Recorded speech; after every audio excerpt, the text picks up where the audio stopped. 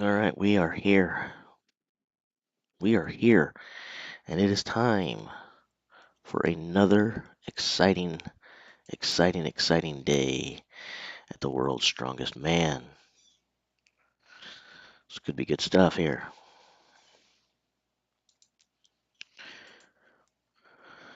So, for some reason, it does appear that my cam is turned off. I'll have to figure out what's going on there. I don't know that I feel like fixing it right this second, but I guess I should before everything gets started. Let's see what happened here. Give me just a second here. While we're doing that, you guys can come on in here and start discussing things.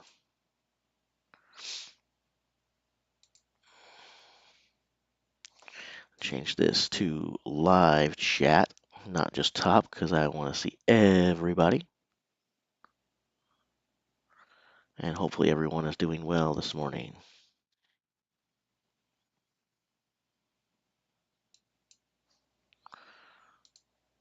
So, how is everyone?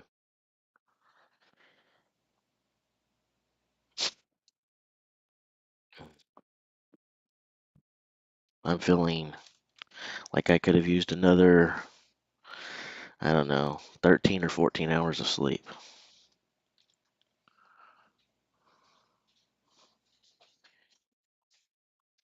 Yeah, so not a lot, just a little extra sleep.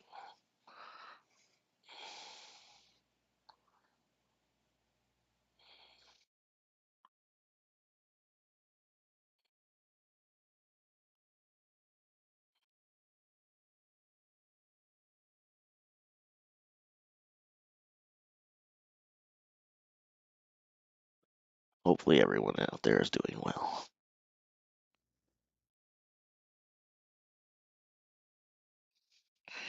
All right, just about got things set up here properly.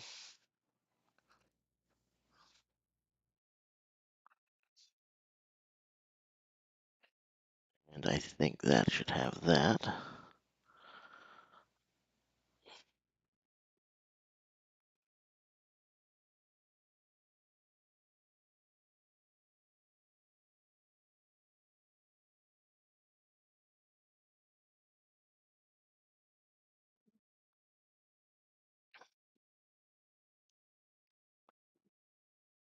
Oh,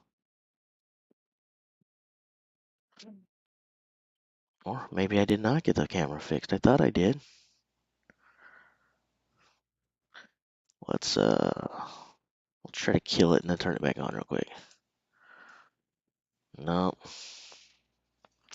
right, I'm gonna keep fighting with that while you guys talk, because we know that there's plenty of time before anything happens worthwhile anyway. But I got to figure out why the camera is failing.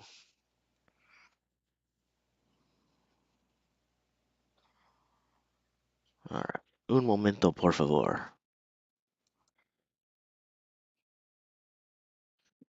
Un momento, por favor.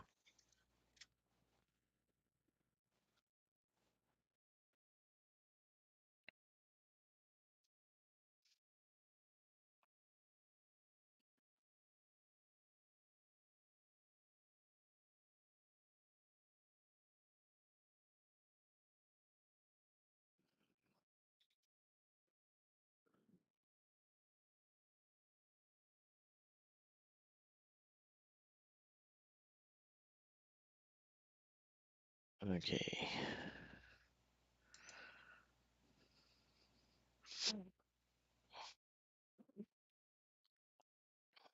Aha.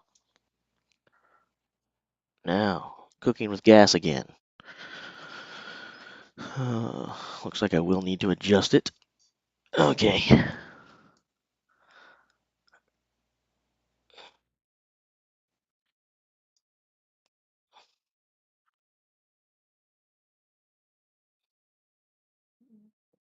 And I suppose that's pretty good. All right.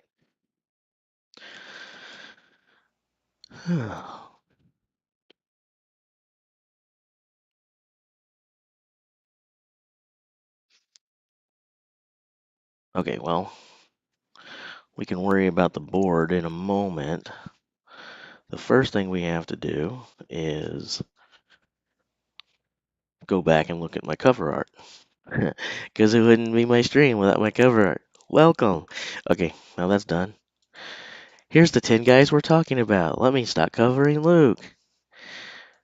Okay, now it's World's Strongest Man.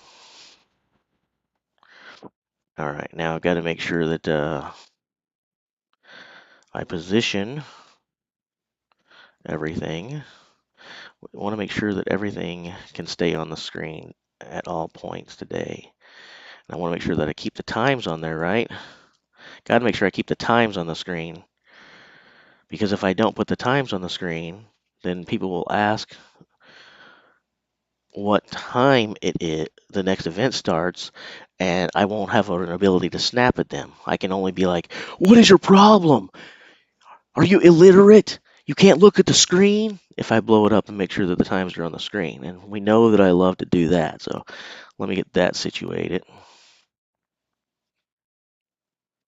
All right, now we got that out of the way. And I'm supposed to be competing today.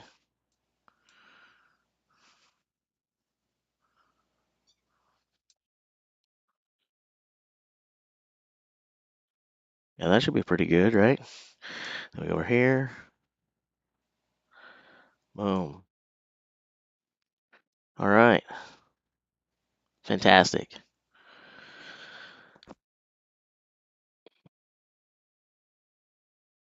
The board art looks like me. I just chopped my hair off before this last week began.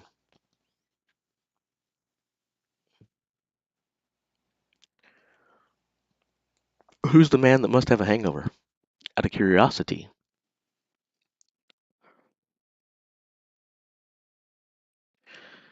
Well, if you didn't see it, you should be able to see it because I posted it, and I posted a lot of other stuff. As a matter of fact, while we're waiting for stuff to come in, if you guys did not see my reaction video, there's a lot of stuff in there that you won't see on YouTube that I shoplifted from the Twitter sphere. And I'm going to link to that now. And you guys should go watch it because A, there's a lot of time between now and then. B, honestly, I could use the view counts, right? So let me go ahead and get that link for you and share it with you guys because if you'll go view that, as you guys know, it would help me. You'll be entertained, and I will get some kind of little kick off of it. I don't exactly know how it helps us, but we're going to pretend I get something from that. So,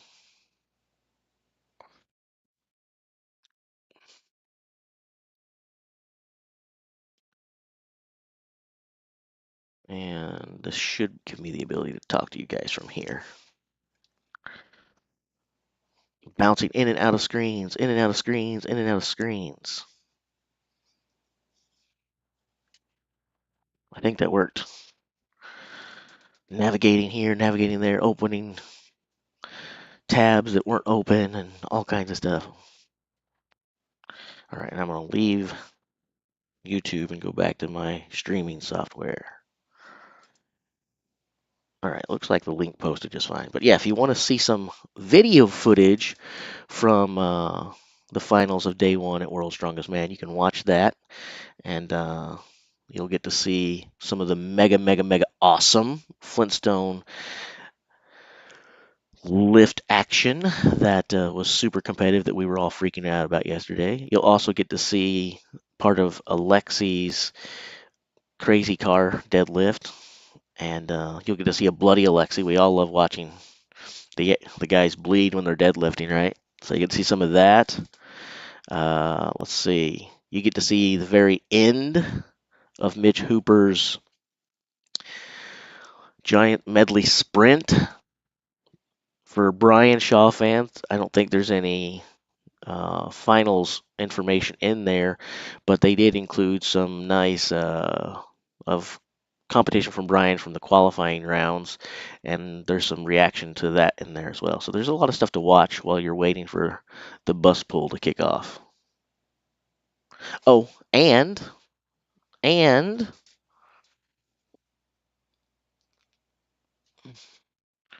little Kaz is back with us today.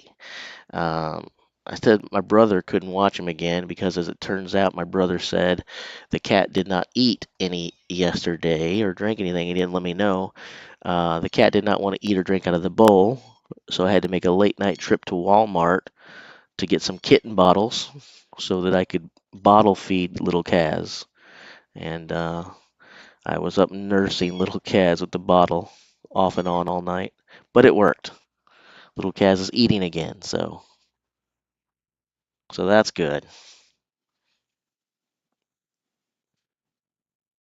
So that's good.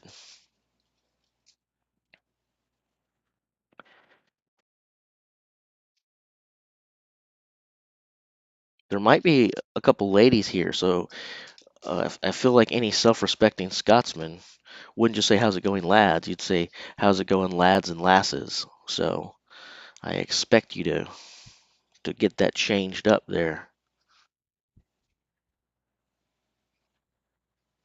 There probably aren't any ladies here with us, but maybe. I have no idea how old the cat is. I doubt it's that old, but I have no idea. As far as we're concerned, it's, like 3 or 4 days old because that's when we rescued it from the jaws of terror and defeat. It's hanging for its life. So, yes.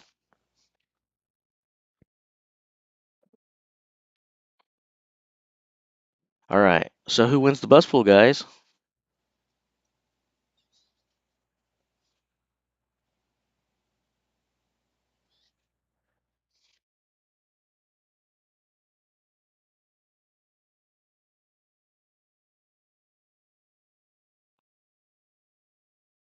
Who wins the bus pool, guys? Hey, little Kaz, how about you don't bite me? How about you don't bite me? You have little teeth and you don't have strong jaws, but you have sharp teeth.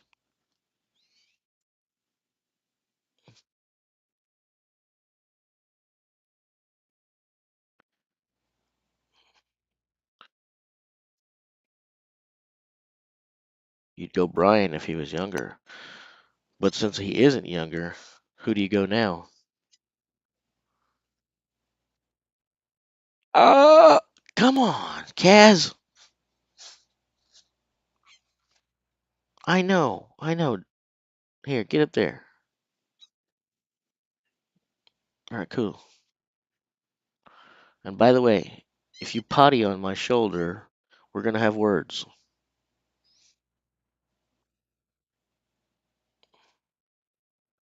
Oh yeah? You got a lot to say, don't you?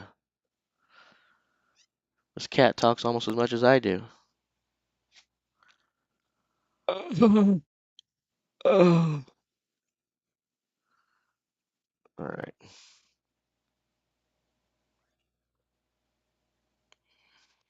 Why do you think Tom would struggle on the stairs? I wouldn't expect Tom to struggle on the stairs at all. They're definitely going to favor taller athletes, and that fits the bill for Tom.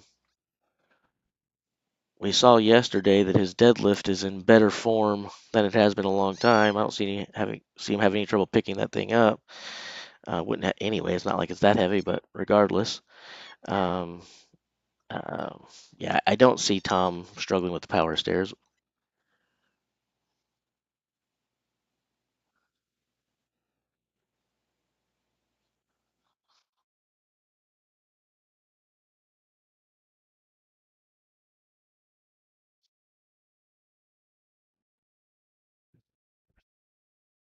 Meow, meow.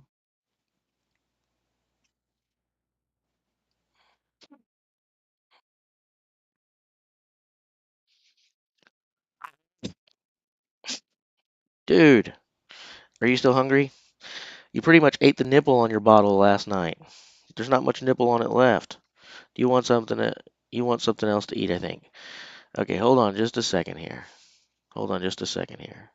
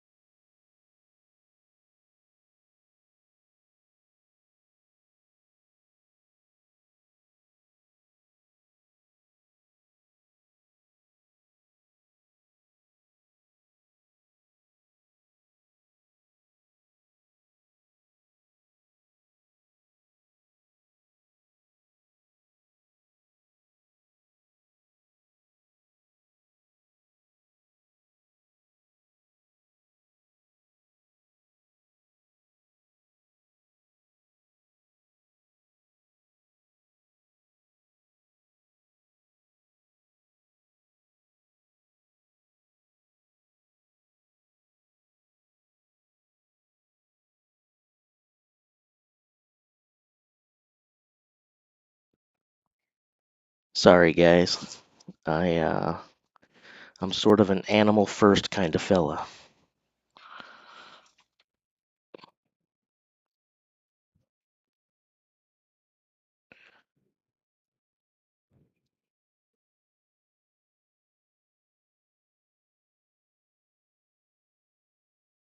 Yeah, the bus should have started a little bit ago. That doesn't mean it did, but it should have.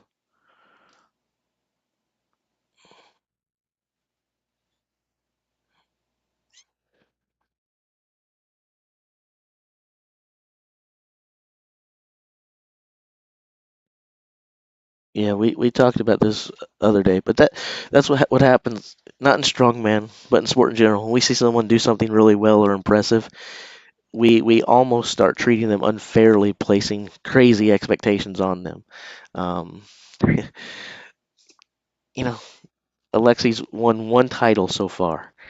Uh, I'd love to see him win five. Heck, I'd love to see him win six, seven, 30, or 40. But to go out there and suggest five is a tall ask, especially because, as we did talk about yesterday and the day prior, the sport has evolved so much and the competition has gotten harder and harder and harder. It's going to be harder, I believe, to have runs of dominance in the future than it has been in the past because the competition is stiffer. And it will continue to be that way as the sport grows and as people get into the sport at a younger age. And there will always be the best because there always is in every sport. There's always people who are the best. But I think it gets harder and harder to really have an extended run of dominance.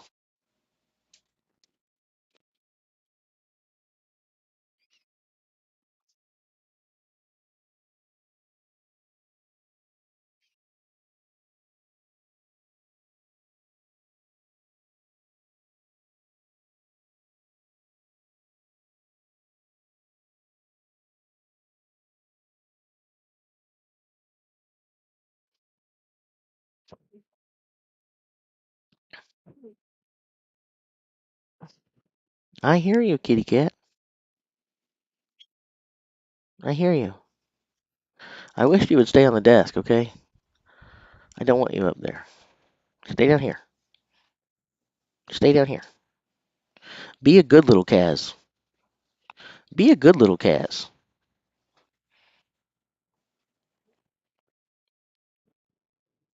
It's probably about time for the first number to come in. I suspect they'll go a little bit quicker this morning to give everyone time to get a little bit more rest in before the final Atlas stones. But I could be wrong. I don't freaking know.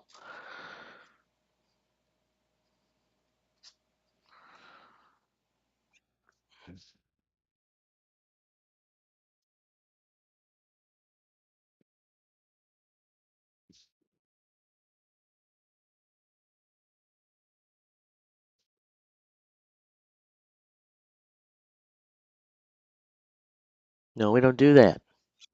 We don't do that. You need to learn to be nice, Kaz.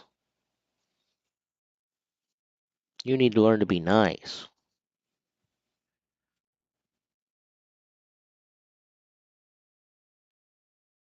Oh, this is definitely going to be more than a 3 hour event. The bus pool is probably going to take 5 or 6 hours. Even though I just said it's going to be faster. Yep, there you go. I told you the first times will be coming in pretty quickly. Okay, 51.32 seconds for Ethor. 51.32 for Ethor.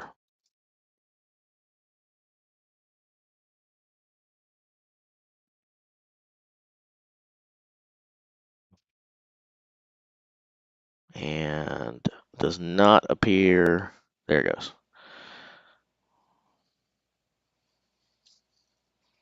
51.32 for Ethor.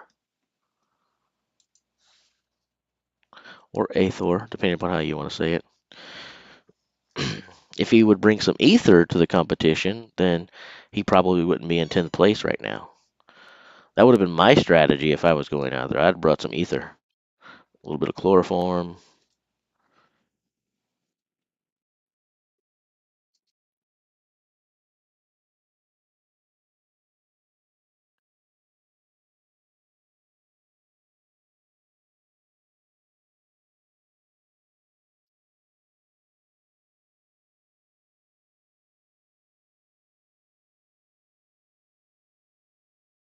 I'm not shocked that he went the distance. But we shall see where that time leaves him.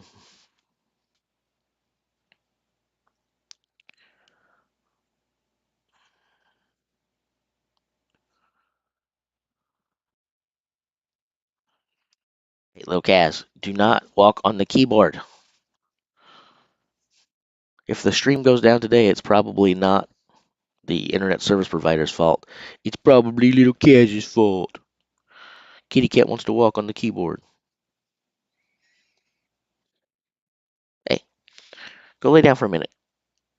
Go lay down for a minute.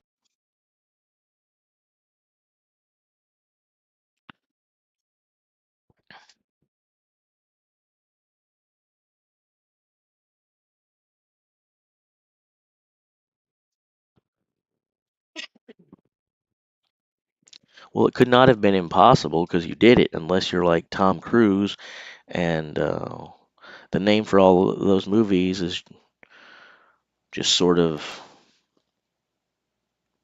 you know, blatantly false. Mission Impossible. He did the impossible over and over and over again. It's a really bad name. Um, you found us. I didn't.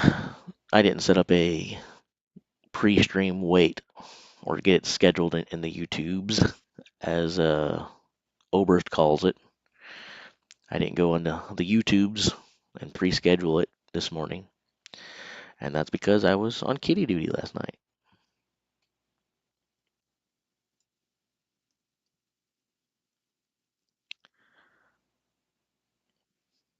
Right.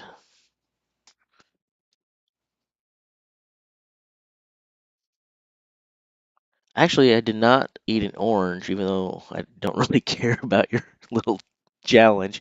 Um, but I did go to Walmart last night because, like I said, I had to get some stuff for the kitten. I should have picked up some fruit while I was there. I did not do that. My mind was on the furry four-legged friend rather than myself.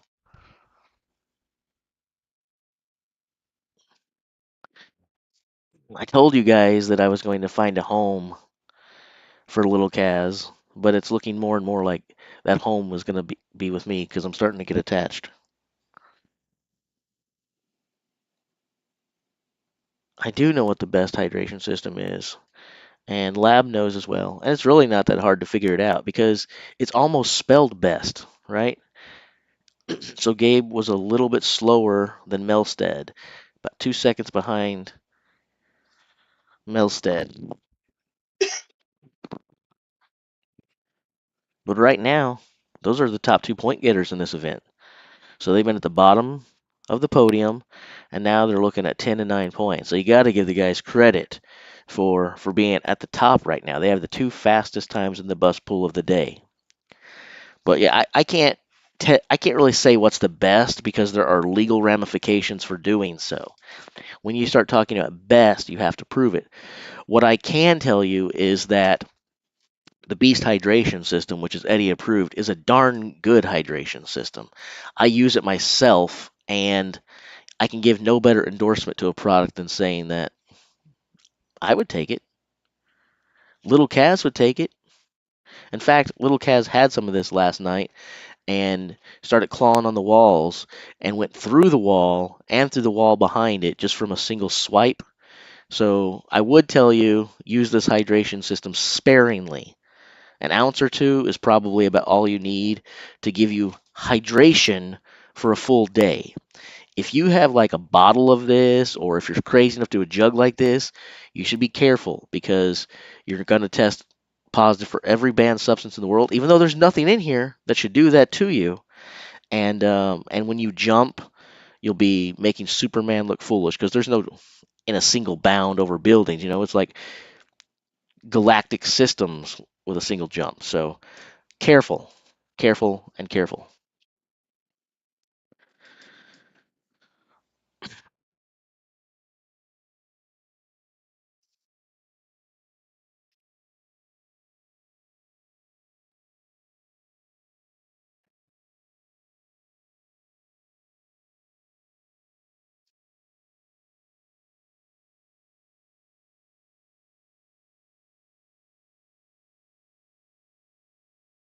So we have some old busted equipment and old busted buildings on our property, and one's an old abandoned well with a very, very busted pump house and things.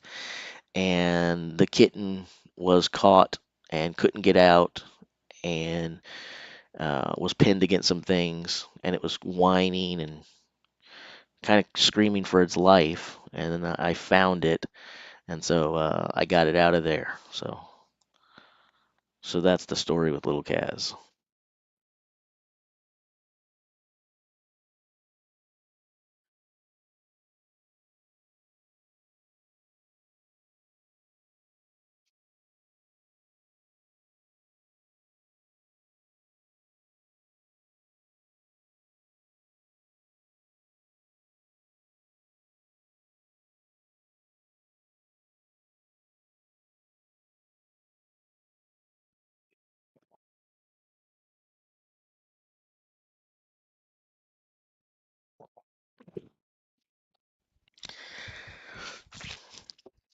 I just realized it no longer says Eddie approved. It's completely rubbed off.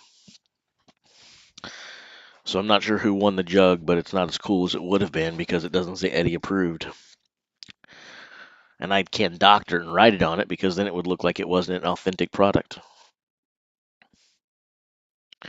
HD girls, sweet. I'll see you guys in approximately 15, 20 minutes. I gotta go watch some HD girls.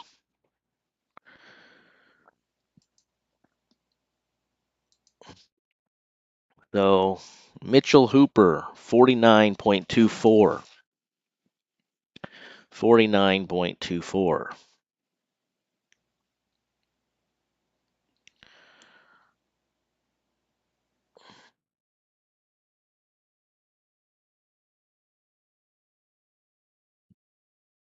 How can you say it's an awful time when we haven't seen anybody really go?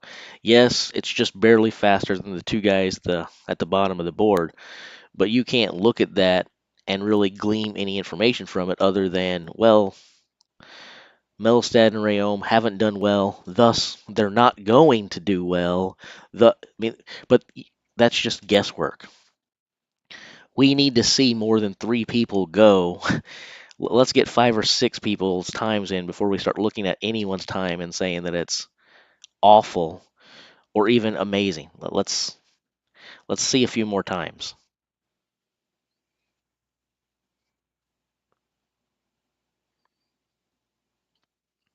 They might. They might.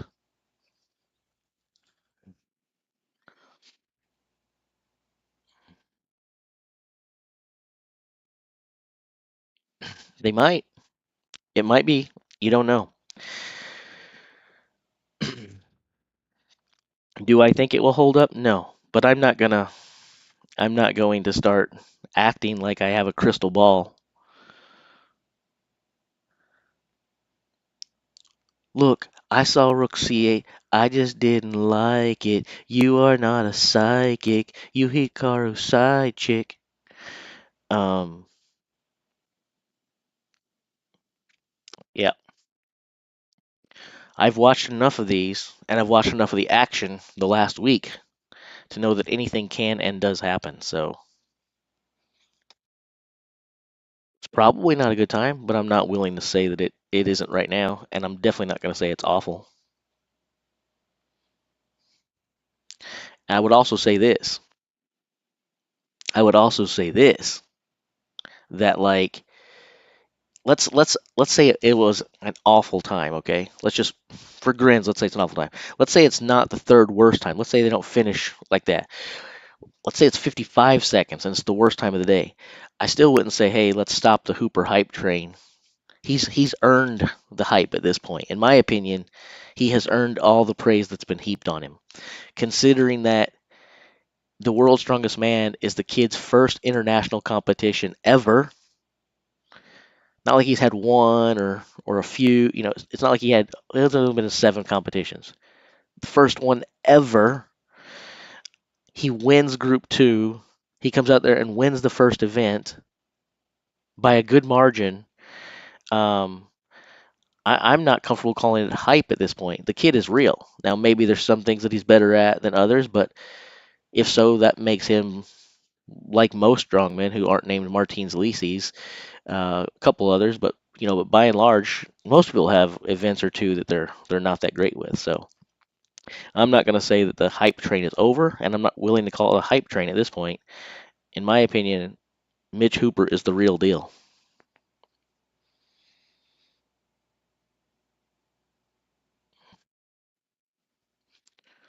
Let's see here.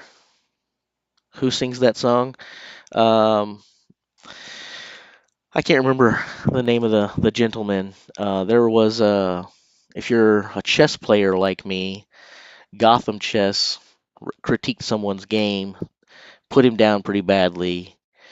Little did he know that the guy whose game he put down was a DJ, and he blasted Gotham Chess with this rap attack, and it was pretty awesome. Anyway, that was from that. So 47 seconds for Luke.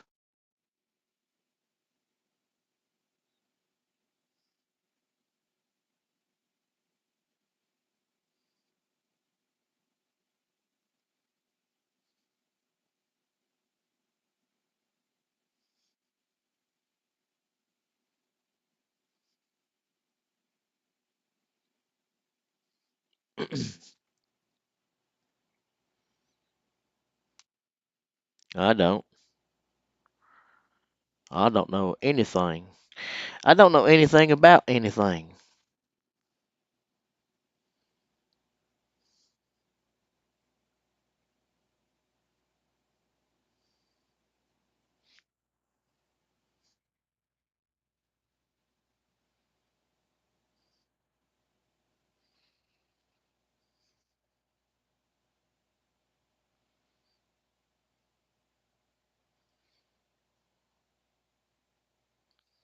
Uh, a little better than 1500.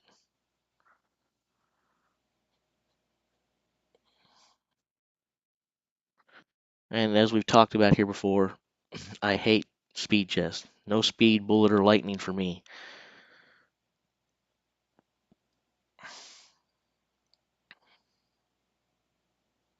I want time to think.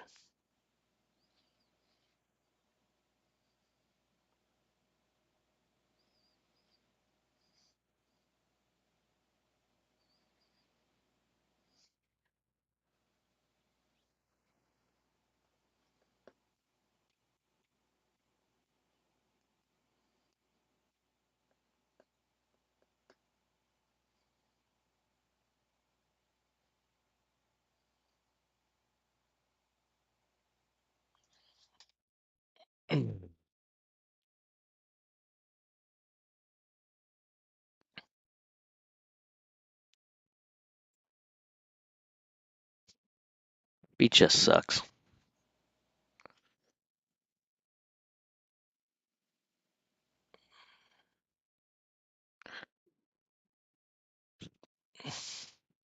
Definitely not. Speed chess was invented for this terrible, terrible destruction of society that we live in, where everyone is in a hurry and has no attention span.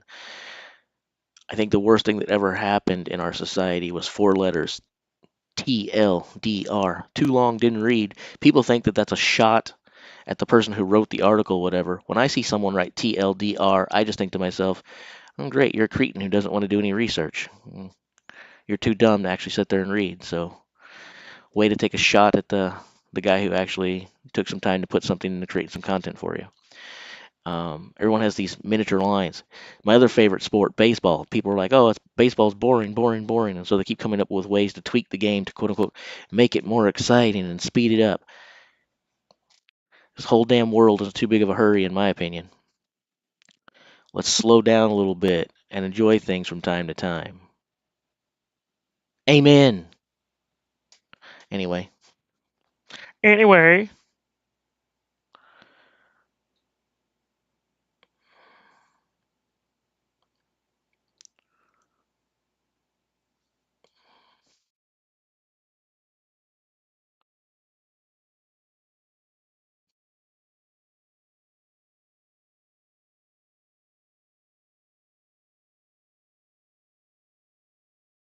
You're basing that on because you said so.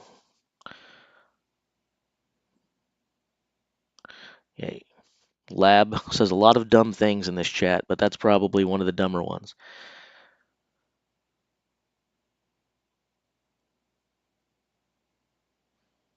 There's no there's no truth that you need to be smarter to win at speed chess in a 15-minute game. You just said that. Either that's your opinion or something else. But there's actually a lot of people think that you're smart to play chess anyway. There's no correlation between intelligence and chess. There are a lot of people with below average intelligence who are really great chess players, and there are a lot of people who are geniuses who suck at chess. It can help depending upon certain skills that you possess in your brain. So Max came zero point 0.2 seconds behind Luke. The Flintstone lift starts at, well, it's actually on your screen. It's on your screen, okay? Look, dude, stop asking stupid questions and pay attention.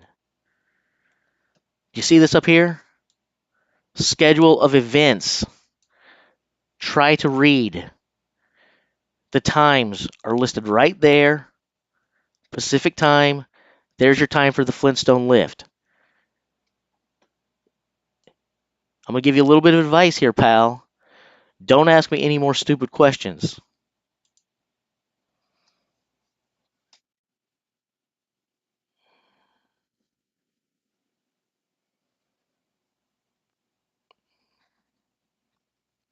Well, I mean, I guess you're smarter than people like uh, Hikaru and Bobby Fischer and all these other guys because they don't seem to think that you have to be smarter for speed chess. And not only that, they don't think that you have to be intelligent to play chess. Gotham Chess and Hikaru both did several videos together on YouTube debunking the myth of intelligence as it equates to being good at chess. So don't argue with me. Go argue with them.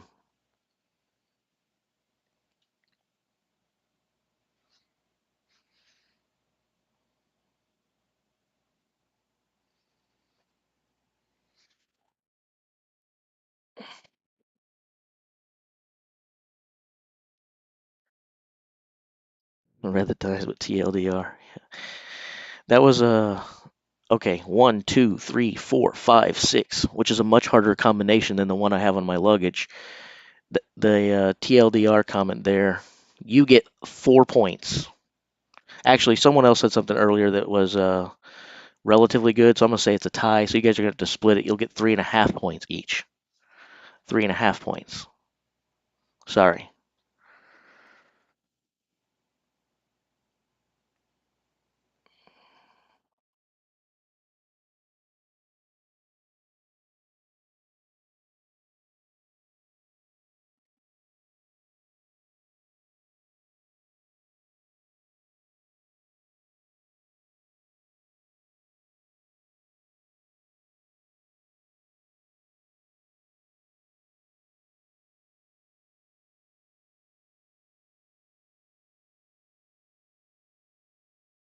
Lab, shut up. Gosh, I want to chuck this guy off of a building. All he does is whine about the beast hydration system. Pretends to know more about chess than I do. He's getting on my freaking nerves. Someone do me a favor. Take Lab out back and beat the crap out of him. And then take a friend. Actually, take along a couple friends. Brian Shaw, 44.69. Good job, Big Brian. Good job, Big Brian.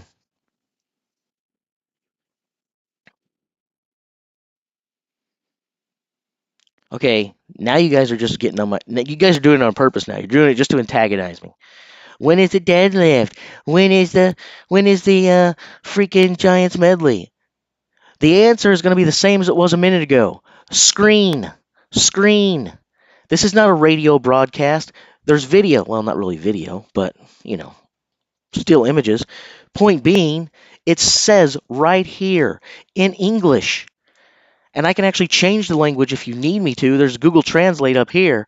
So if you want me to change it because you don't read English, say, hey, I'm sorry, I don't read English. That's why I can't see scheduled events and time specific. And I can't read freaking Flintstone lift at 1:30 p.m. or deadlift at 10 a.m. No, I need you to spoon feed me. Please spoon feed me, sir. But it's a linguistics problem because I don't speak that language. Okay, fine. Now you've got me. Now I'll give you what you want. But you'd better speak up and specify that it's a language problem. A language barrier, because I can't just keep pointing to the freaking screen telling you to, read the screen.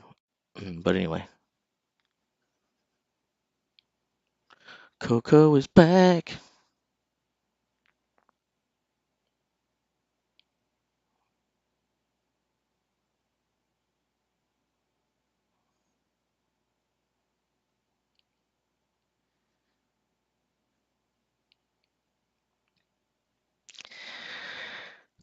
I'll actually be in some ways, I'll sort of be glad. Uh, in some ways, I'll sort of be glad when people who take everything as gospel and honest and pure and true because they have no sarcasm detector whatsoever. I'm fine if they unsubscribe and I'm fine if they leave. It's funny when people are like, "Stop being so serious and stop being this and stop being that," and it's like, obviously, you guys are are overly serious. I don't care.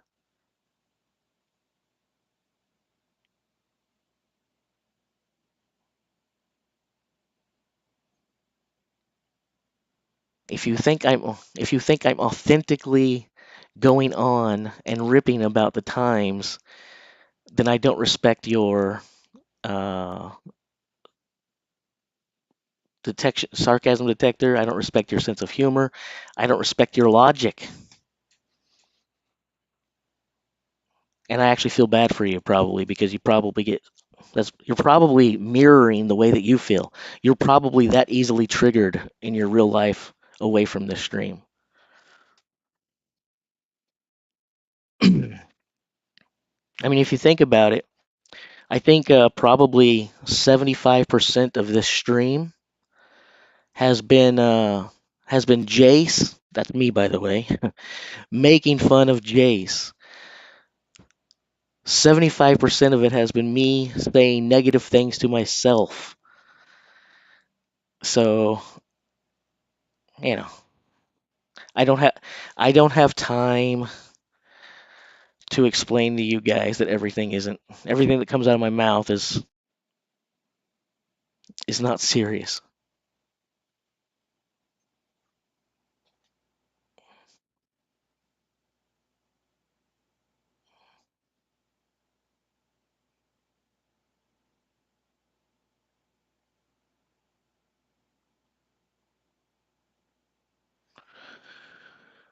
Trey's pretty awesome.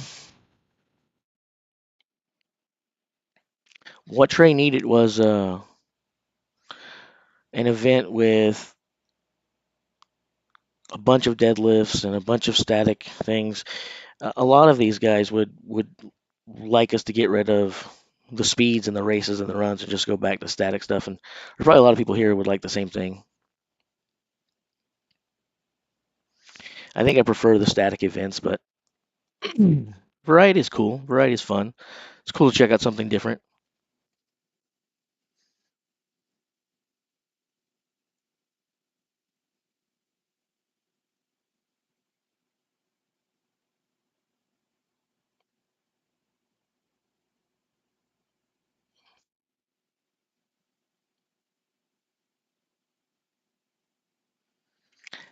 For those of you who don't like listening to me, there's a few great things that you can do. This is not being moody either. It's just like I said the other day. Good advice and a good tip for you.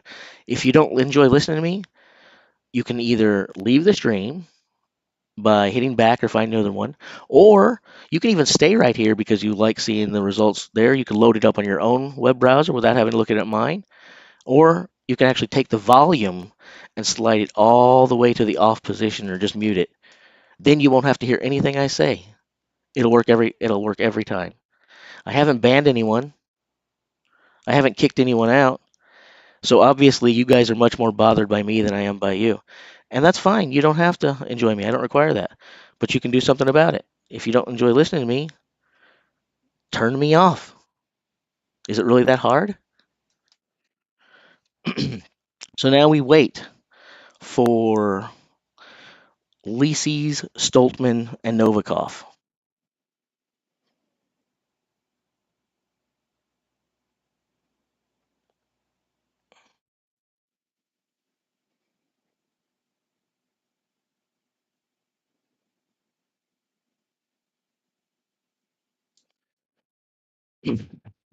See ya.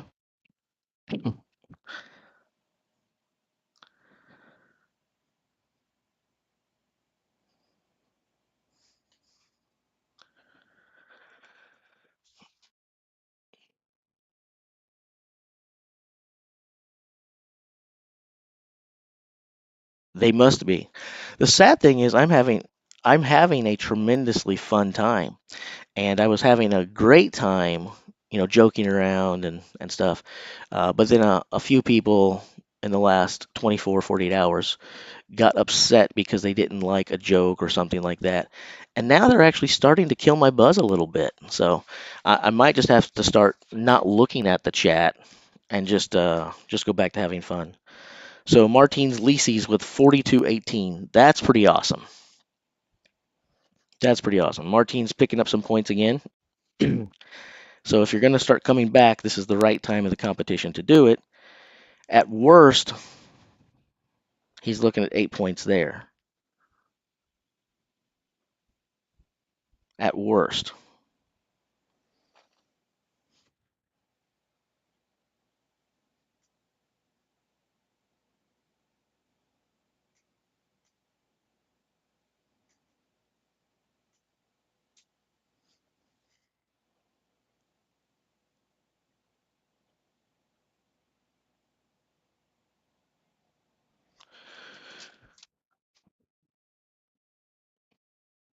There is no competition to watch. There are only tables to look at.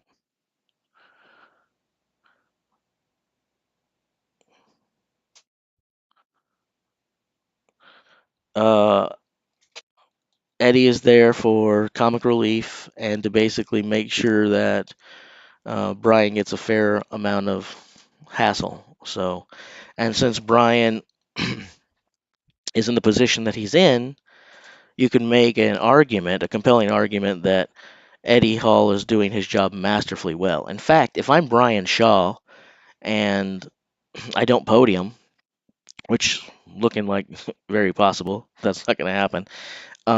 If I'm Brian Shaw, I actually blame Eddie Hall. I don't stand up. I don't take accountability. I don't say, hey, I'm getting older. I don't say I didn't perform the best this year. I don't give credit and props to my competition. I say I would have done better if Eddie Hall had stayed home and stayed out of my hotel room and away from me.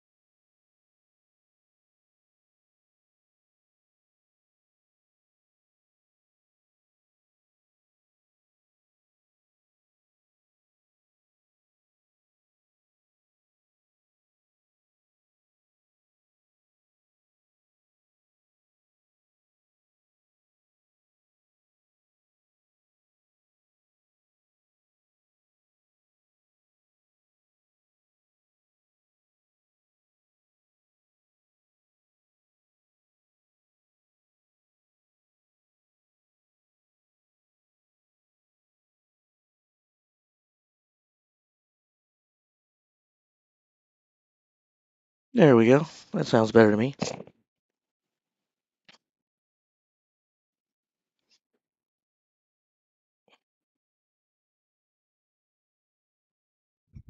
So let's see. 44.5 is good for just barely beating Brian.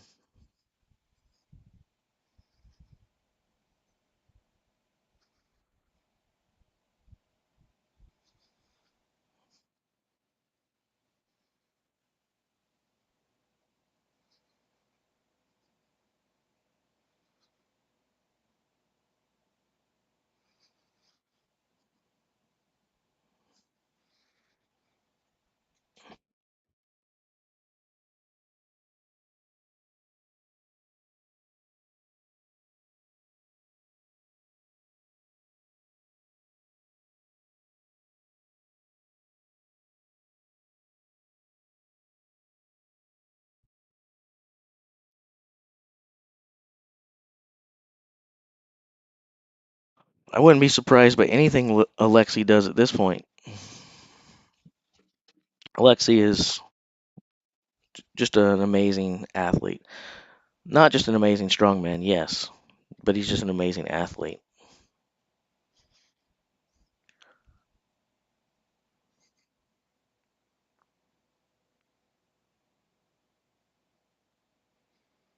I don't really think it's that, I guess it is a low result. Uh, I still don't think it's a bad time.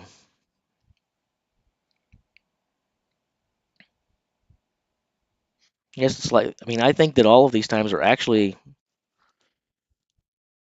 not bad. Oftentimes when we see these pool events, we see one, two, three guys smash it, and then they're 8, 9, 10 seconds above the guys in the lower position, the middle of the pack. Kind of like the way the points go. The pools oftentimes work the same way. You'll see a big group of guys at the top, and then there's a big drop back, and then other people. Kind of what happened with the Flintstone lift yesterday. Um, I actually feel that all of these times are pretty competitive with one another.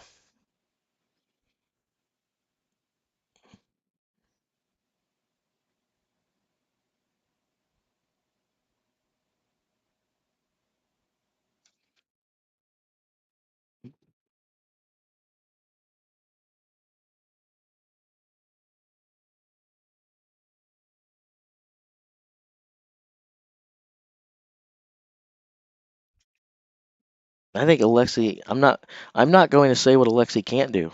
Um, I think it's a very, very tough event for him. But there's been a lot of things that Alexi has done, not just this year, but over the course of his career, that I would have said, yeah, he's not going to do that, or he's going to be weak here, he's going to struggle here, and he steps up and he steps up big time. So I'm just like you guys. I'm waiting for this number.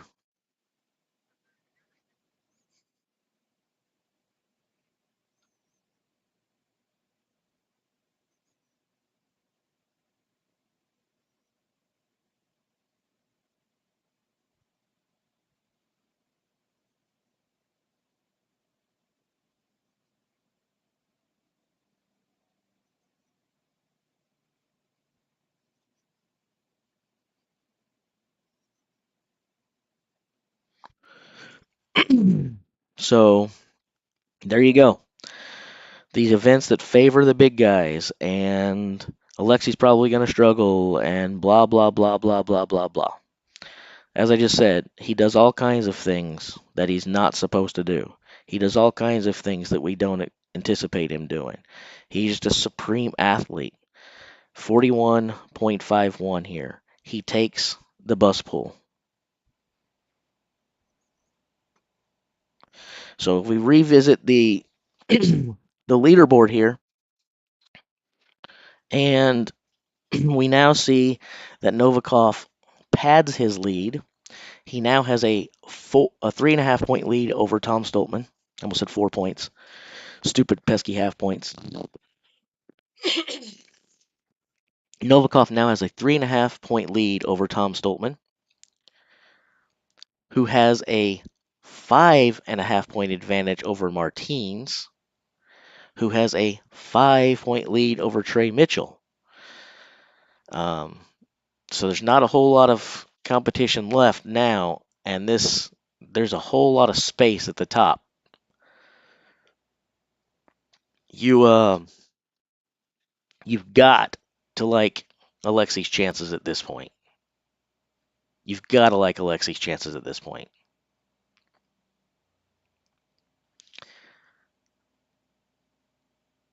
Wow.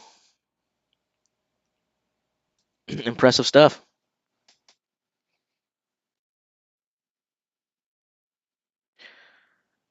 Someone says this is probably prime Alexi.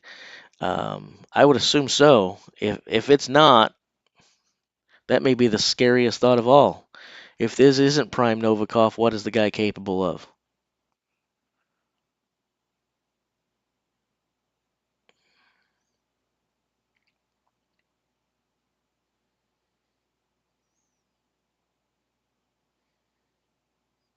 Yeah, I would say so, Sean. At this point, I would say that uh, at this point, I would say that Novikov is your world's strongest man. Like, it's funny that I'm childish when I've told you guys to just drop it and you won't drop it. So apparently, I am the childish one. Okay, cool. Stay in timeout.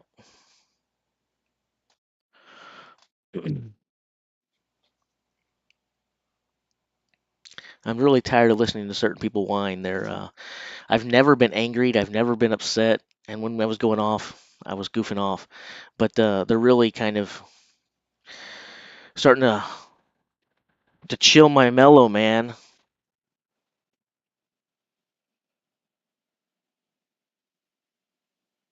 I like laughter.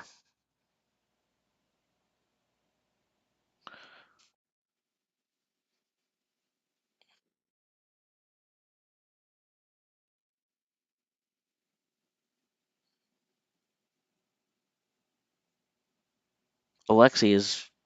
I can't argue with your thinking there, Nirmal. It's pretty crazy.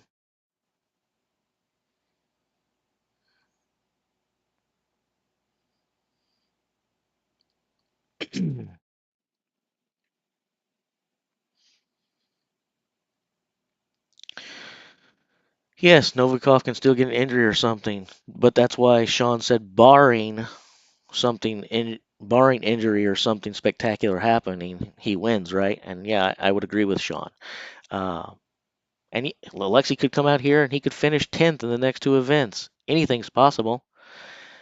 But the way he's performing, I feel like unless something catastrophic or strange happens, he's probably your 2022 world's strongest man.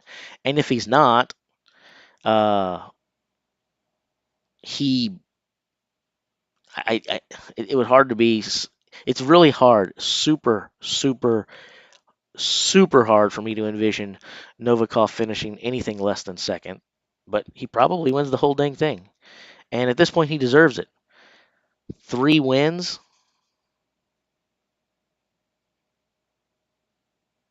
took third in the medley, and then it's been nothing but victories for him since then. And they're not small victories either. They're mega victories.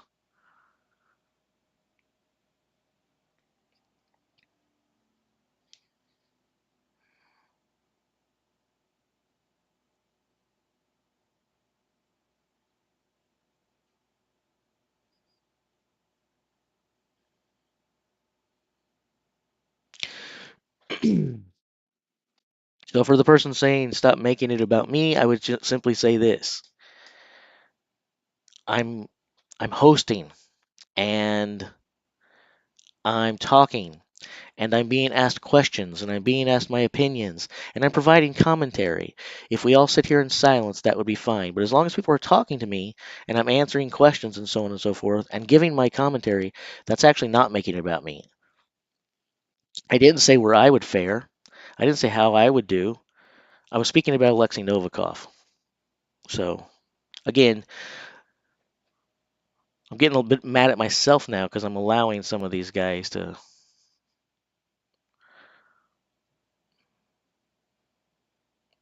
to actually earn my remarks. They don't deserve my remarks, to be honest. And that's the best way to probably handle trolls is just ignore them.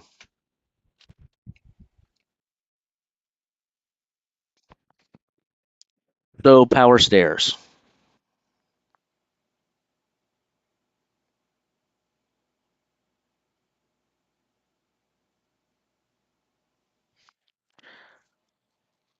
I would agree with that, Sean. Um, I would agree with that, Sean. I expected more from him too. Although I did not have him finishing as high as most people did. On most, in most people, he was third last year. He's definitely a fan favorite, rightfully so. He deserves to be that as well. Uh, People love Max. There are a lot of people who had Max in their top five. You can see that here. We'll do this again. Guess I should have had the predictions up anyway. When the finals started, um, when the finals began, after we got through the qualifiers, I put him in seventh. So he's only one position right now behind where I thought he would be. So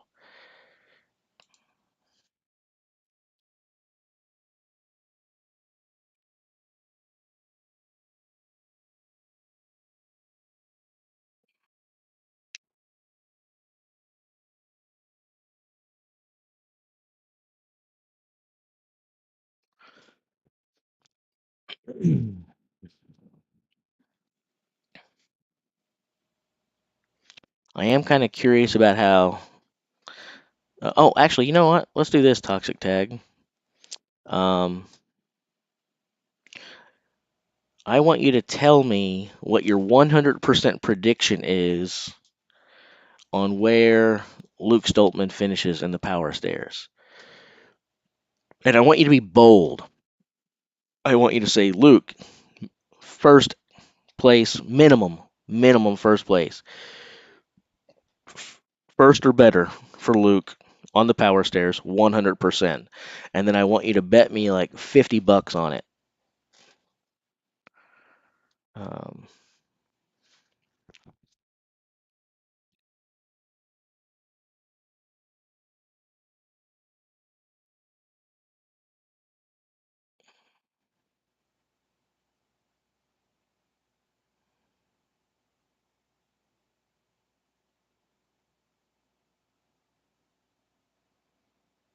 that's that's actually something interesting when you talk about that.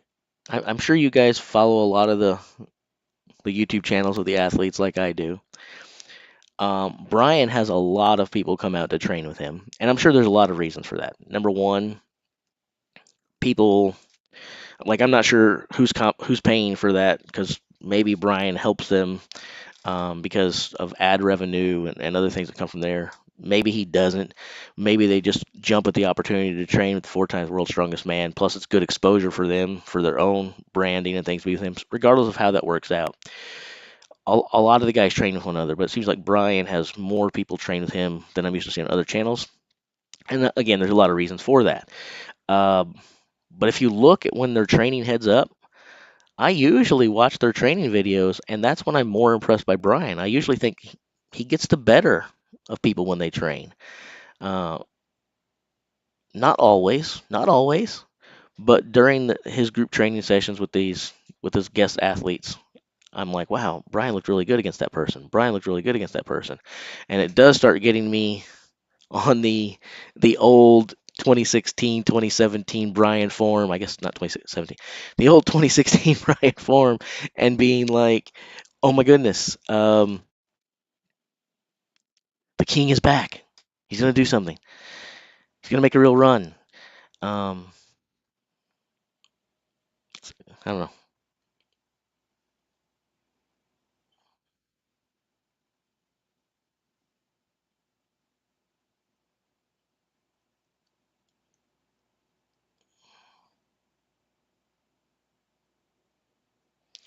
See you, Sean.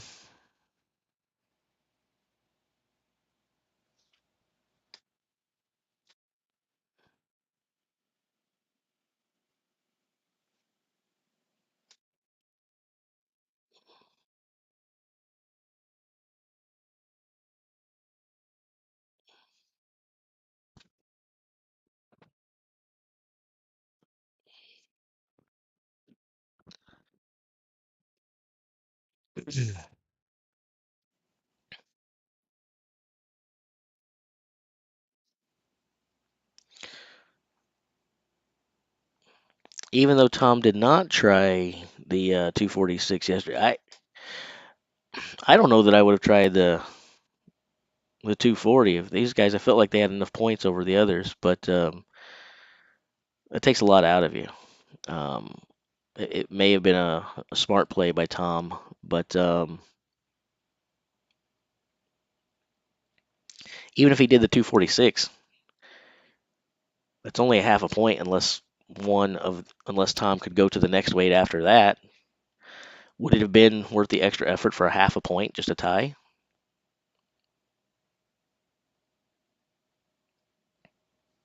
Hmm.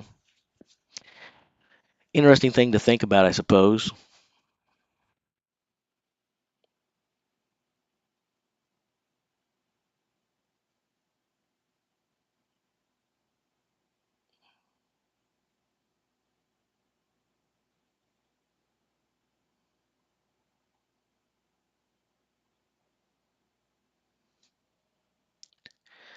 Yeah, Tom can still win.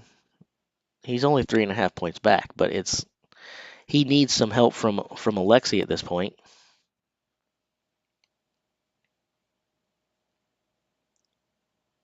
He needs some help.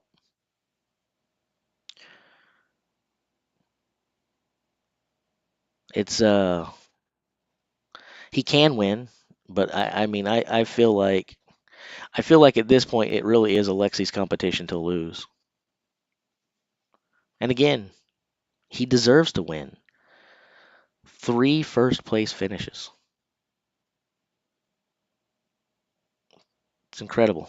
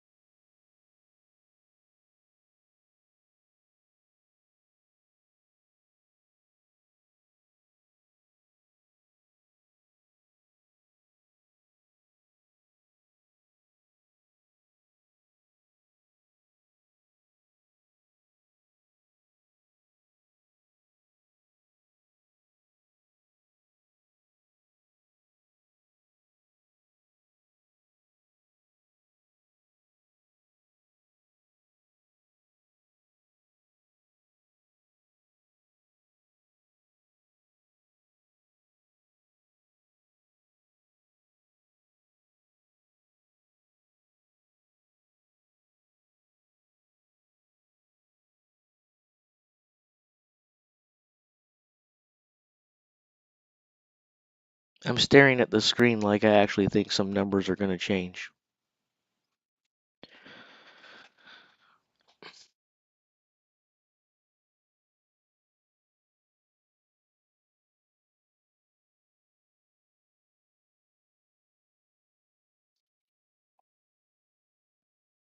Yeah, power stairs are a tall man event, but in Alexi's defense, the bus pull is a heavy man's event. That didn't stop him from winning that.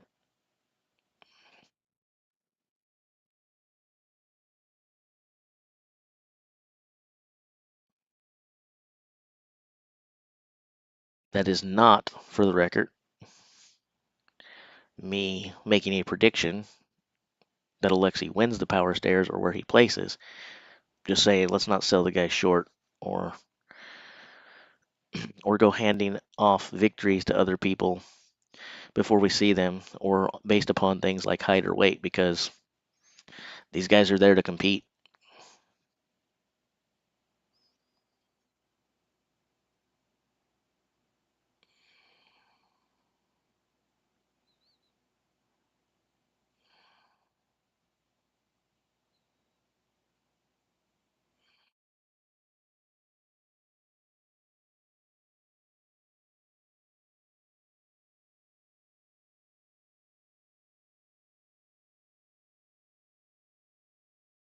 Okay, now that's a prediction I can get behind, Nicholas, for sure. Novikov top 10 in the stairs. I got a better prediction for you though. I think Evan Singleton comes out here and wins the stairs outright. So I'm picking Evan Singleton to win the stairs.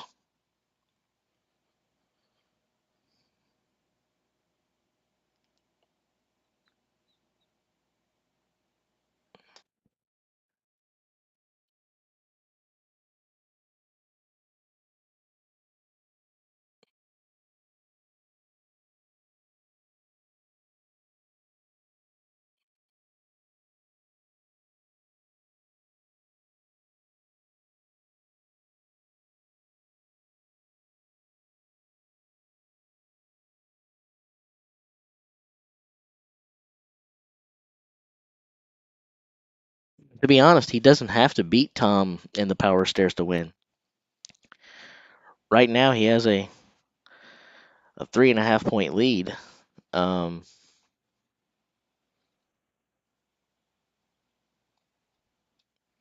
he could he could fail to Tom in the power stairs. He could fail to Tom in the Atlas Stones. He could lose both of those events and still win as long as he does really well in them both and doesn't get far behind Tom.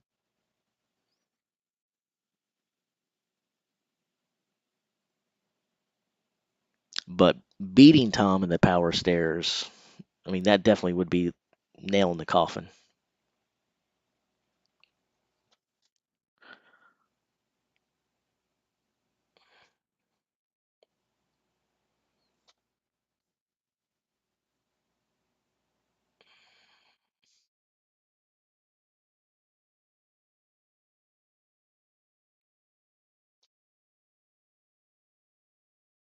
Do I think Novikov would still perform like he is doing after 2 days were swapped, except the Atlas Stones?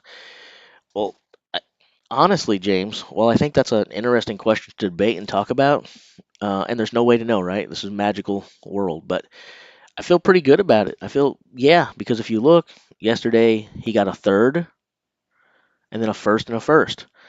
He just started out with another first. So thus far, he's been rather consistent. So I'm inclined to say yes, but is there any way to prove that? No.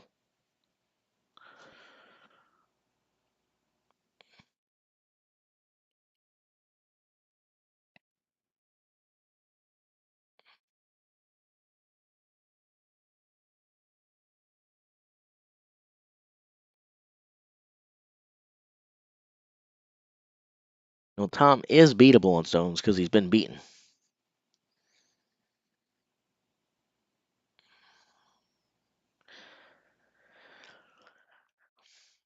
I'd say 90% of strongman fans and pundits and whoever, probably athletes surveyed, they would tell you that Tom is the number one stone lifter in the world right now. I'm probably in that 90%. There's a small minority that seems to think that Martins Licis has passed Tom as the best stone lifter in the world. Um, but but I can't say that he's unbeatable because he has been beaten.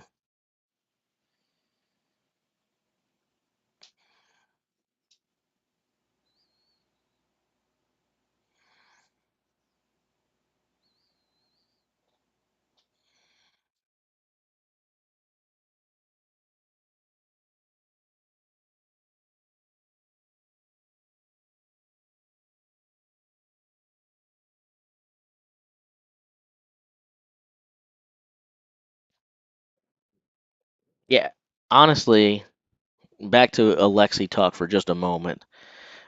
I honestly think I almost don't care if you had a pick. If you had a guy, right? This is the person that I'm rooting for. I'm on this train coming this week. Again, there comes a point where you have to stop voting with your heart and start looking at the results as they're actually happening. And every single one of us needs to stop and give Alexei credit for the performance that he's put in. He has 38 points through 4 events in the World's Strongest Man final. That is a crazy dominant run. This stuff doesn't happen all that often anymore. He did terrible in the medley, speaking facetiously here, and finished third.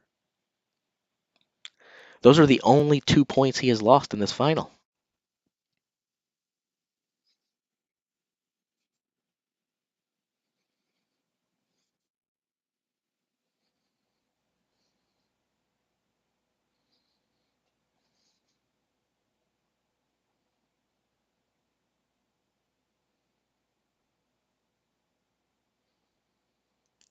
I don't necessarily know if only a few biased people think that Martins is better. Uh, Martins has beaten Tom in heads up competition. It has happened. It happened not that long ago. Um, Again, I'm not saying that I think Martins is better at the stones than Tom. I just know that strongman is no different than everything else in the world. If you say something, people get very, very strong opinions about it one way or another. I don't really have strong opinions about much of anything. I know what I think to be true, but I'm open to a million different options. I'm very much a guy who's like, yeah, that's possible. Yeah, perhaps, maybe. Um, but Martins has beaten Tom recently, so that's probably why some people think that. Again, it's a small minority of people, but there are people out there that think Martins has bested Tom's and is new the King of Stones. I don't do that because I think that it takes more than a couple good performances, one or two, wins to really change things. Everyone has good and bad competition days. No one is at their best every time they perform. So, but I'm assuming that plays into it.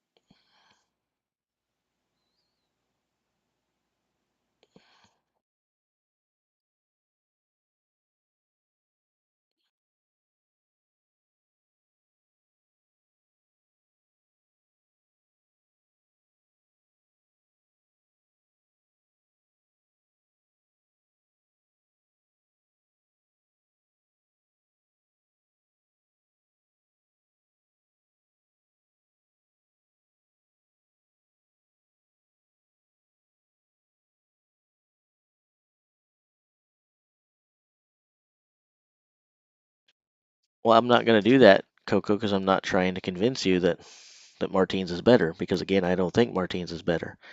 But I think that's a very close-minded view to say, hey, world record means it's case closed. So There's a lot more to a discussion than looking at one stat, just like there's more to a discussion than one event. If we look at any one thing and then finalize, like we put a period on the end of the sentence, case closed at that, then when when Martine's beat Tom heads up the last time, then those people can play the game the exact same way. Who just won?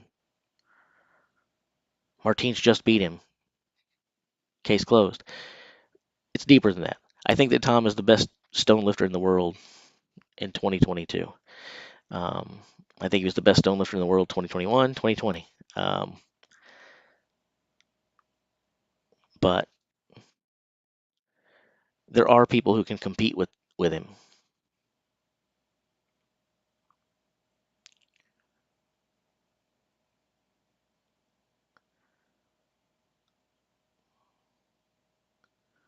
Trey Mitchell doesn't get as much love as he deserves. He's a darn good stone lifter in his own right.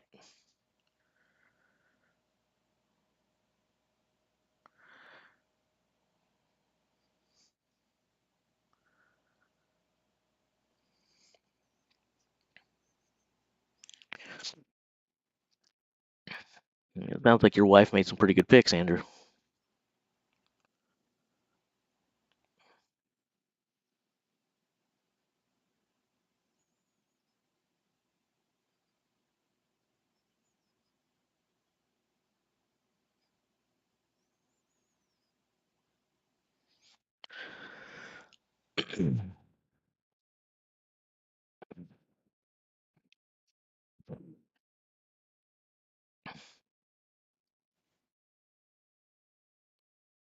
We have 2 events to go, and then we can't argue about World's Strongest Man again for another year.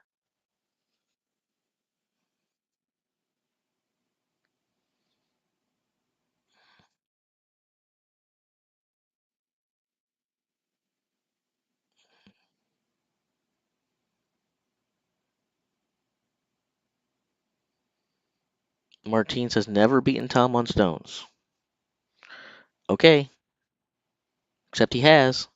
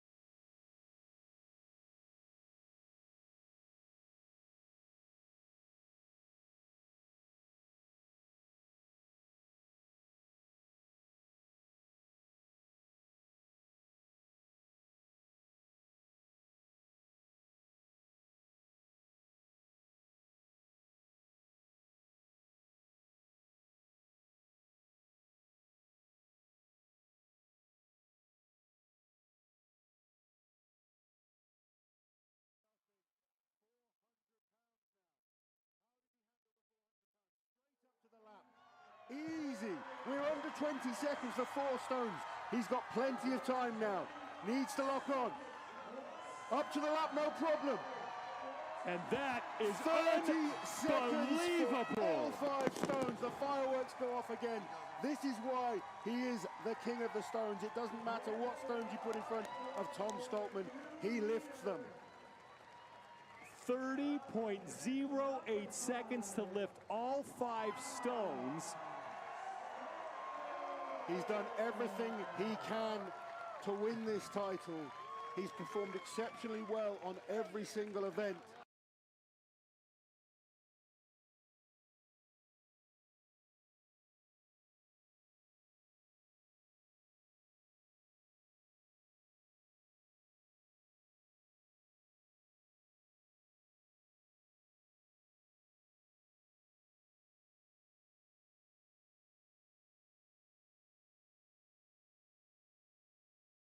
No problem at 275 on the 300. And he's moving fast, and as well as Tom Stoltman one motioning them, so is Lisis, and he is flying here. Martins Litis gets the 400 to his lap. So easy, Plenty he of can win time, this event. right to the 420. Martins Litis. He's on for the win. He is your road Unbelievable. invitational champion. He saves the best for last. The Dragon roars, 24-45. He finally gets the event win. The other athletes looking around, nodding impressed. You cannot fault what he's done today. 3rd place.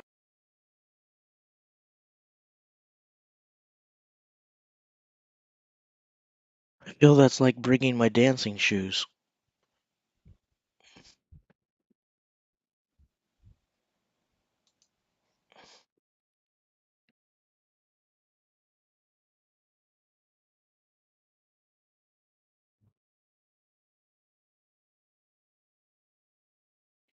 Actually, I'm not doing a whole lot of talking. Uh, I'm probably not going to talk much today. It has been made clear to me and pointed out to me that a great number of people don't want me to talk anymore. So I'm just going to kind of sit here and watch the spreadsheets with you guys and maybe throw up occasional competition clips.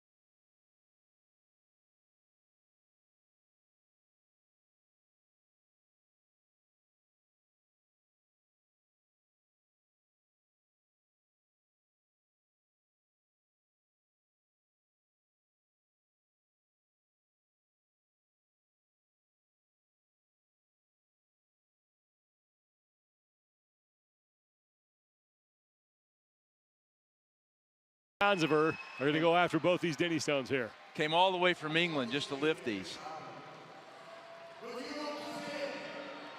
She's locked in.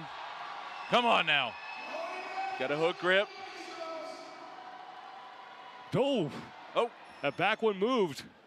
Come on now. It definitely moved. I wonder who she's training with. Okay. Well, she took the tape off of her thumbs. She's going to lock in and try to get it. There's Jan Todd in the back. She's very interested in this. She wants to see these women lift these stones, and I do too. Come on. Oh! Yes! Oh! She lifted them legitimately off the ground. 140 pounds. Wow. Man. I'll take it. I'll call that. You might think that it's a win. You might take it, but she's not done yet. So, what's selling the lady short? Lock that thing in. Man, Get it. listen to this crowd get behind Yes. Chloe Brennan. Here we go.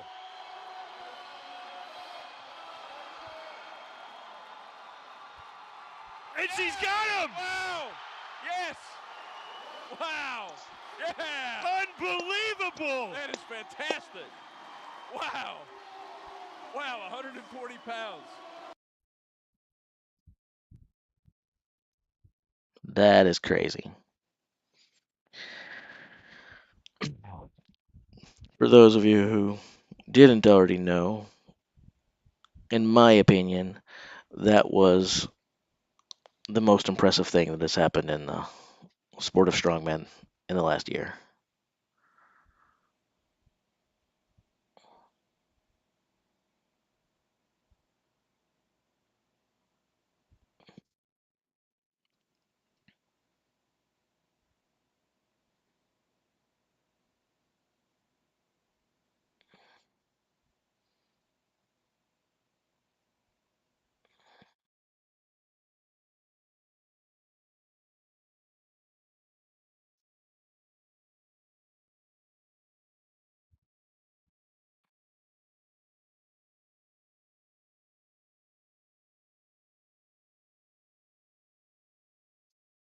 Anyway, so that is one example a minute ago for why some people, of which I am not one of them, but that is a reason why some people believe that Martins Licis has passed Tom and is now the king of the Atlas Stones.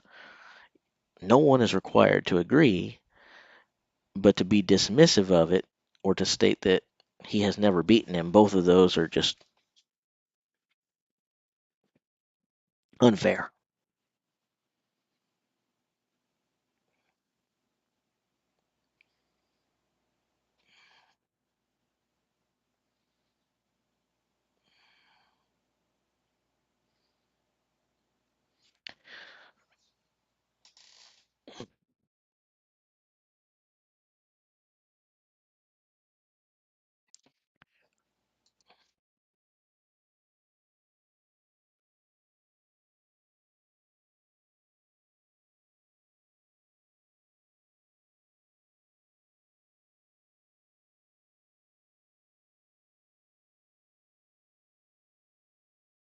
But yeah, there's not much to try here. If you want to try things, other stuff, again, I ordered from Blackwing,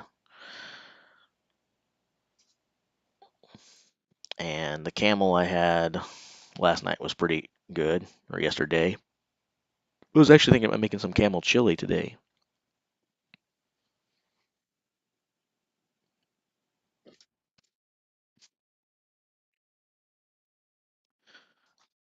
I did not see Alexi's video from earlier. What was it about?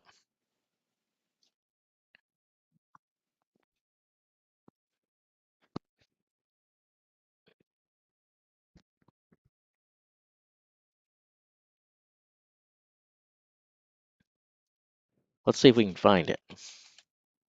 We got plenty of time to kill. Let's watch YouTube together. Uh, the preparing for? Is that what you're talking about?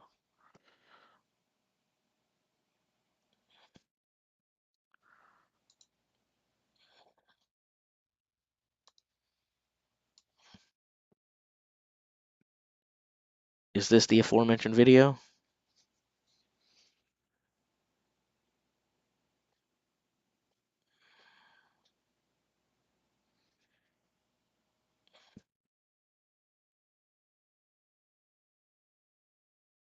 So that'd be this then.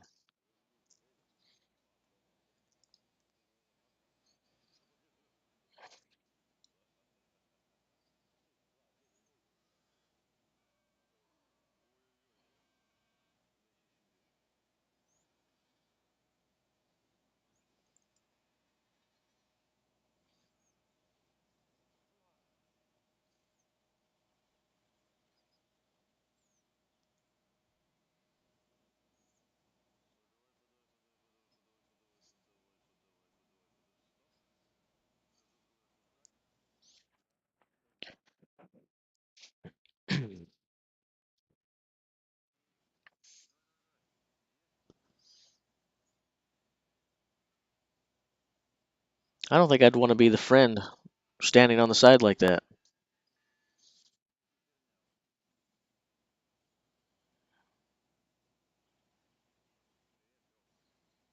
Uh-oh. Alexi just made everyone in the chat yawn.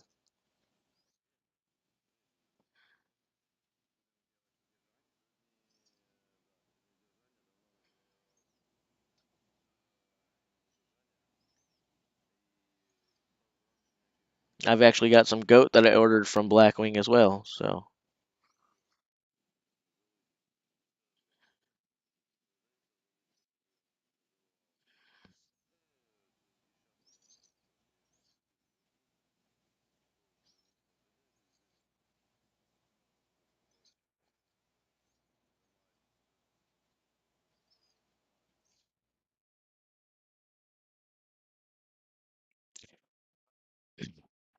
and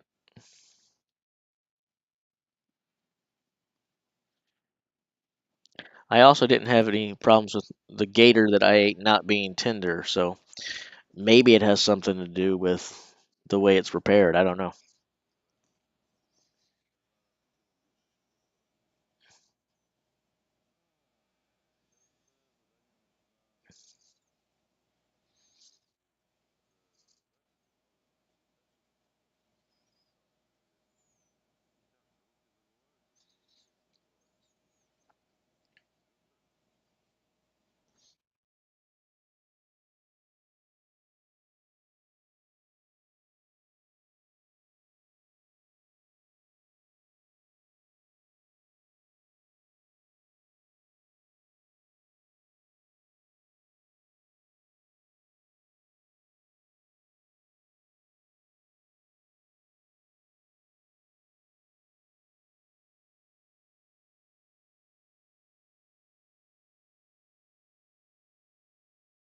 Yeah, duh.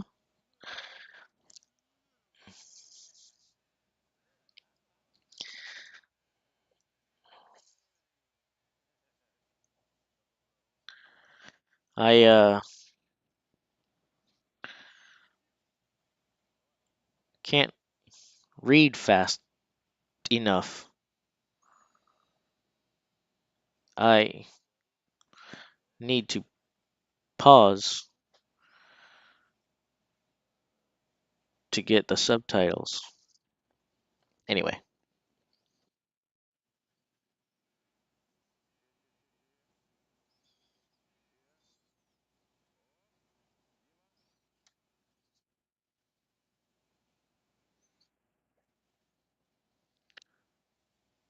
and go. And go.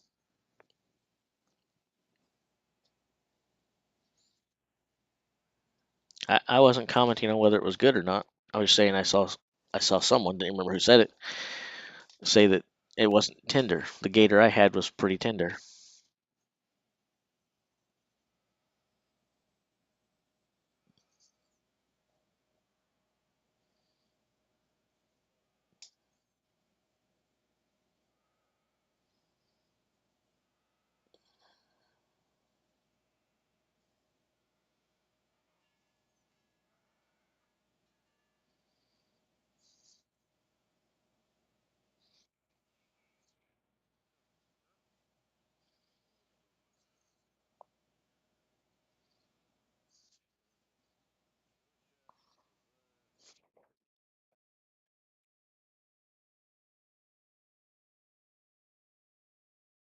All right. Well, that's his training video apparently.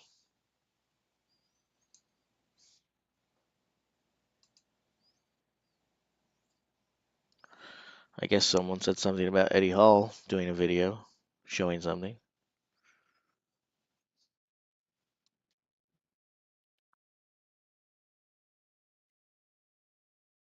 Um,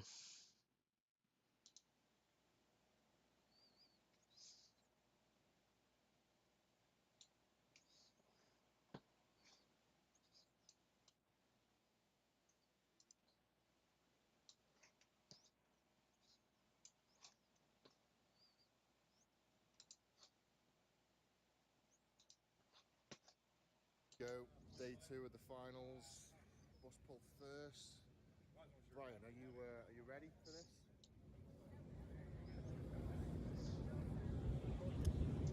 Are you wanting me to like stand back here and pretend that this is talking and not me? That'd be great. Yeah. If you talk, I could just go on.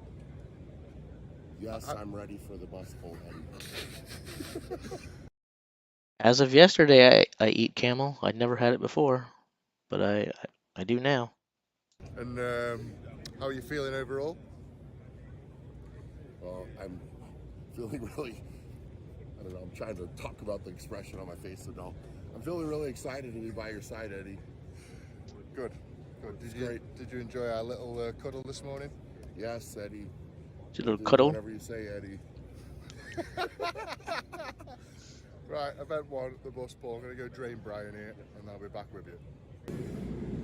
Right, here we go, event 4 of the World's Strongest Man 2022 final. I enjoyed it. Now, I enjoyed the camel. it's very interesting so far. The lightest, smallest man in the competition, Alexei Novikov, is in the lead by 1.5 points. Right behind him is Tom Stoltman. 1.5 points behind. Now we've got an 18.5 ton. You can just see the bus there. We've got an 18.5 ton bus pull being pulled up a slight gradient. Air have been let out the tyres. It's £41,000 for you Americans. You're going to pull in 30 metres. Now this looks like a very tough bus pull. I think they're getting around 45 to 50 seconds in testing. So we're looking around that time for the athletes. Now Novikov is one of the smallest, lightest guys here, but I just feel like his determination, his passion for this, he reminds me a lot of Mariusz Podnowski. He just doesn't leave anything unturned. He gives it absolutely everything he's got, and I feel like that's what he's going to do on this bus pull. Alexei Novikov might well win the bus pull, so it's going to be really exciting to see what goes down and see how these points are going to take. There's hard events coming up for Novikov. We've got the power stairs and we have the Atlas stones. So it's really 2 of the hardest events for Novikov in this field, in this lineup. You know, the power stairs is really, really hard for him because he's so short. That's not a dig, it's just a fact. You know, we've got guys like Tom, 6'8", 6'9", Brian, 6'8".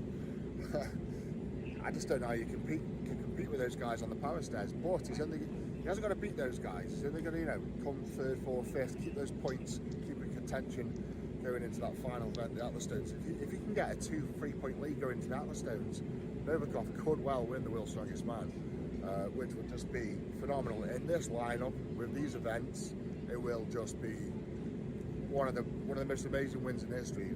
I had Tom down to win this by the 3rd event, but I've got this gut feeling that Novikov is going to do something special here. So I'll get back to you in a minute. Hey Lynn, this is Lynn from the official Strongman Games, and he's doing the kit this year for World's Strongest Man. Yes, I am. So talk me through the power stairs a little bit. What's the distance on that? 'Cause it looks taller than it's ever been. The top 2 I am certain are 18 inches. The 18. bottom one was 19 before the platform, so I'm going to say it's probably a little bit shorter than the top 2. All right, so the first one's going to be a tad shorter. easier. Yeah. We got 3 implements, but every single one of them's 500 pounds, and they're tall implements. So there's the implements there. They're like duck walks. So 500 pounds per one. Yes. So 1, 2, 3, 4, 5, 6, 7, 8, 9 lifts. Yes. And for someone like Novikov, what do you reckon? Well, I can tell you he's told me many times they're too tall. Yeah. I mean, it's a big man's event, isn't it? Yes, it is. But, you know, of course, what? Look at the points now, then they're going, right, the results are in. You're not going to believe this. I'm going to go from last place to first because it is just an astonishing feat of what's just happened. So, 10th place, Gabriel Rahome. 9th, A4 Melstead. 8th, Mitchell Hooper. Mitchell Hooper did very well considering it was his first bus ball. I'm really impressed with Mitchell Hooper there. 49. 7th place, Maxime Boudreau with 47.2. Luke Stoltman with 47 dead. 6th, 5th, Trey Mitchell with 45.72. 4th, now this is so close. 4th, Brian Shaw with 44.69. Tom got 44.5, so only 0.19 of a second faster than Brian. He was in 3rd. Martin's List has got 42.18, which I thought was absolutely phenomenal. And then Alexei Novikov, again, just, I can't believe this guy. You know, I almost wrote him off for this, and I shouldn't have. 41.59. Beating the field by nearly a second. You know, Tom was three seconds slower. And you got to think, what is there, like a 50, 60 kilo weight difference? It's just phenomenal. I do think we've got a new Mariusz Podnowski on our hands. It's Nice. Nice.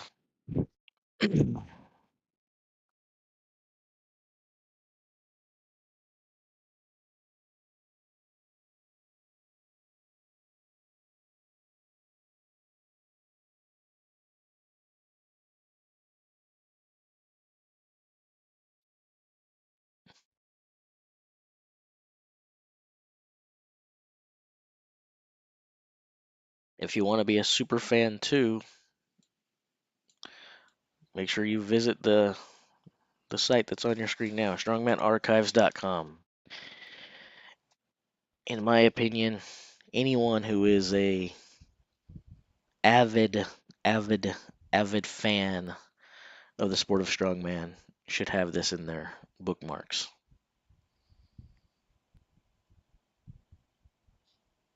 Strongman Archives is awesome.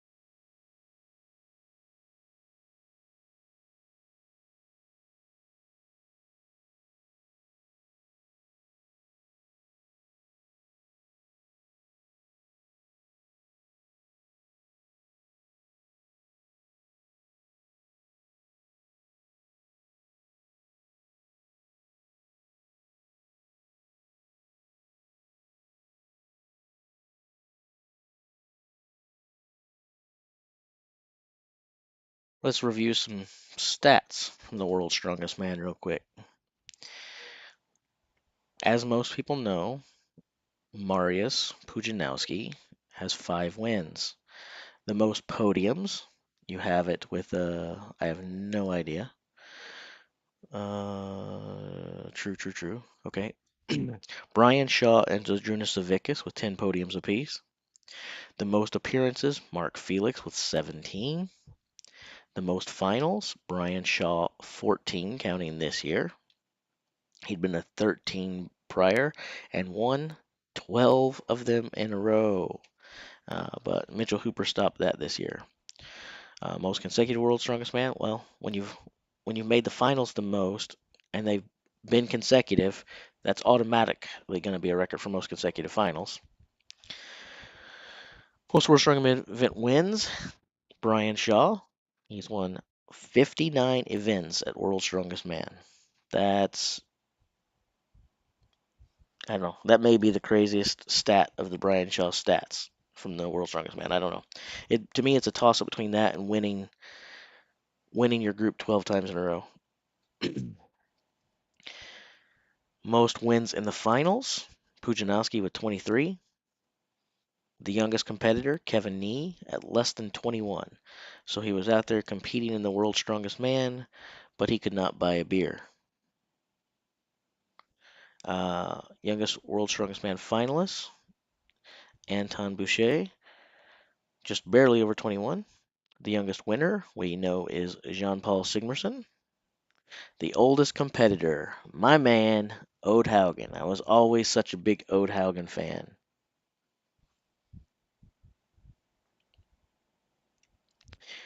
Oldest finalist, Mark Felix. Oldest winner, Zadrunas at 38 years, almost 39. The tallest winner, Ted Vandepar at 213 centimeters, 2.13 meters, equates to some kind of height I don't know. And Gary Taylor, of course, is the shortest. That's the one that I can relate to the best, but I still think that, that seems pretty tall. Everyone in the world is tall to me. So let's go over here real quick, look at the podium finishes since someone just talked about that. Here you go. So you have Shaw and Zadrunas with 10 apiece. Halfthor with 8. Sigmarsson and Pujanowski with 7.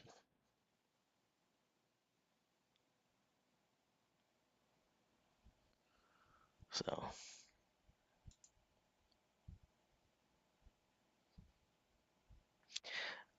um,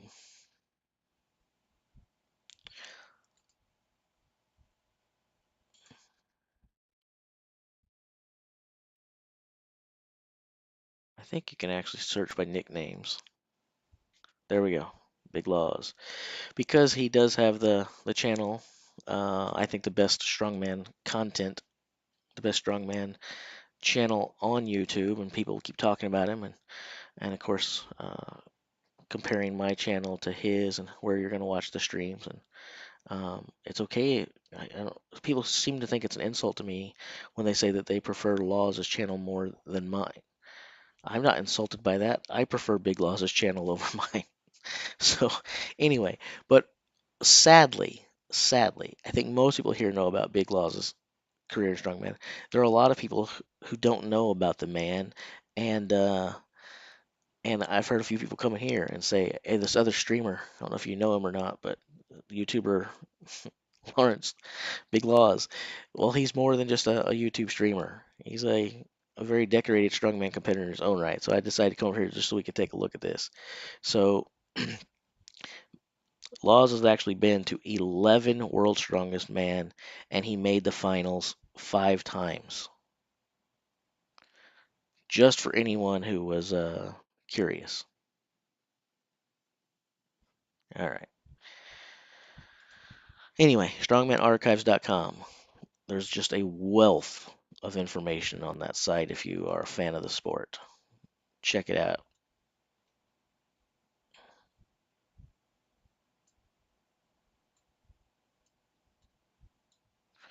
Cool, cool, cool.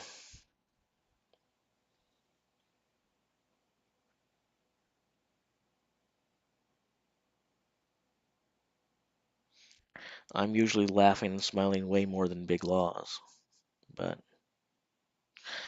oh well.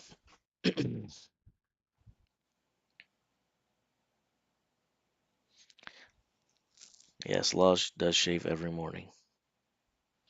And he doesn't do push ups, he pushes the earth down.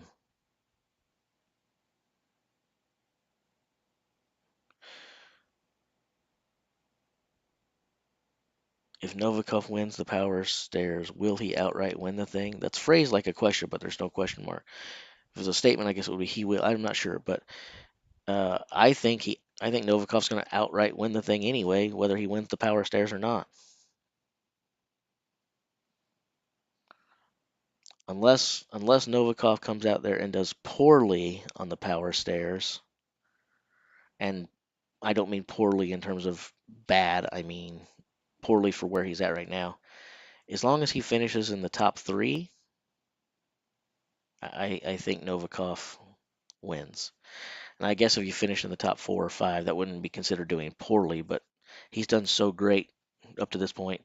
A fourth or fifth place finish would seem bad. And he's got a good lead on Stoltman of 3.5 points, but it's not insurmountable for sure, especially considering that Tom Stoltman is going to beat Alexei in the Atlas Stones. But Alexei doesn't have to win in the next events.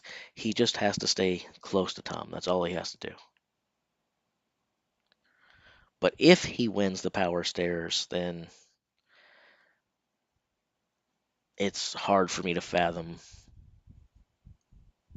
a world where he doesn't become the champion unless he gets hurt walking off the platform after the win of the power stairs, or to go get some rest, he trips and falls, and I don't know. It's hard to picture a world where he doesn't win if he can get a power stairs victory.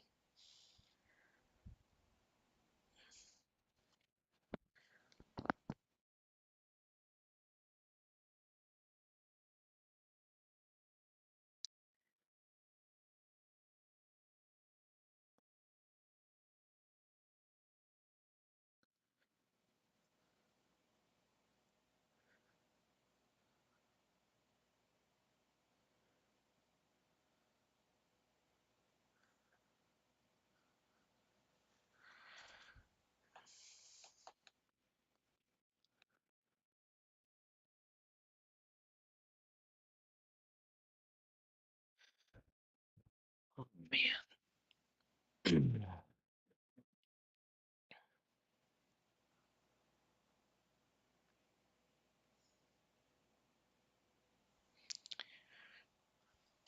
I'm feeling bad for skipping church this morning. Are you okay, little Kaz? Are you okay? You sleepy little kitten.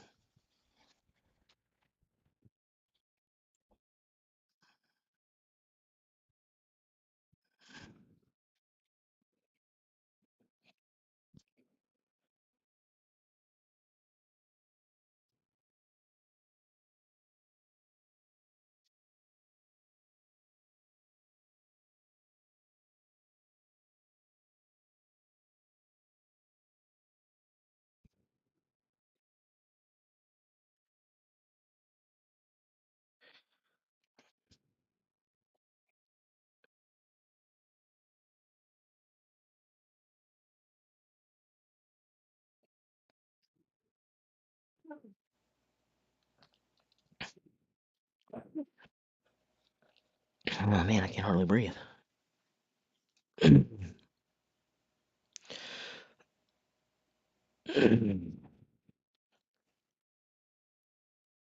Oh, excuse me. Sorry.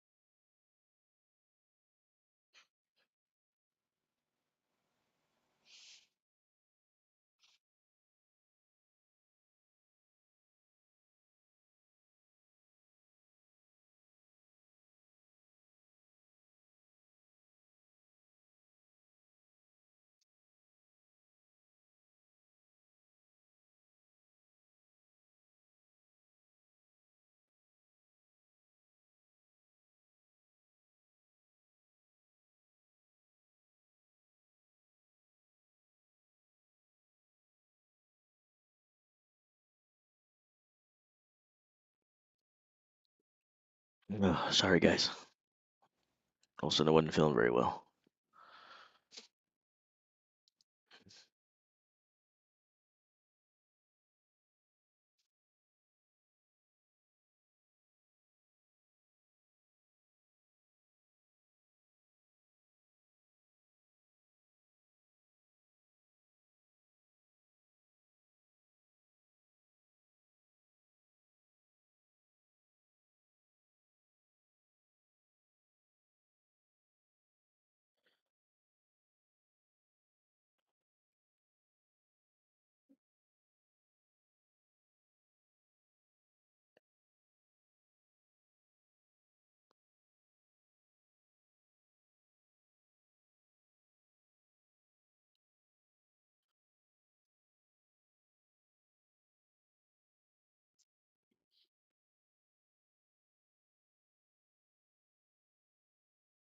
Yeah, the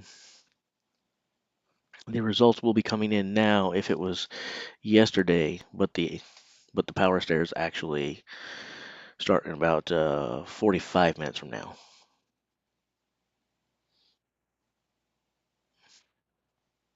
It is 10. It is the time that you said in Sacramento, but the power stairs don't kick off till 11.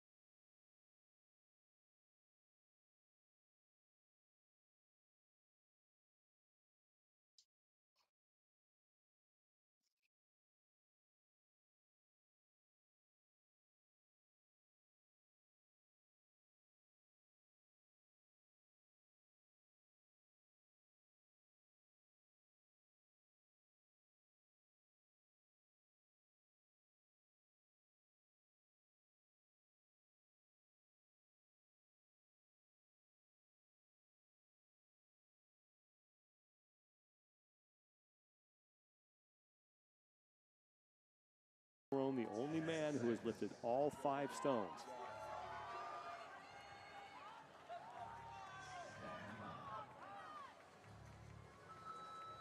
The albatross is loose.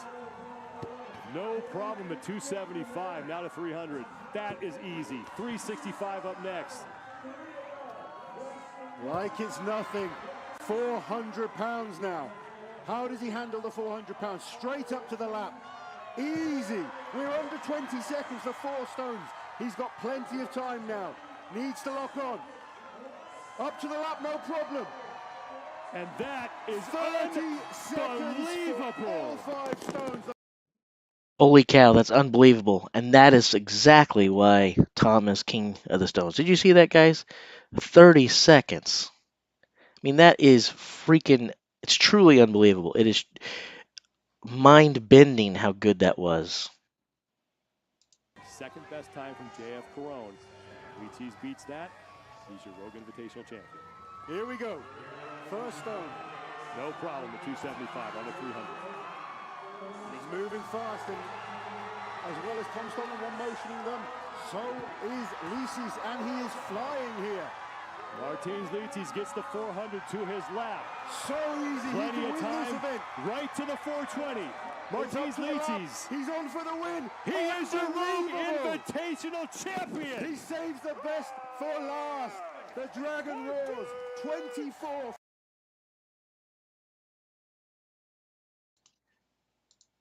Oops. Oops. Interesting thing about that some people don't actually talk about is he only needed like 43 seconds to be the Rogue Invitational champion. So to go out there and do that uh, and best the time by like 6 seconds when he didn't need to is pretty cool. Anyway, I still think that Tom is a better stone lifter than Martins. I still think that. But to scoff at that concept again, or to suggest that Martins has, it's so funny to suggest that. You need to put on your dancing shoes. You're going to argue, pal. Uh, to suggest that he's never beaten him is just patently false.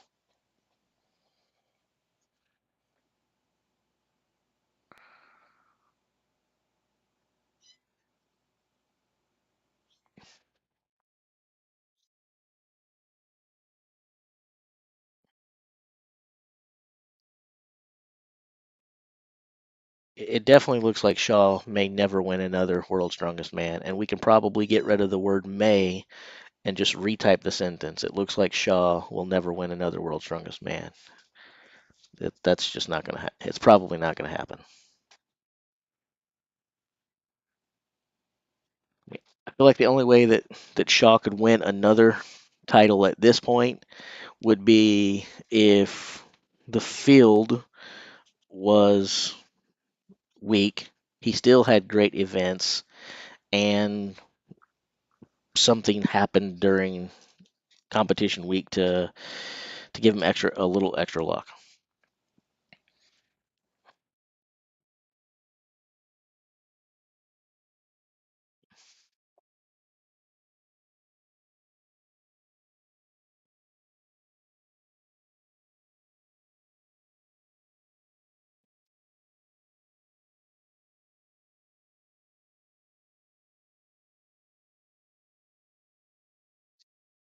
So basically, what you're saying, Vanilla Coco, is no matter what evidence is presented to you, you will deny all evidence that doesn't support your own thinking. So you are pro confirmation bias and anti conflicting information.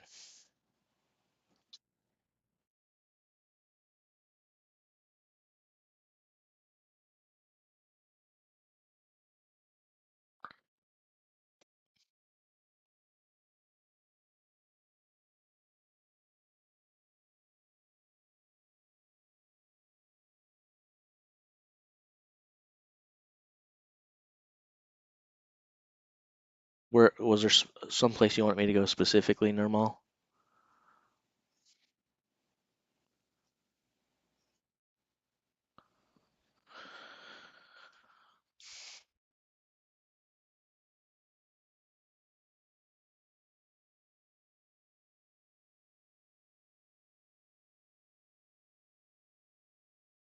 I think this is what Nirmal wanted me to put up there, because I heard him singing the praises of Thor earlier. So 24 stone wins for Thor with a 57% winning percentage. Brian Shaw also has 24 stone wins, although at a smaller winning percentage.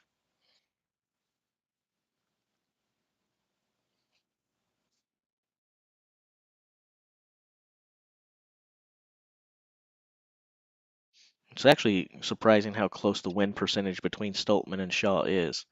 47% winning percentage for Tom Stoltman to 46.15 for Brian.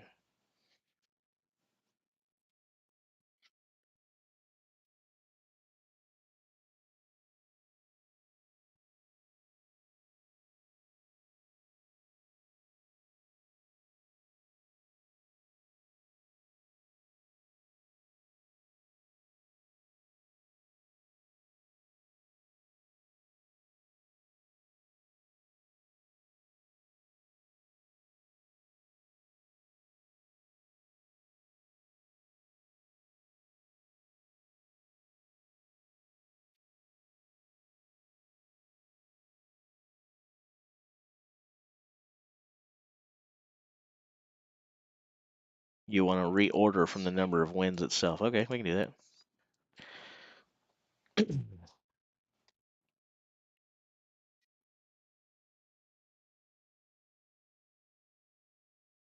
But it doesn't tell any story differently. We just said on the previous page. We just point out that they both had 24 apiece.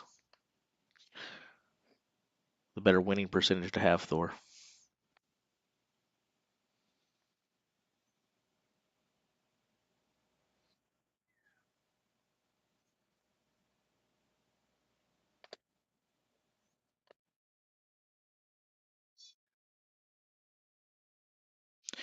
But there has to be a whole lot more. I mean, here's the thing, and this is not a knock on either Thor or Brian. It's just a statement of fact. I know a lot of times people don't like statement of facts or statements of fact. Uh, both have Thor and Brian with 24 wins apiece. They've both competed in more stones than either Tom or Lisi's. They've both won more stones than either Tom or Lisi's have actually competed in.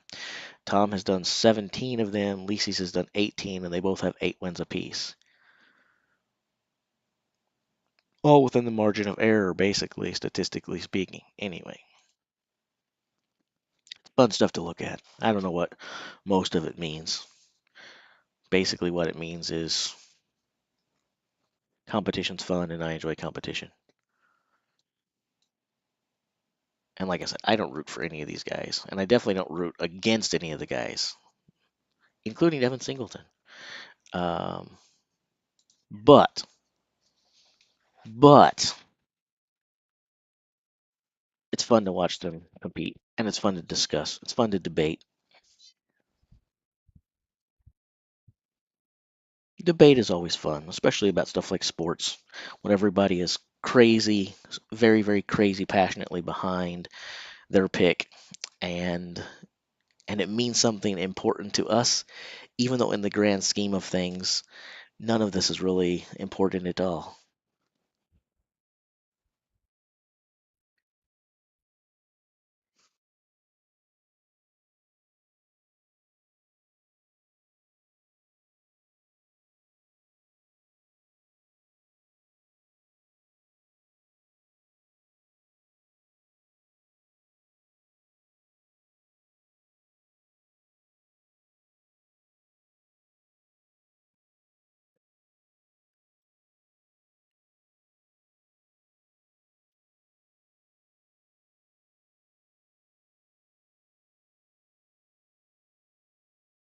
Nermalt, where are you from?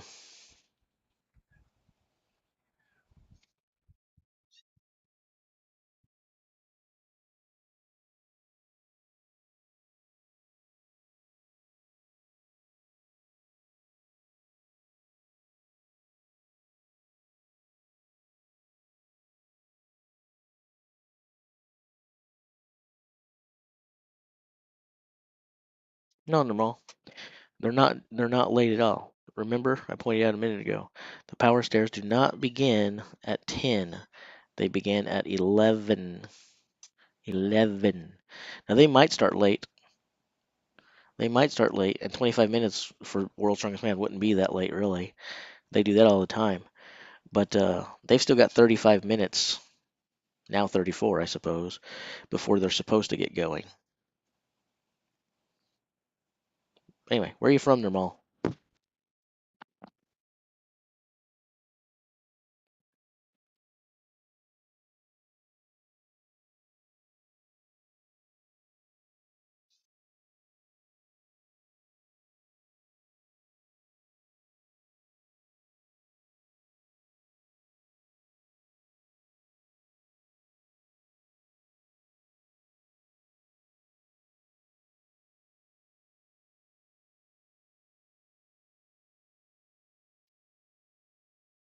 Oh, that's cool. I wouldn't mind going there.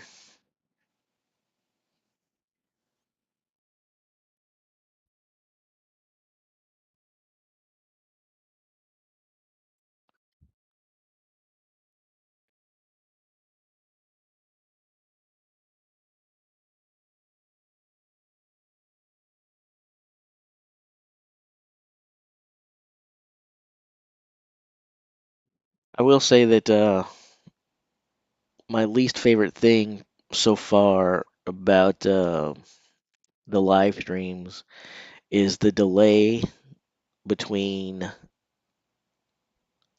the video slash what I'm saying and the chat getting to see what to see or hear. Um, the responses it leaves a lot to be desired. Uh, That's not anyone's fault. It's not you guys' fault. It's not my fault. It's just the nature of the beast. But sometimes you wind up repeating yourself, and then you realize there's just a delay. There's just a delay.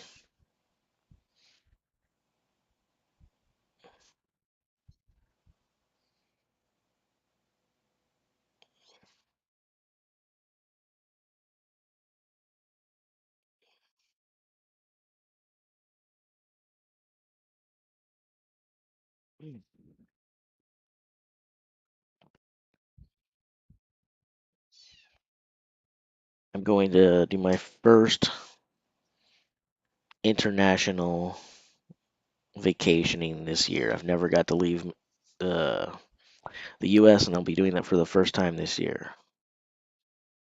Looking forward to it.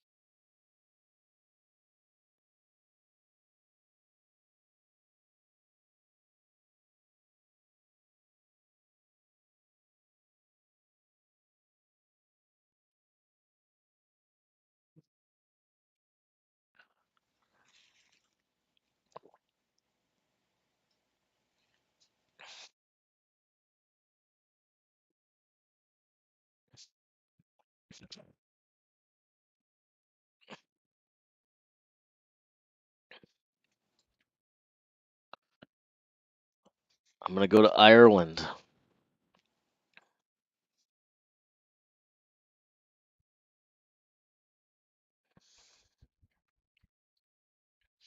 I might check out Australia next year. I've always wanted to go, but it may stay just hope and wishful thinking for a while. But Ireland is a done deal. The trip's already paid for, so that's happening.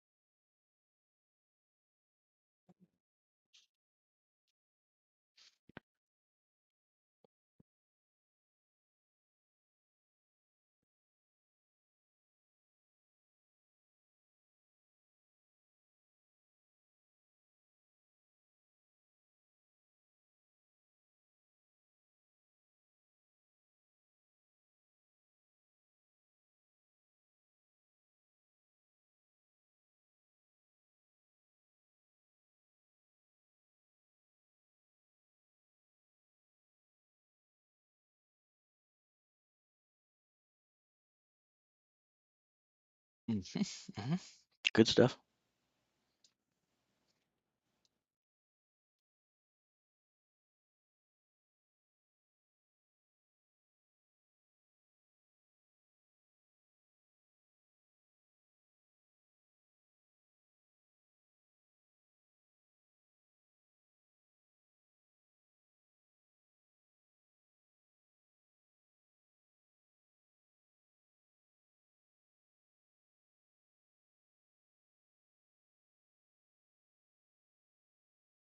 I hear you, kitty cat. I hear you. Trust me. You think I don't hear you, but I hear you. I'll give you some attention in just a second here.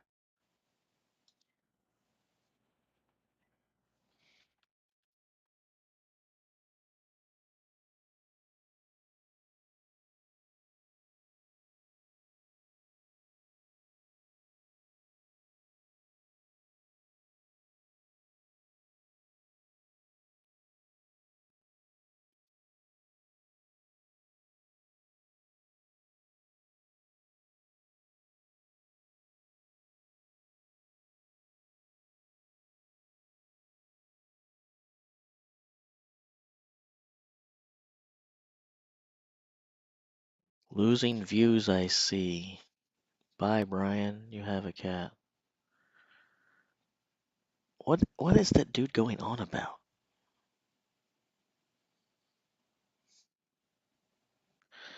Weird.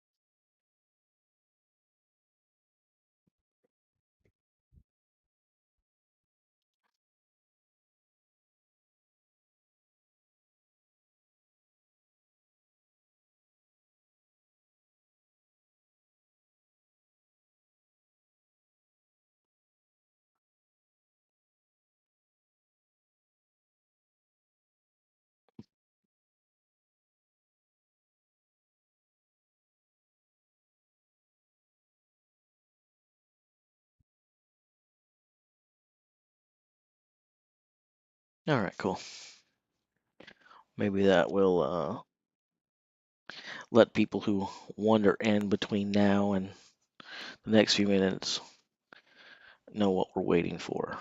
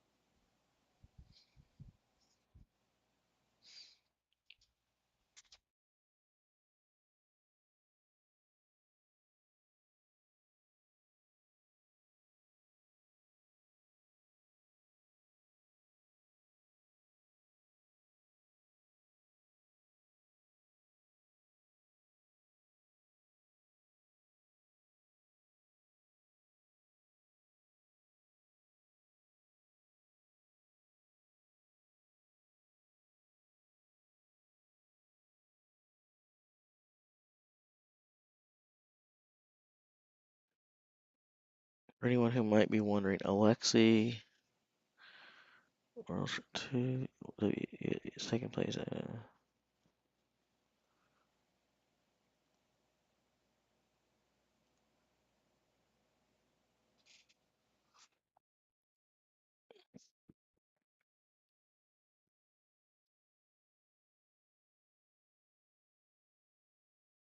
25 minutes. Come here, little Kaz. Come here. Come here. Yeah, you're a cutie. You're a cutie, Kaz. Oh, purr, little kitty. Purr, little kitty.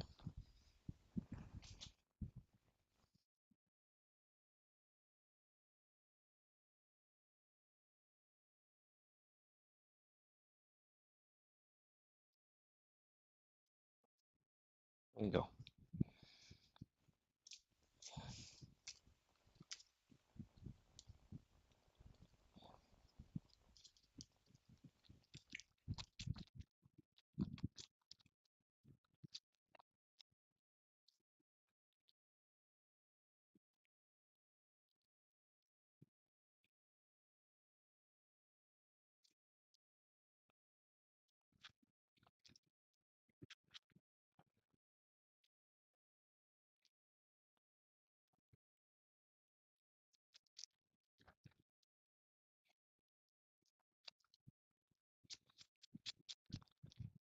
Good Kaz. Good Kaz.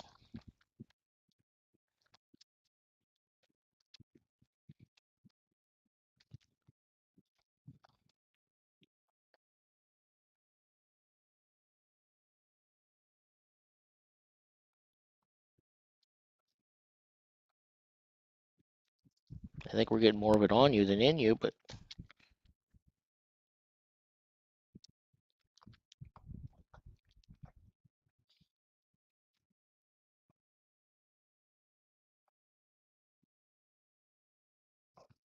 are you done? Okay. Good little Kazzy. Good little Kaz.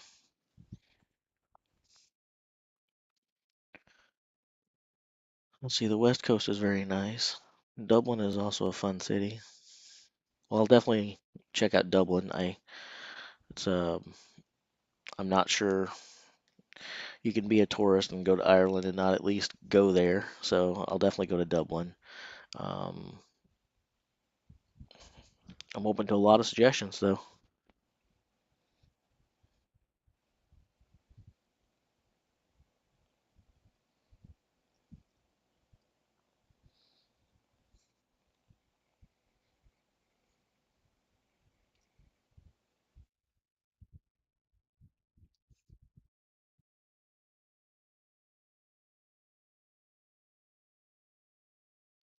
We need Novikov to get mid-table next.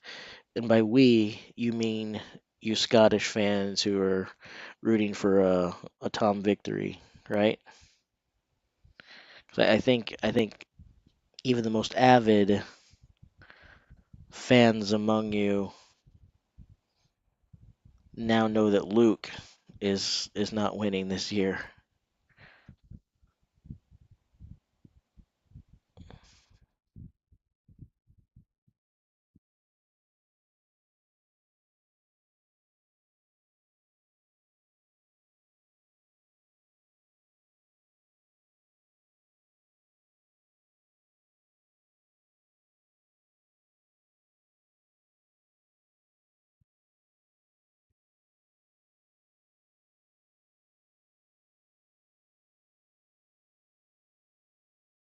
What is the significance of the Ga stuff? Can you translate that message into non-emoji, non-long string of random character expression to chat? I prefer stating the obvious. It helps.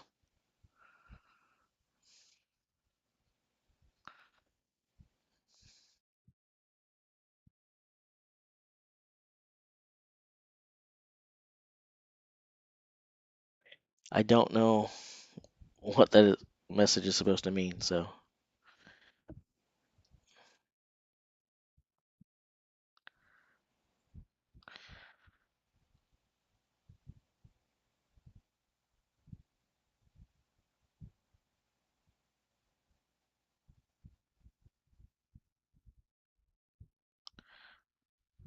I guess I will assume that the two emojis are part of the username because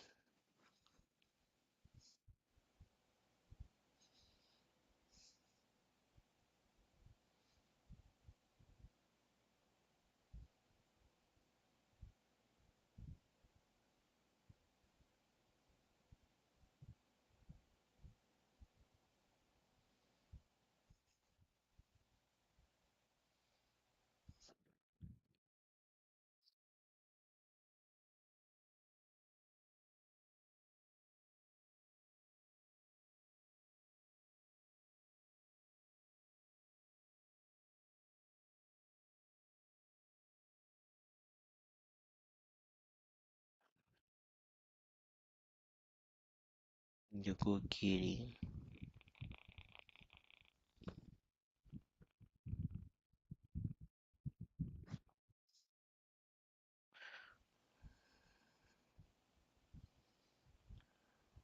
Missouri, USA, USA, USA.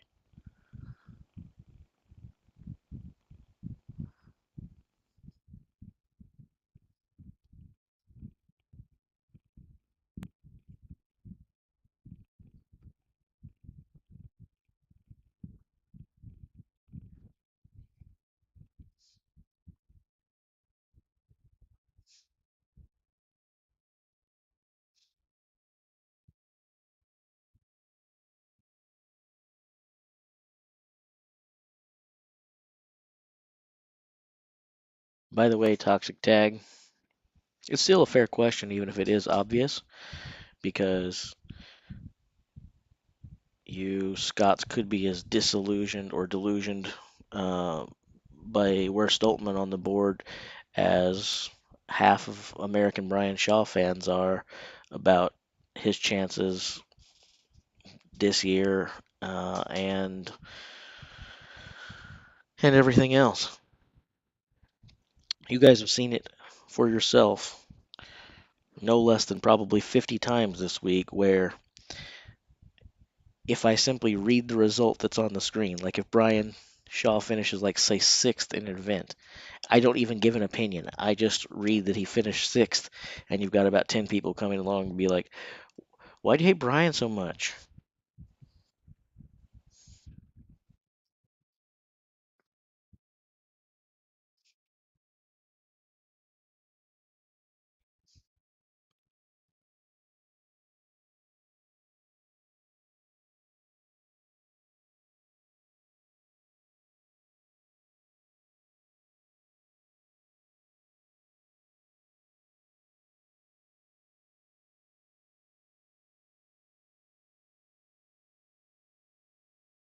Don't want to see what porch. I don't know what you're talking about.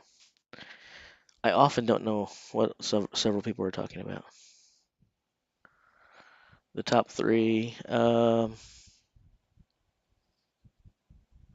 me ask you to elaborate. Do we think the people who are in the top three now will finish in the top three positions, or do we think that they will stay in the exact positions they are currently in?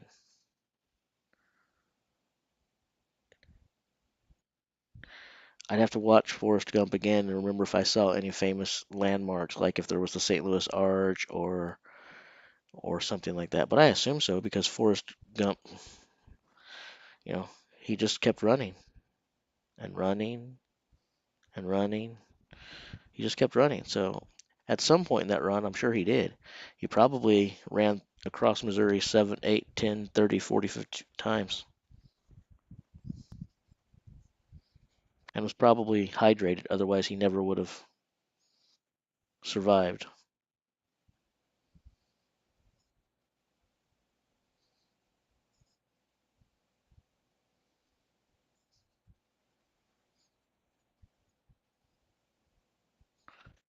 Do I think they'll stay in this exact position? Um,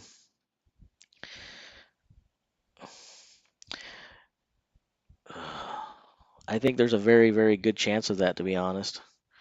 I mean, there's not so much space separating the points that they can't change, right? I'm all about math. I am so all about math. So, but even though that's the case, those are some pretty big totals. A 3.5 point separates first and second with only two events to go. That feels relatively decent to me. Stoltman has a 5.5 point lead on Lisi's. That's mega. That's mega. Um, and then there's 5 points separating Mitchell and Lisi. So I think if there is going to be any change, it could be flip flopping the one and two. But I feel like it's probably going to wind up the exact way it's on the screen now. Novikov, Stoltman, Lisi's, and I thought it was going to go Lisi's, Stoltman, Novikov. So reverse order of what I thought going into the final.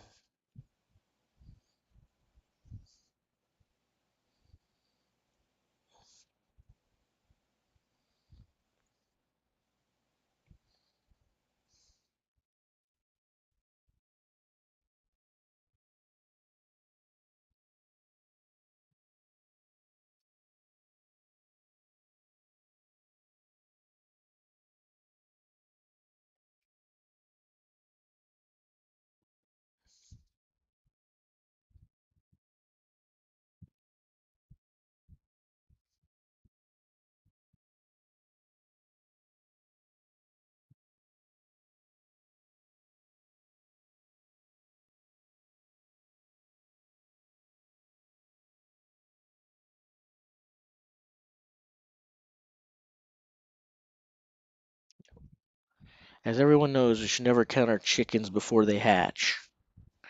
But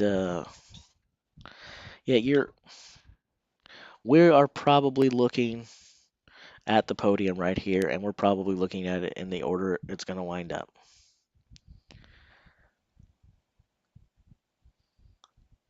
In 2022, with third place, Martins Lises. Your second place finisher at the 2022 World's Strongest Man, Tom Stoltman. And this year's winner and two-time champion now from the Ukraine, Alexei Novikov. Thunderous applause. Thunderous applause.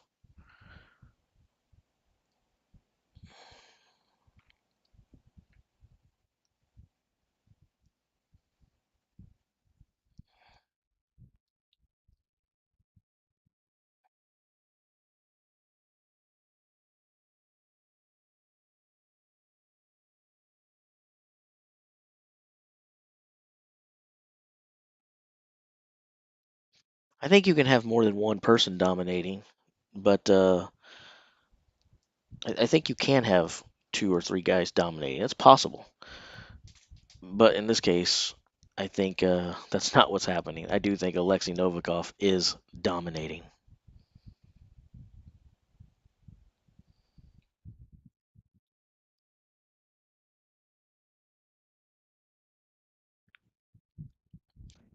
I don't think the extra points, the split, the drain of energy, or anything would have been worth it for Tom to go on and do the 246. But I cannot be the only person sitting here right now selfishly wishing that he had tried the 246, if for no other reason than to just know where those guys legitimately stand, not speculatively.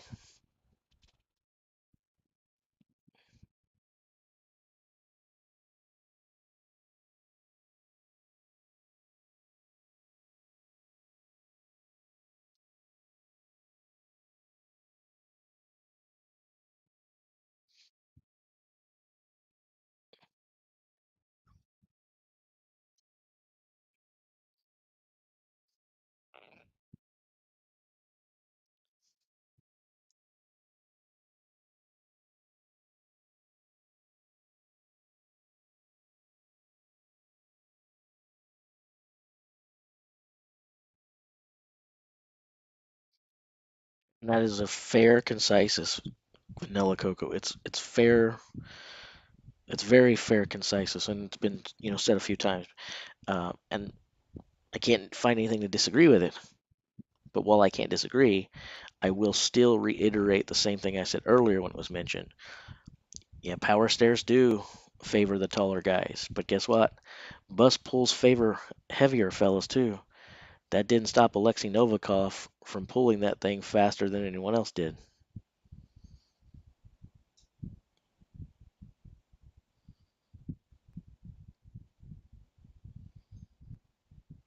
If I was if I was just looking at things, all things considered, I'd probably favor Tom over Alexei in the power stairs. I don't necessarily know that's 1-2. It might be considering they keep winning everything, but I'm not I'm not counting Alexei out of anything ever again.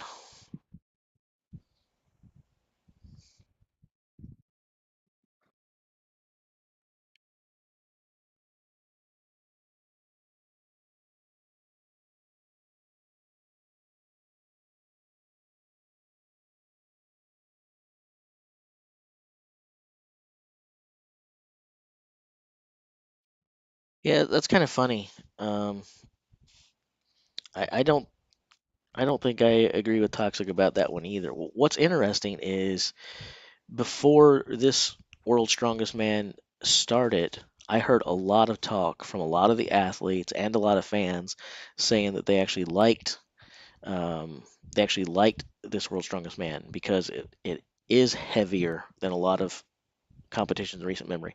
There were a couple events last year that some people actually thought might have been too heavy. But I felt like what I was hearing from most people going into this one was this was the right balance. Things were pretty heavy and certainly heavy enough to challenge these guys. Not one of these CrossFit competitions, but not too heavy, not too light, kind of just right, like porridge for a baby bear. I don't know. I also think that we as a species, we are so ingrained in complaining about anything and everything. If they gave us like, we're like saying, hey, make it heavier, heavier, heavier. If they give it heavier and then they don't put up numbers, the guys don't go out there and do like some of the impressive times and stuff we've seen today, then we start whining and we're mad about that because, well, we thought these guys would do better than that, and we're not won by the numbers. If it's too light, we complain about that. I feel like as a species, you just can't satisfy us. We're going to find something to moan and complain about no matter what. And if, in case you guys aren't paying attention, I am using the word we here because I believe I'm just as guilty of this mentality as anyone else.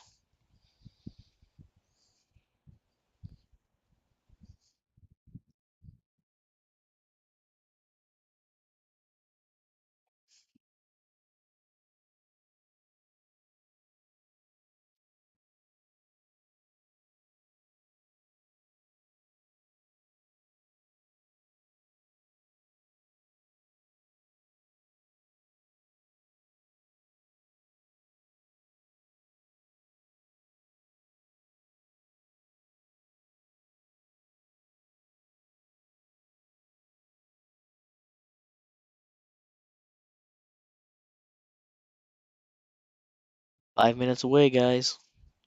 5 minutes of funk. 5 minutes of funk. I'd play that song right now, but then I'd get a copy strike.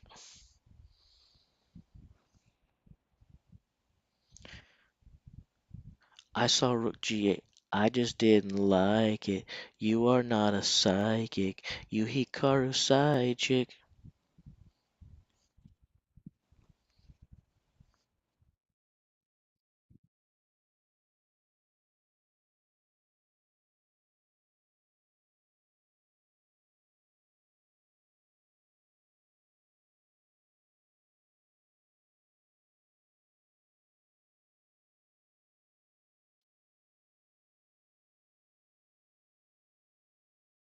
I almost kind of want to make you guys sit through a chess rap video because we've got 5 minutes to kill and it's in my brain and I kind of want to hear it now. I might do it. I might punish you all. See if there's any viewers left when I'm done.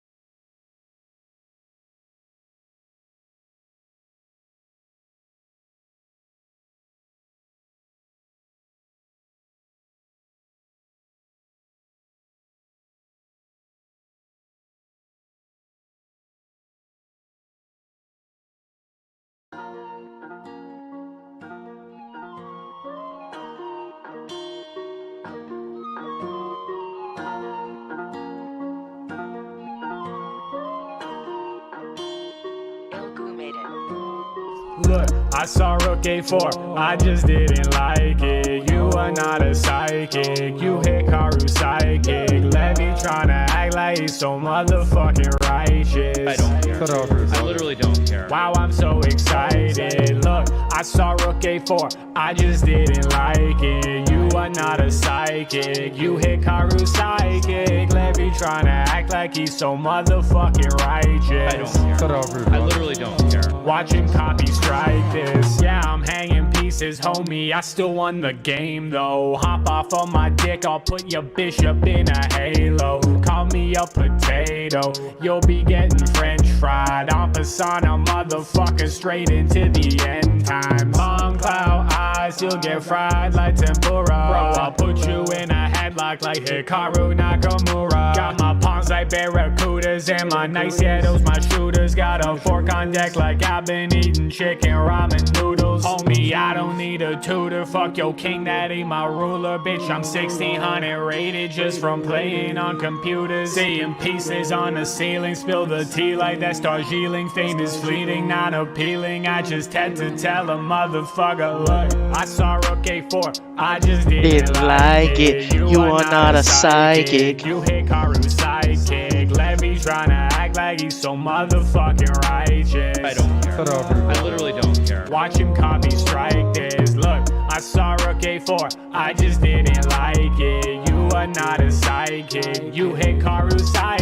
chick. Levy tryna act like he's so motherfucking righteous. I don't care. I literally don't care. Watch him copy strike this.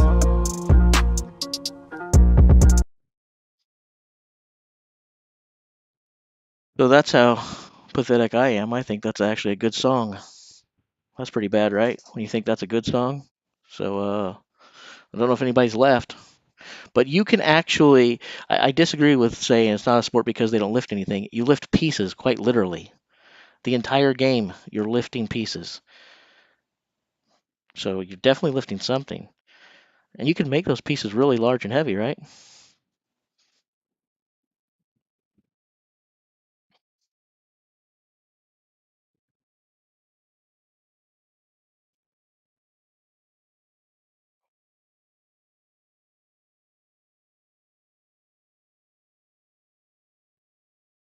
All right, little Laws, you go back over there.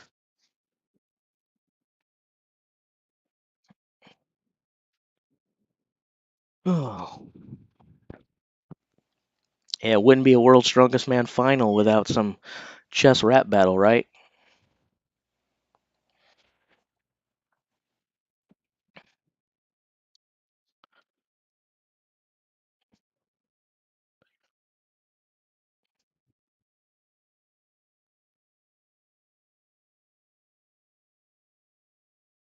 My max reps. What do we consider a rep? Like moves or games? I guess games would be a set, moves would be reps. That's how I'm going to classify it. I feel like when I was younger, I was better at max reps than I am now. I think I one time played a game where I made 64 moves. Not that there were 64 moves in the game. I made 64 moves.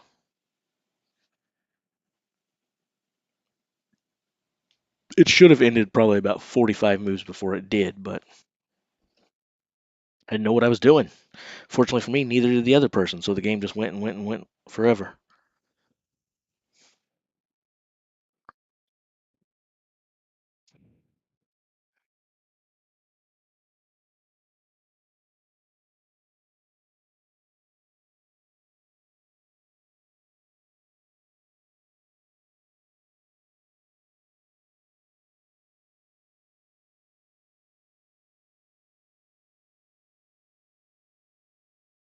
Well, dating way back to the 90s, every magazine in the world used to say 1 gram of protein for every kilogram of body weight.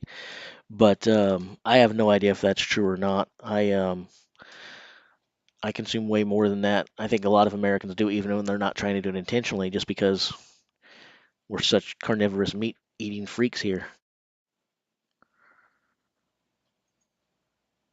especially us dudes.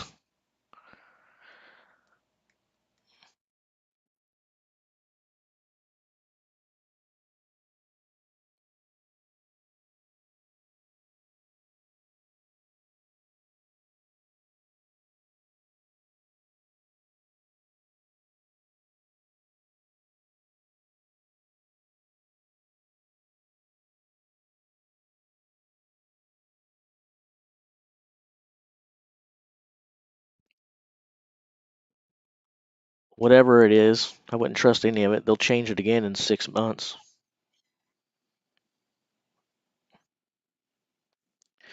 Sometimes I feel like I don't know if the research gets more authentic and better, or new funding says, hey, we want this to be the answer, so that's what we're going to make the statistics and the studies show. I don't know what it is. My general advice to anyone, though, would just be to have a better diet than I do. Eat more nutritious things than I do.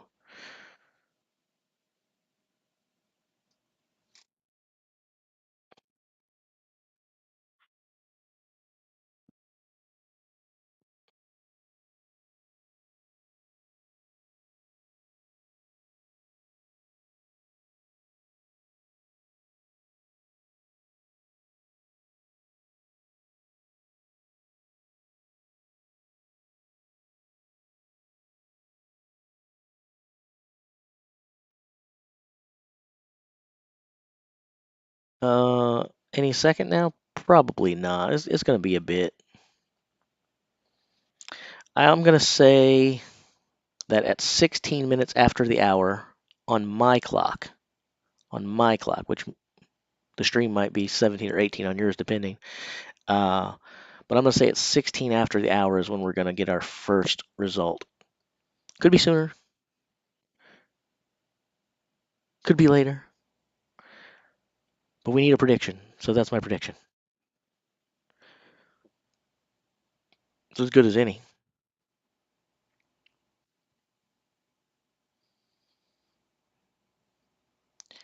And then it was eggs are good and bad for you at the same time. And then it was depending upon what part of the egg. And then it was, we'll reverse that. You should eat the other part of the egg. And then it was actually eat the entire egg that you started with. Um, but you're on the right track there, Kenneth Schultz. Stuff changes so much, it's hard to keep track of. In general, you know, remember, sugar is bad, and I love it. But if you try to remember that, uh, you're probably not going to do terrible.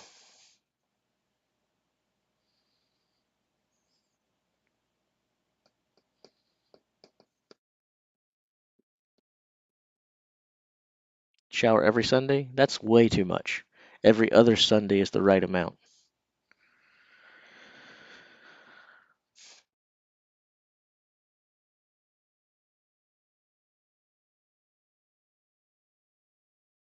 Hmm.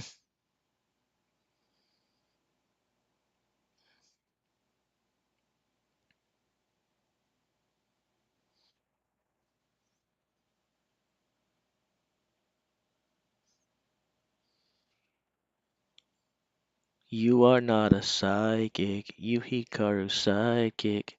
And then later he says you Hikaru's side chick, but the subtitles, I guess they didn't put that in there because that would be too offensive to say side chick instead of sidekick. But dang it, I should not have played that. Now that stupid little thing is going to be playing in my brain for the remainder of the day.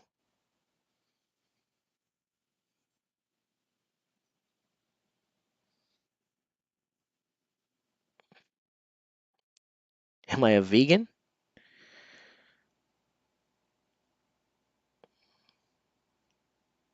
Yep, I'm a vegan. Most vegans say that they are carnivores. That's something that all of us vegans have in common, is that we're rabid carnivores. Vegans sit around and, eat things like camel and bison and antelope and deer, and kangaroo and gator.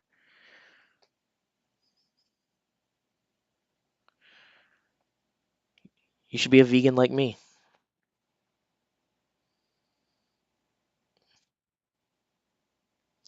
Everyone should all go vegan.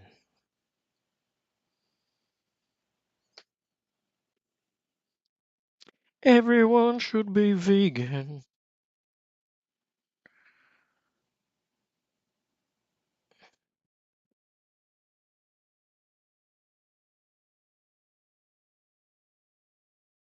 Okay, I understand that.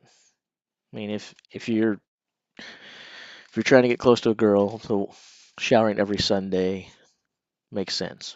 But don't do it for too long. If she shows interest, get back to your game pretty quickly. Because if you give her the expectation that you're going to shower every Sunday, it's not going to take very long before you get back to your old ways, and then she's going to be telling everybody, he changed. Why did you change? So anyway, we've got some stereo results coming in already, so that was way faster than I thought, which I'm not complaining about. That's a good thing. I like that. Sweet. So apparently they're doing way more stairs than what Mitchell Hooper thought. In Big Law's video, he said he thought there were just 3 stairs and 3 implements. We saw the stairs earlier, so they must be going up and down and then grabbing the implements again and stacking them up again. They must have multiple implements. Stair 1, stair 2, stair 3, back down, grab something, another one, stair 1, stair 2, stair 3, and keep going until who freaking knows.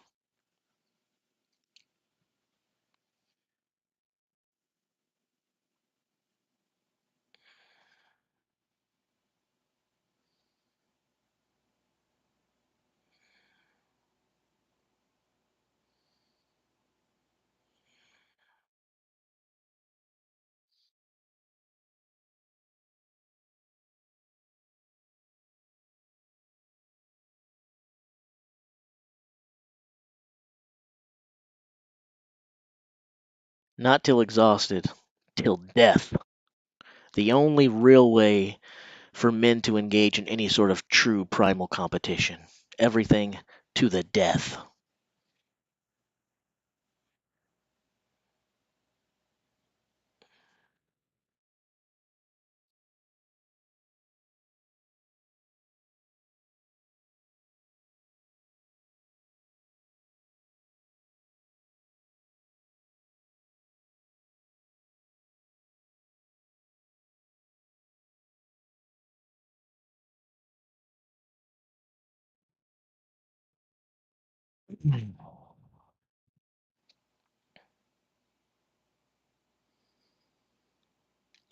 They said earlier that all of the implements weighed the same amount, Kenneth, but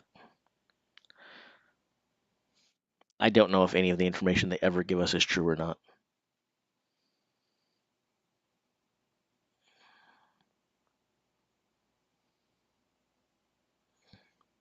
I would not want to be engaged in a thumb wrestling to the death competition. I am the world's worst thumb wrestler.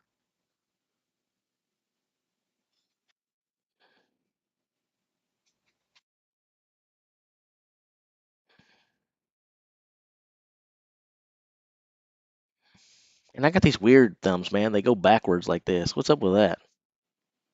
Both of them do that. And I can't even make them go straight. Like if I try to make it go straight and I let go, boom, boom. So when I thumb wrestle, I basically have a hook. People just grab a hold of the hook and pull me down. Yeah.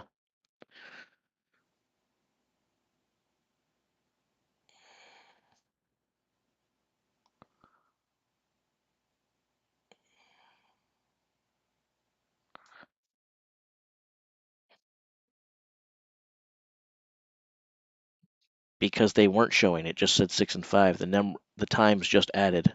Trust me, it displays the same for me as it does everywhere else. There's no way for it to be different. Um, so when the results were first there, it just had the number of implements. The times are actually new. They just added them.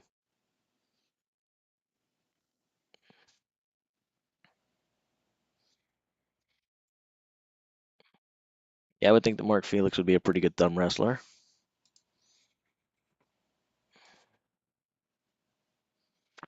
All right. 35.78 seconds, the exact same time, but one additional implement. That's kind of interesting. The exact same time. Am I the only one that finds the fact that they're both 35.78 to be strange, to say the least.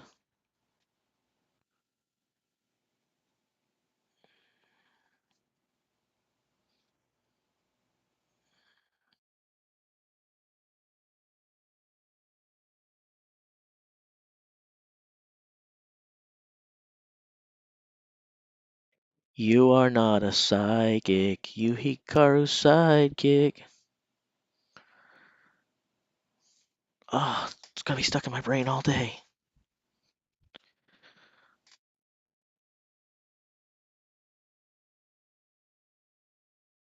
Levy trying to act like he's so mother blanking righteous.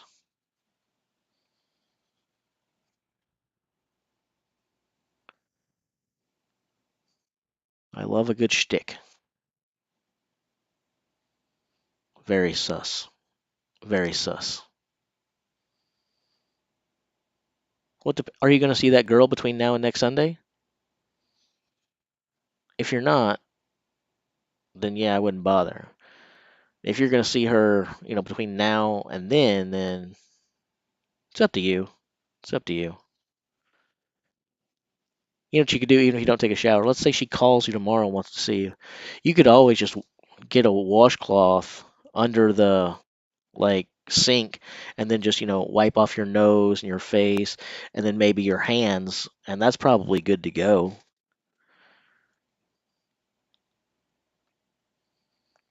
If you don't have good enough deodorant to cover it up, you can maybe wipe the rag across your pits. But otherwise, I mean, I feel like that's plenty clean for any woman. If she can't handle you like that, then you don't need her, bro.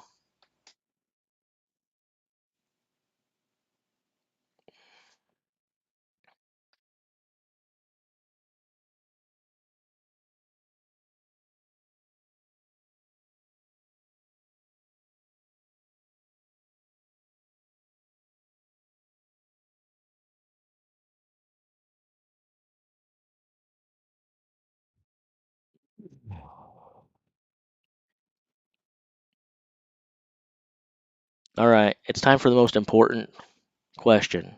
The only question that matters. There's two more times coming in, 7 and 9. 7 for Mitch Hooper.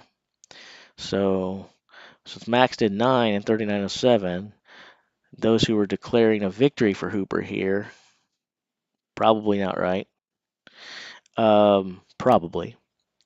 All right, but let's get serious. Let's get serious, guys. Okay? How many does Evan Singleton get and what time?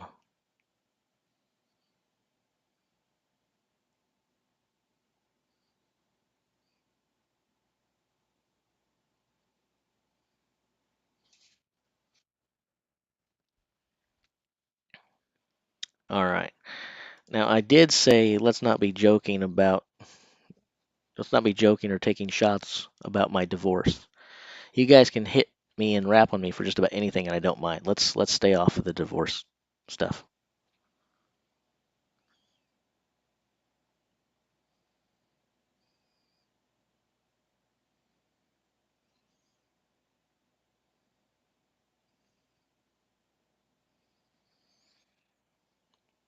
I'm going to say that Evan does 66 reps in 14.2 seconds. Yeah, Singleton 66 reps in just a little over 14 seconds.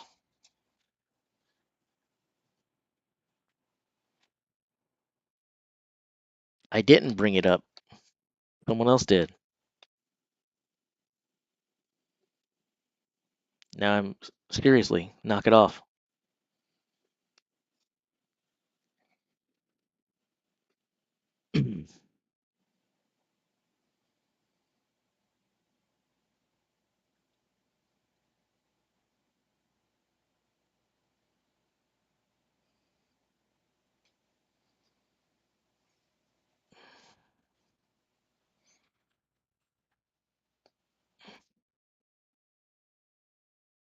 Let's see, 3, 4, 5.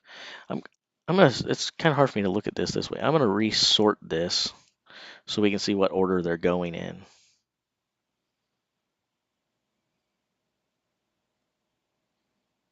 and then we'll sort it back once the results are in.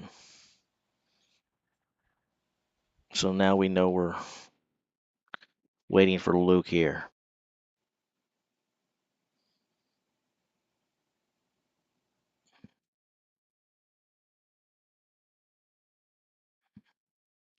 Evan gets 0 stairs in 365 and a quarter days. Do you know what my favorite thing about that answer is, Ken? The fact that you put the quarter of a day in there makes you a rock star in my book.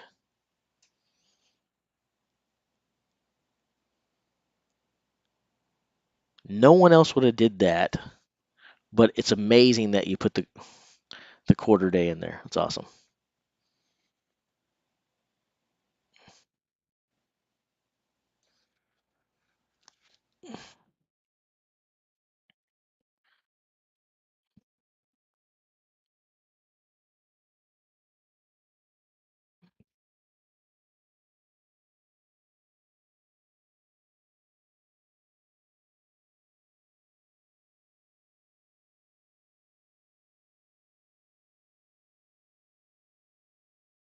Yeah, I put the video where they were talking about it. So the height of the first step is 19 inches, but there's a platform leading up to it.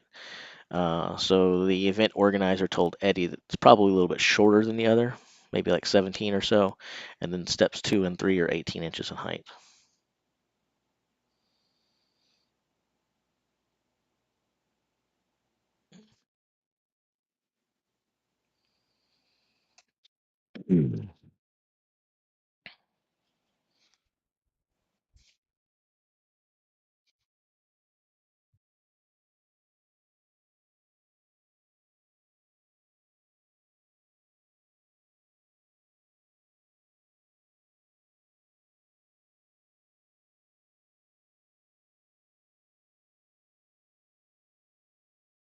I haven't made out with anyone online since ICQ in 1997. Does anybody remember ICQ? Greatest messenger of all time.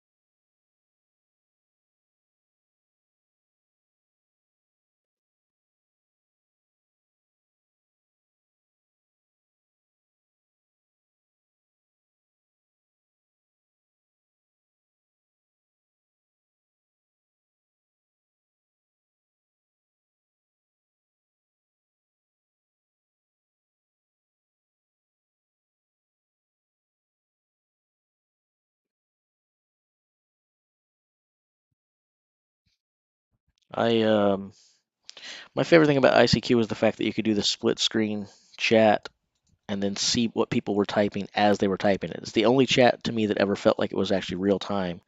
Of course, that would never work now because everyone's afraid that people are judging their typos and making fun of them when they hit the backspace. But I thought that made it awesome.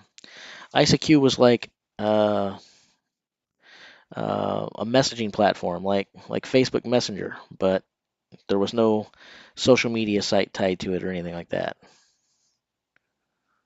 Yahoo Messenger, if you remember that, something like that.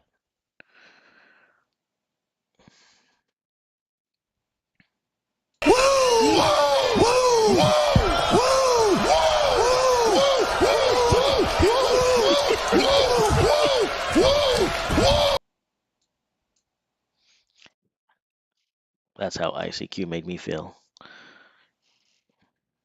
I guess we could redo it and change the woos to coos.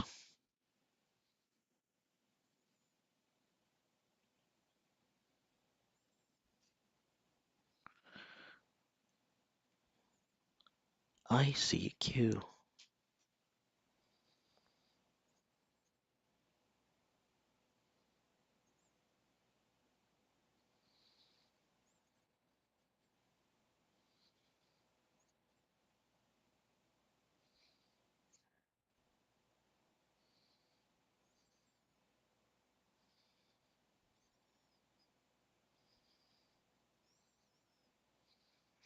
If you guys haven't seen the full clip between Jay Lethal and Ric Flair that those clips come from, as soon as this is over, that's what you need to pull up on YouTube. Search for Ric Flair, Jay Lethal, full promo. It is probably the single greatest promo and wrestling segment in wrestling history, in my opinion. I could not stop laughing when I watched it.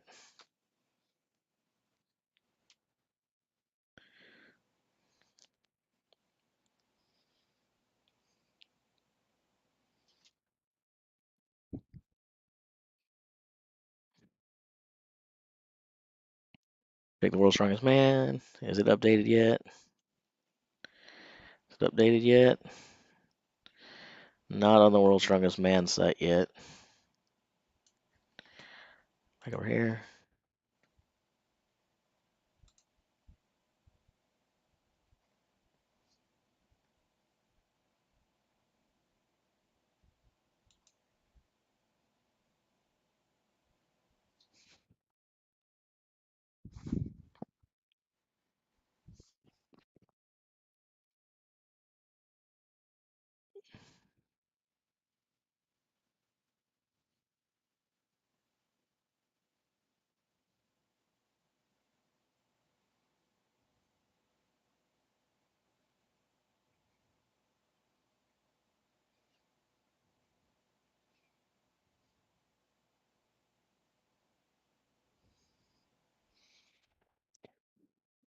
Nice. Nice.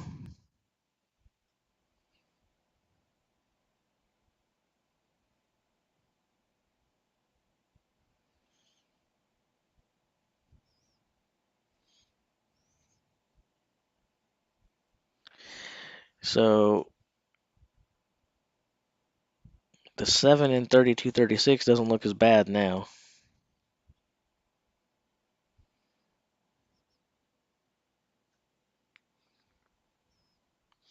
I don't show Luke in 7 and 42-38. I show Luke 7 and 59-47.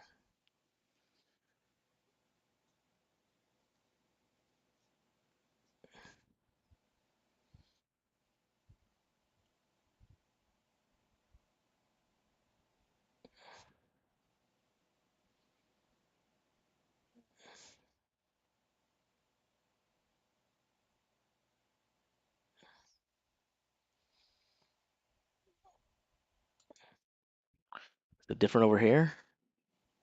Yeah, I don't show the same time that you show for Luke. If you're showing that 42-second mark, I'm not seeing that at all.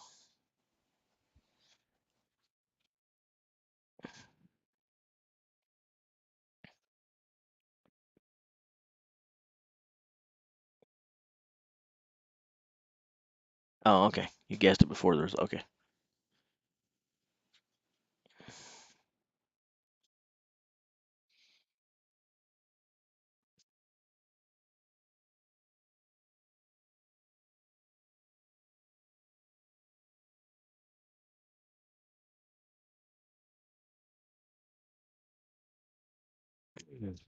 I feel like 500 pounds is pretty heavy AF, considering how dense these things are. It's not like it's spread out over a bar or anything like that. And the fact that it's not one, and the fact that you have to carry and pick it up and carry another one, I feel like that's plenty heavy. Yeah, I feel like 500-pound implement that you pick up to load on the step is not a fun experience.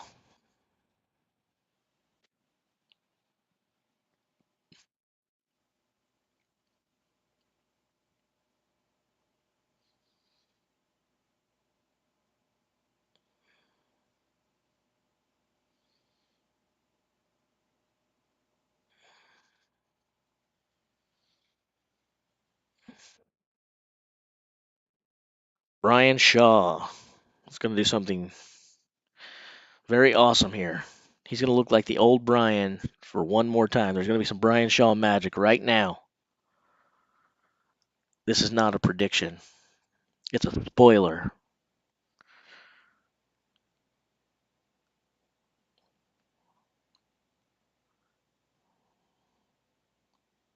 For any Paul Heyman fans.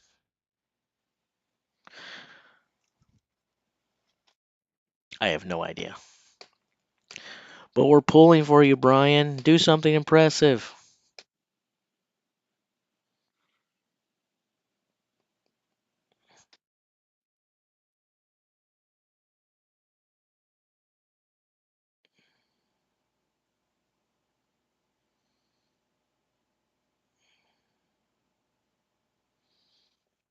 Need to relax and spark.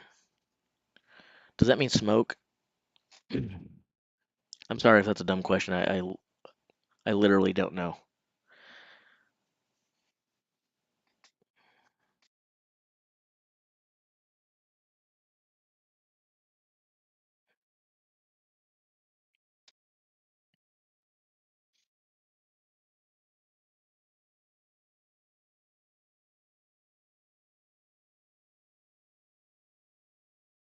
They didn't post Evans' time in the bus pool.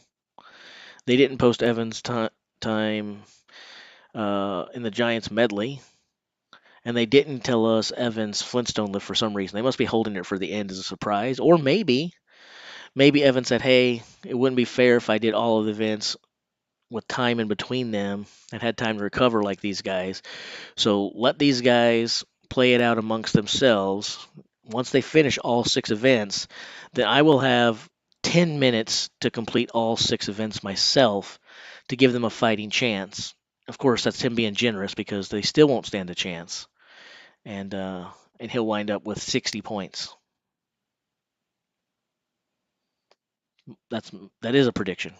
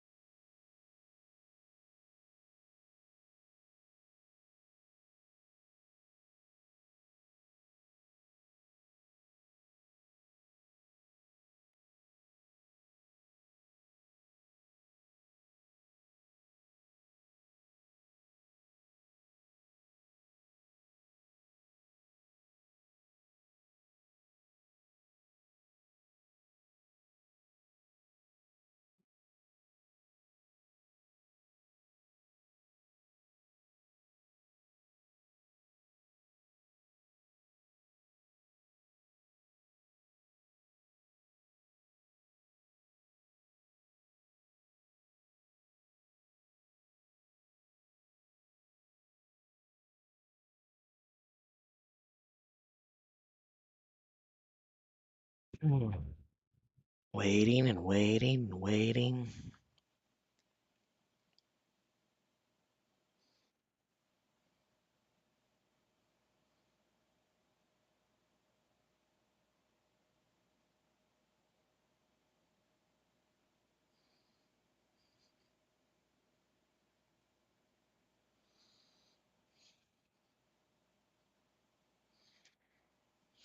Hmm.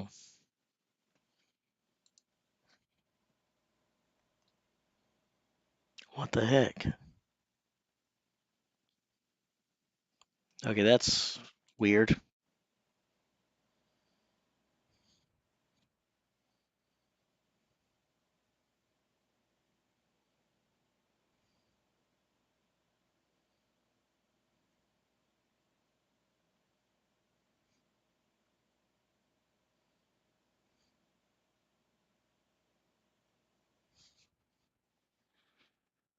Hmm.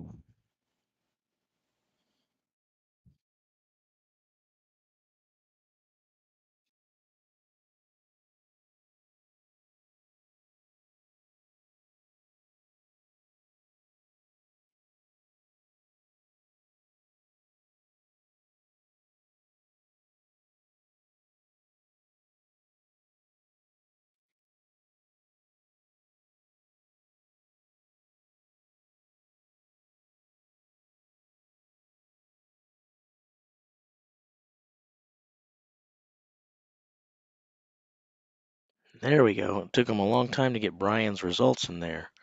So Brian got 8 in 69.03. So not the fastest time, but it puts him past all those sevens and stuff. So that's good for third overall now for Brian. Took a long time to give us that result there.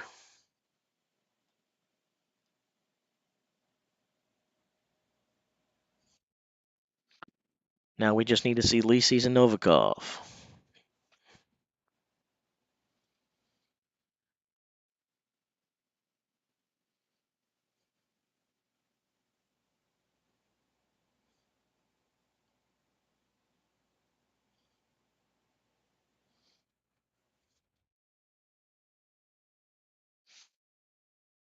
As we know the only two people we're waiting on now, I'll sort this back by points.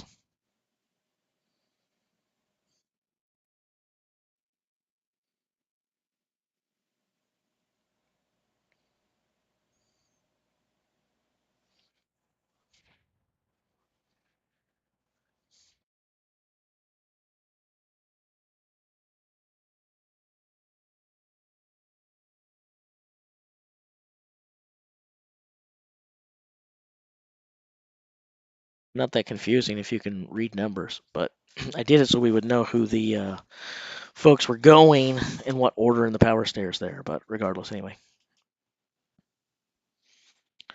Um,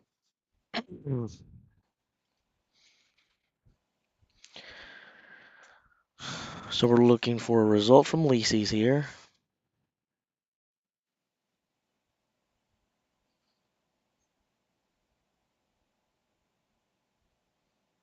This should be fun.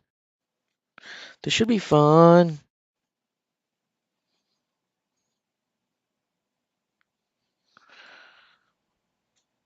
Martins, 9 in 2.4 seconds.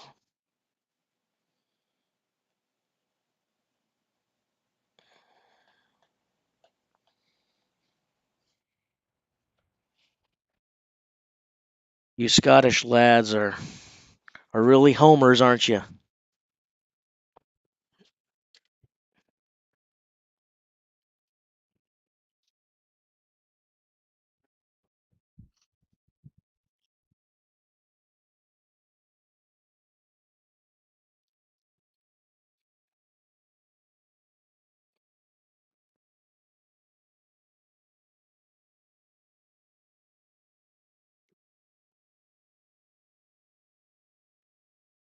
So are you guys like rooting for like uh, really bad like are you guys just cheering on your guys, or at this point like now are you not just rooting for Tom but you're rooting for like bad things to happen to Alexi? There's really no right or wrong answer for me. I'm just genuinely curious.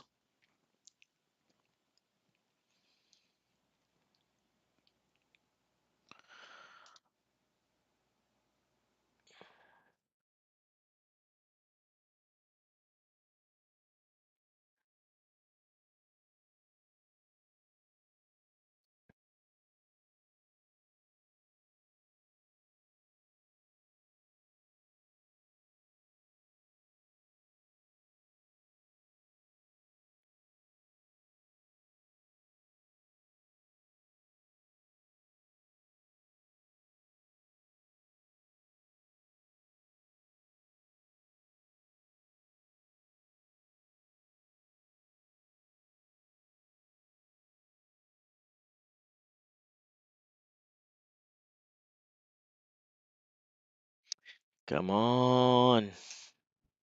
Give a freaking result, people. People.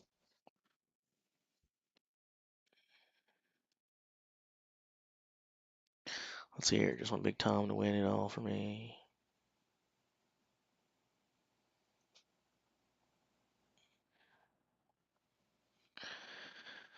I almost feel like something's missing from me that I don't really passionately root for anyone. I feel like maybe that means I don't get to enjoy sports the way you're supposed to enjoy sports. I feel like I like it, but I've just never really been like really passionately for anyone except for the St. Louis Cardinals and the St. Louis Blues. I got that hometown team pride, but outside of that, I don't really care. I just like competition.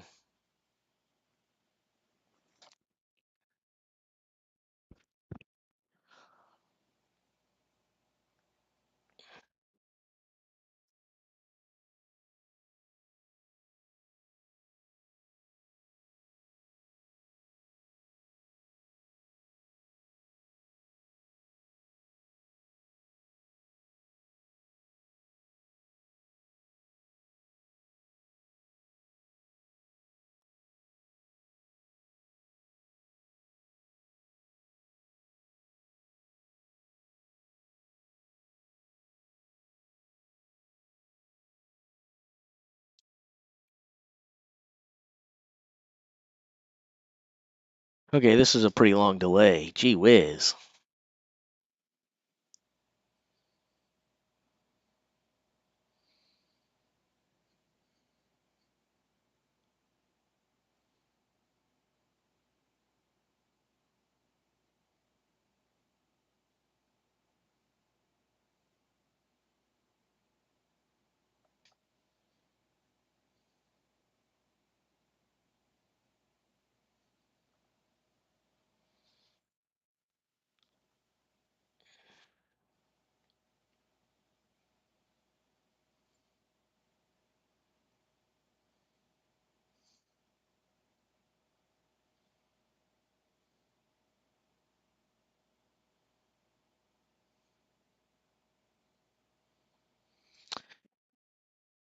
Okay, so while we're waiting for an eternity because they're going slow, point blank, does Max's time at 9 and 39.07 hold up?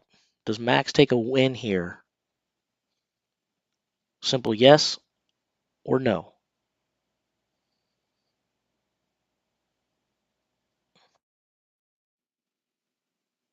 Yeah, well, there goes that.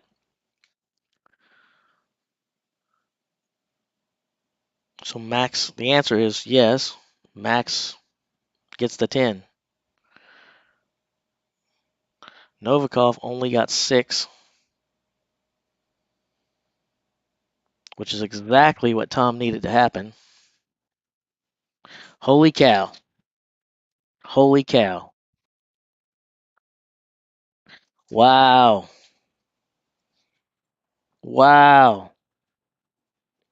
Okay, let's not worry about who anyone is rooting for or who you want to win or anything like that. Let's admit right now two things. Number one, it is tragic and criminal that in 2022 we still can't watch this live. Number two, between the qualifiers and the final, this world's strongest man has given us a lot to pay attention to. Crazy ups and downs, surprises across the board, superhuman feats in certain lifts and runs. This has been an awesome event to be a part of, has it not?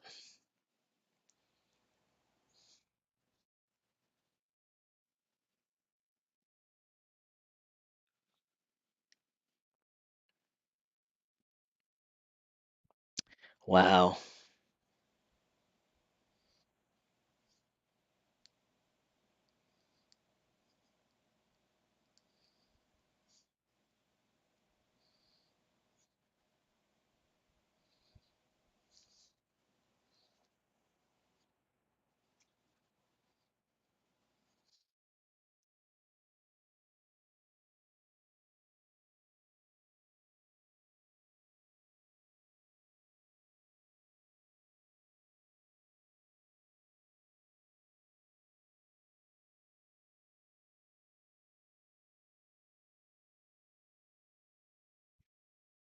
This is phenomenal.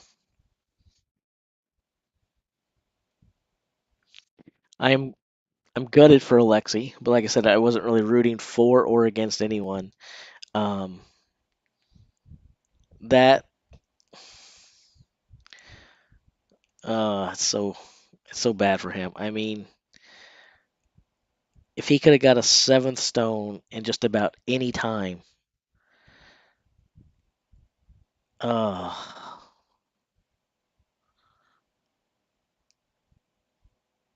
oh wow, man, it's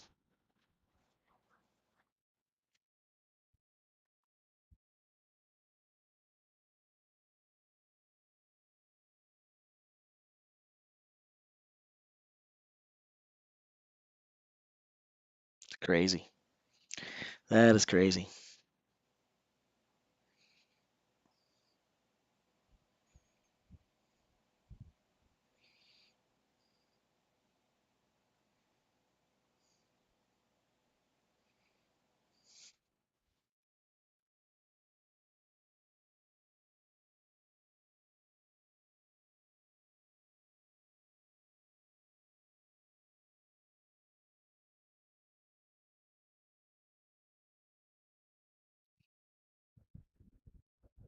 Hmm.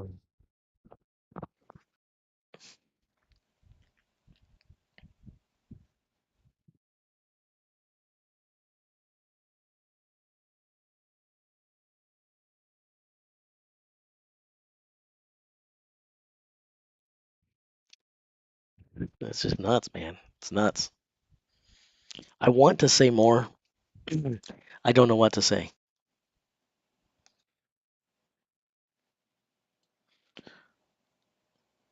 I guess I actually need to move this over though so that we can see the Atlas stones, right?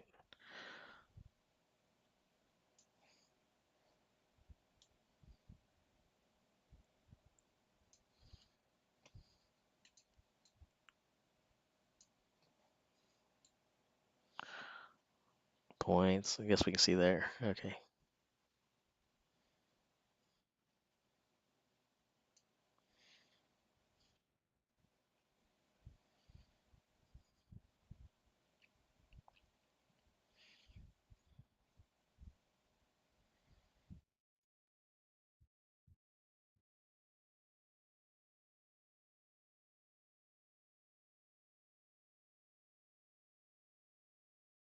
Well, we have a long time until the stones. So, is anybody here till the end or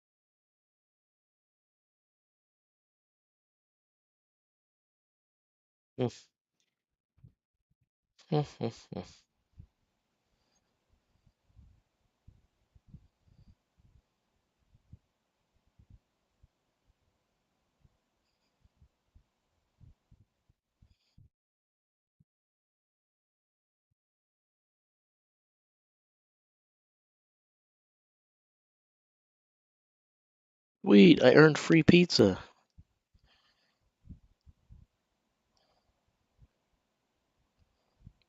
I got a free pizza. Life is good again.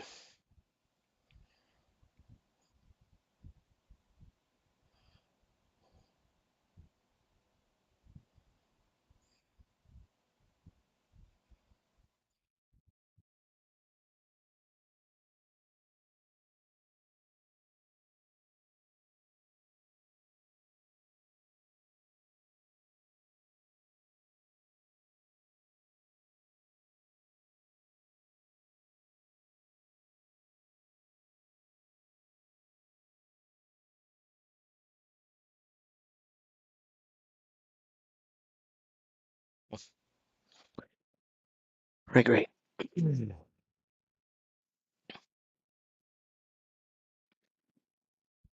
How long has the channel been going? Since like a few days ago. The first day of the qualifier.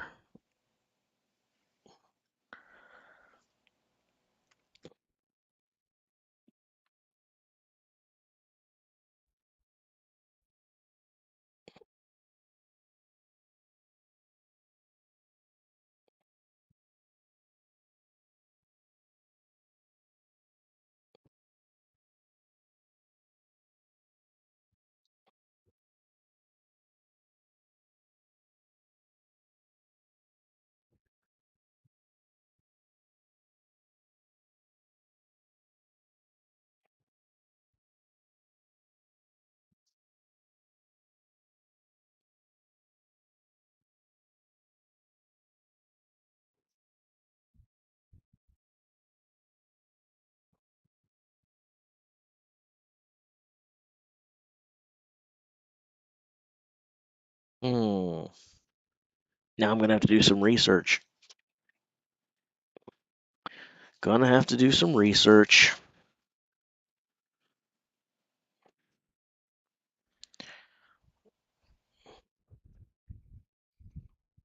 Like a celebrity joined us.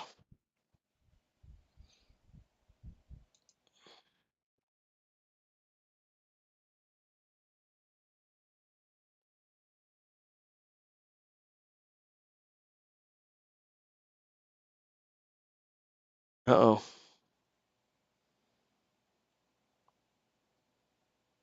Did the stream just die?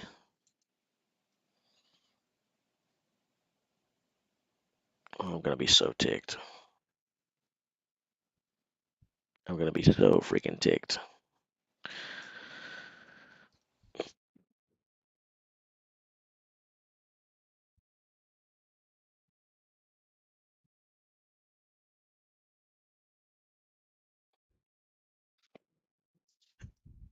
If Novikov comes second, will be the first ever to win 3 of the 6 events and not win.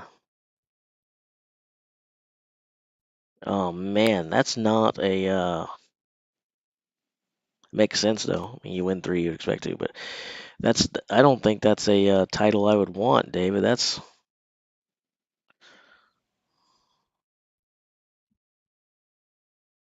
sucks.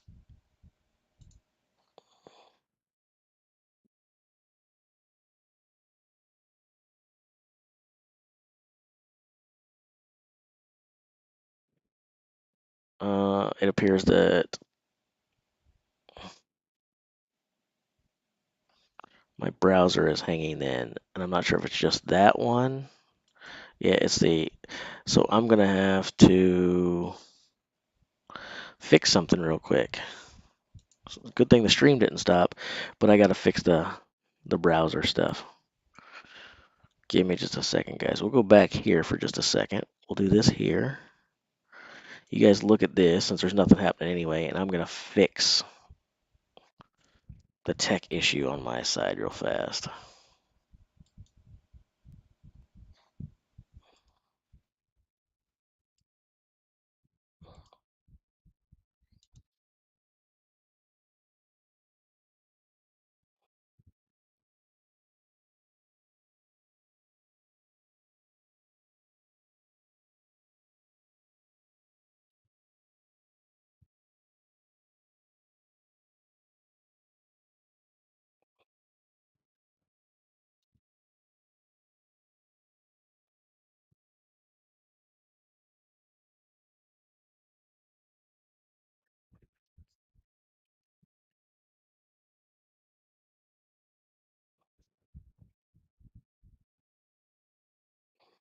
All right, I think I got it fixed.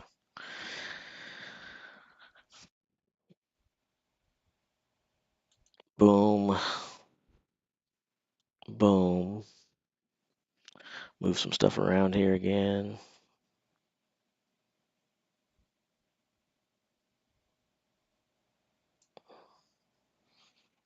And yeah, fantastic. Okay. I got the tech issue fixed. So, good, good, good, good, good.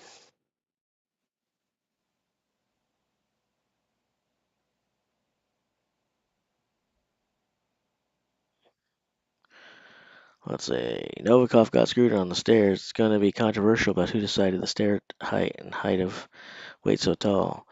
Novikov already complained about the stair height.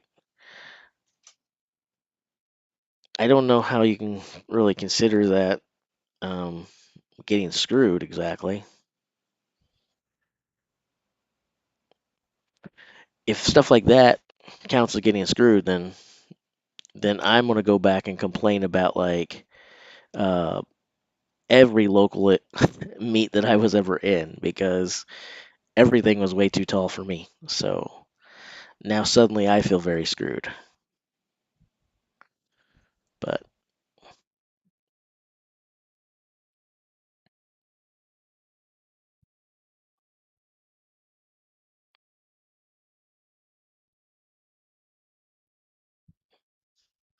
Max is a lot taller than we think he is. Someone the other day showed me where they list him. Um, I don't really believe it, to be honest.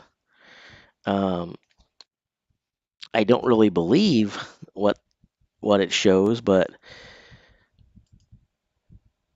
I don't know what shows on Strongman Archive is height or not. Yeah, look here. Max is 6'4" according to this stuff. If you asked me, I would have thought that Max was like 6'2". Um, but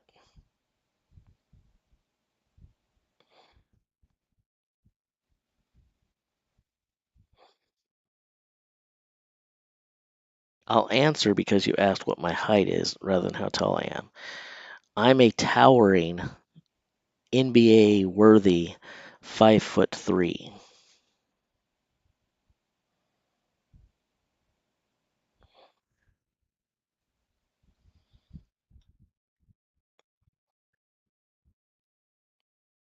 Anyway, I don't think the height of the implements really count as someone being screwed or not.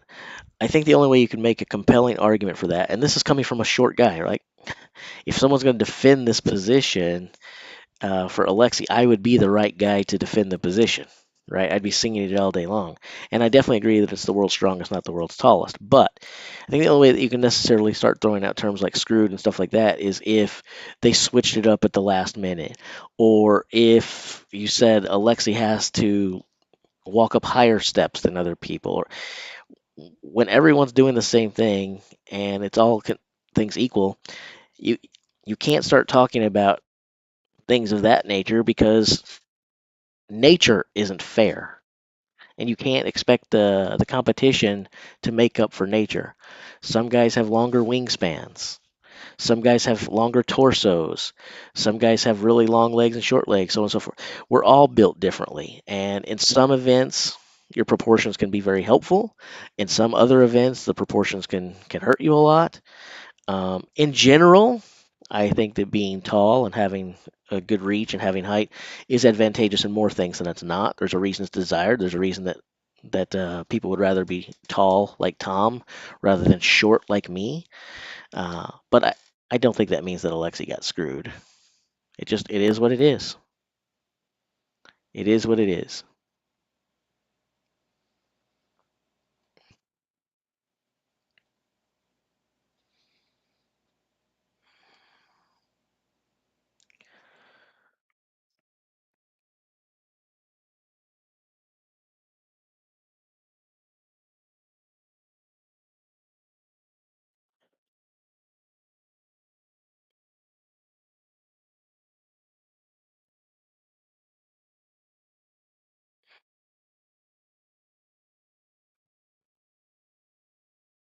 Oh. Anyway, so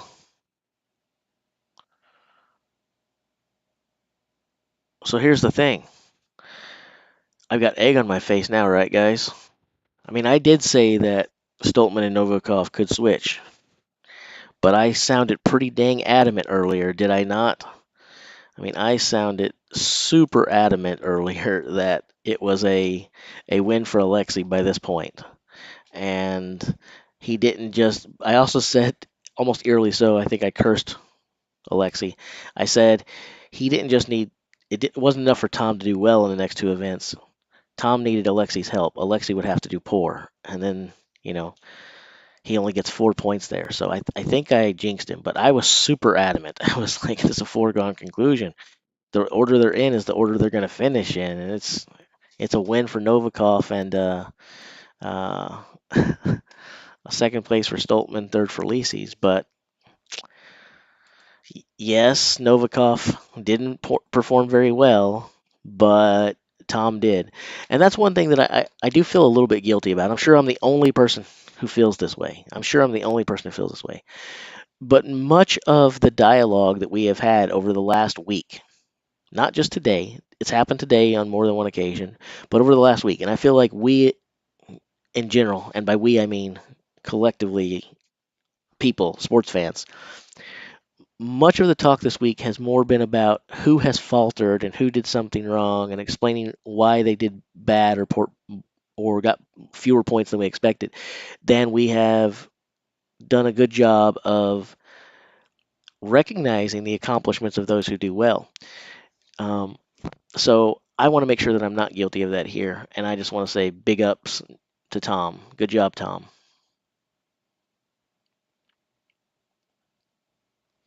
At the end of the day, none of these guys can control, what the other guys do. They can only control what they do.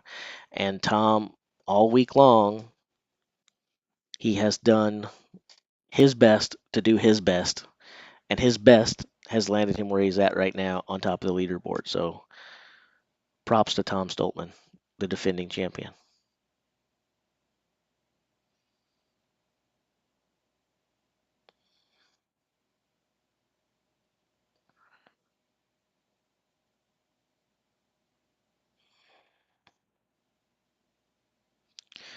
She has a point, Sean.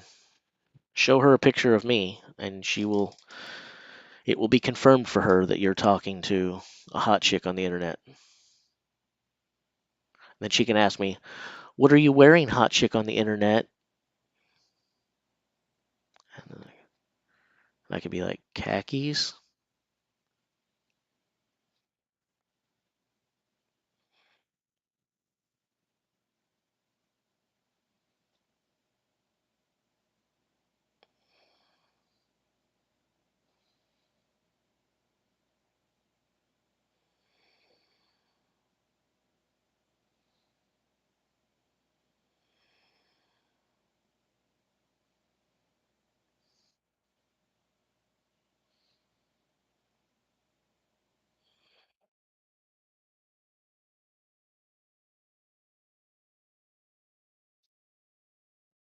Later, Sean.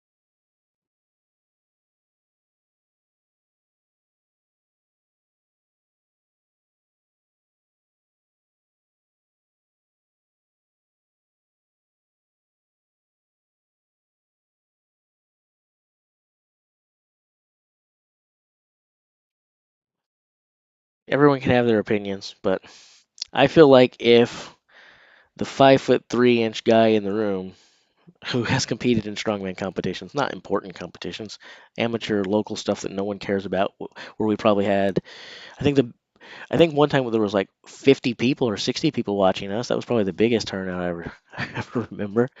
Uh, usually is our families, no one else. But anyway, the point is, if the 5'3" guy doesn't think it's rigged and isn't upset for the short Alexi, then I don't know. My opinion, again, it's no more valuable than anyone else's, but I just think it is what it is. Again, certain events it helps, certain events it doesn't.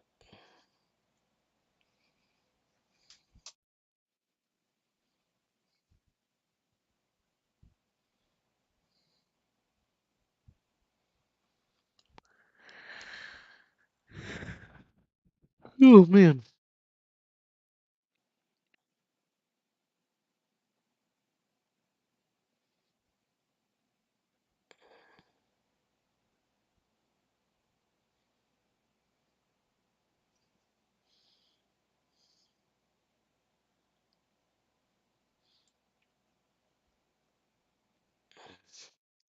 I guess it depends upon how many bonus points we give to event winners. But I don't necessarily think that I should. I don't know. I'm not willing to say I wouldn't. I'm not necessarily saying that I think we should give bonus points for event wins. However, I would like to see our sport improve enough that there's sponsorship dollars and extra things out there for group wins. So like, it'd be cool like if you win the world's strongest man, you get like this $100,000 prize, blah blah blah. That's fine. The prize money in our sport is a lot smaller than it is anywhere else. But let's just say for grins, something like that. But then, like, if you win the Giants medley or the deadlift and the flint, every like event win is $10,000. No points for like no prize money for second, third. They're all playing. They're all going balls out basically to try to get the cash for each event. Um, and that would be kind of cool to see the guys put some extra coin in their pockets.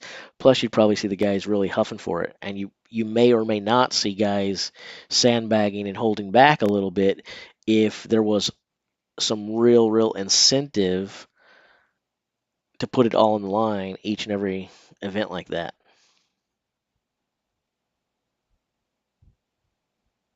I don't know. I'm just running my mouth. Everything I say is stupid. That's okay.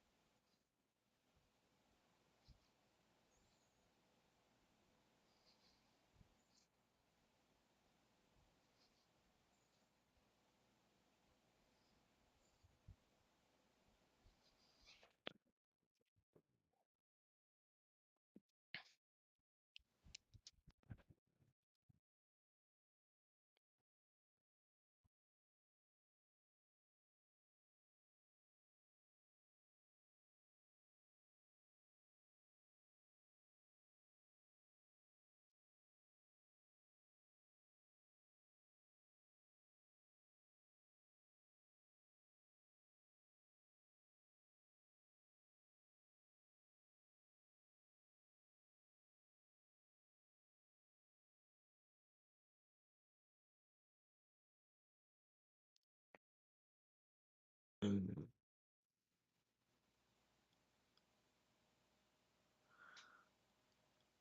I can't make sense of that. I read it enough times, but I still don't know what that message says. I need something to drink.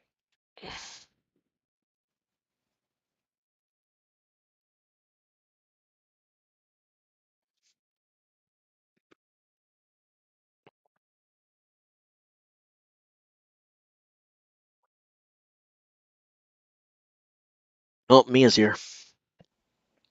That means lots of questions about Caesar. Caesar is in the other room. He's banned from being in here right now because I have little Kaz in here. And I have to keep little Kaz safe. And little Kaz is sleeping on the bed, which you guys can't see. I'm not gonna wake him up to show him off, but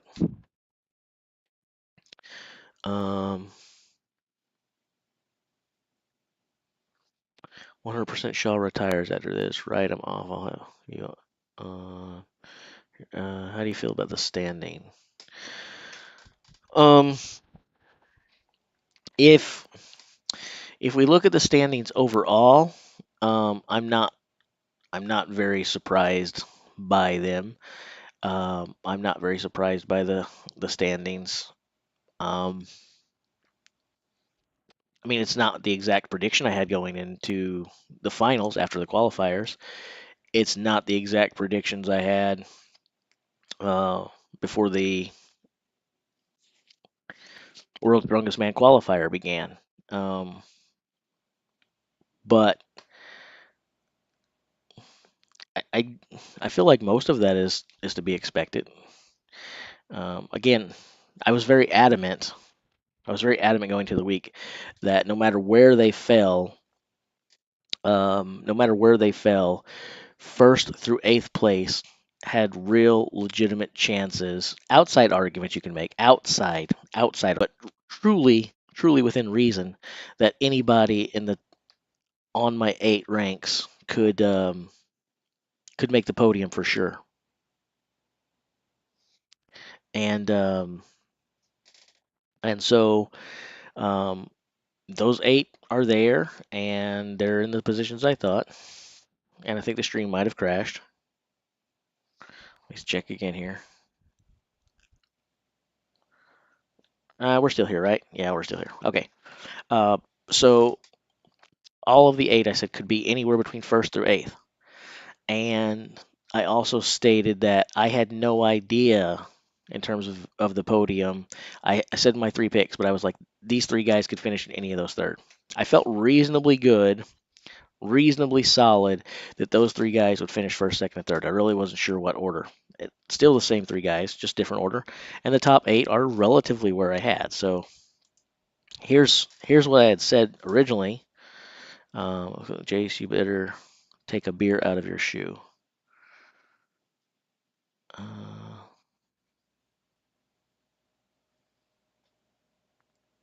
Uh,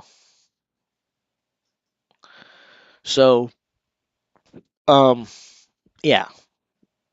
After the qualifiers were done, I said, "This is how I see the event shaking up: Lisi's, Stoltman, Novikov." And I said I wasn't confident in that. I do think those three guys are gonna be your top three guys, but I have no idea what order. That seemed like a pretty good order to me. They are the three guys in the lead right now.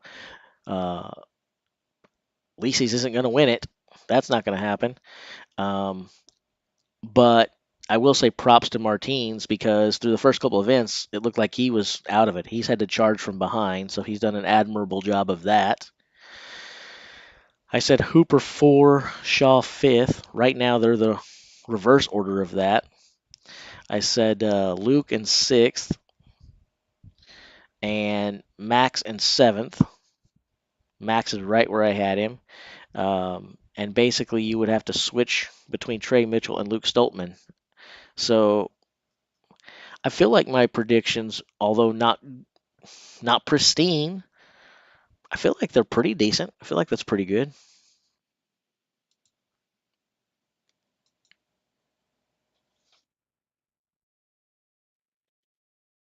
It's Kaz with a K, like Bill Kazmaier.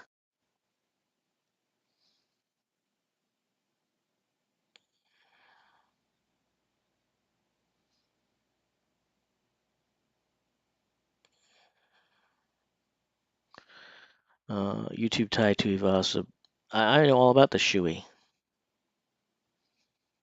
I told you I'm a major MMA fan. But I'm not drinking out of no dang shoe. Uh,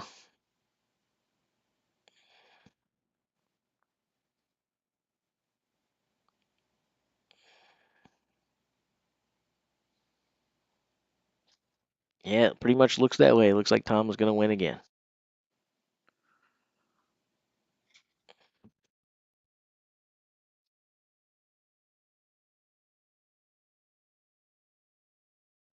Oh,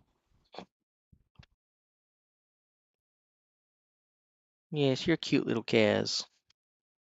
Come here, baby. Come here. Stretch, stretch. See, this is the world's strongest cat. No, I'm not doing a shoey. No way. And why not? Because I'm not freaking stupid. That's why not.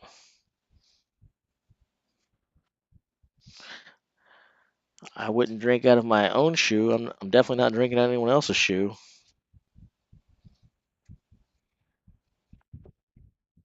I've never really been a fan of toe fungus in my mouth.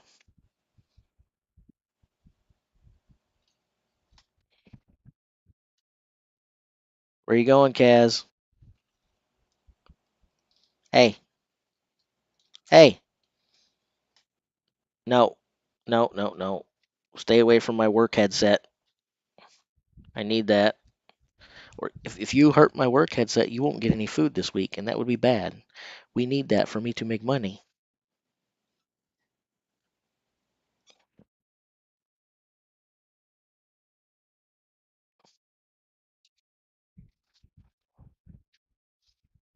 Here, have some milk.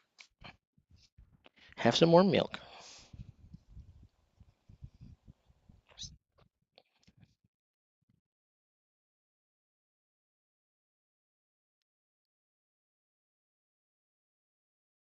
Good kitty. Good kitty.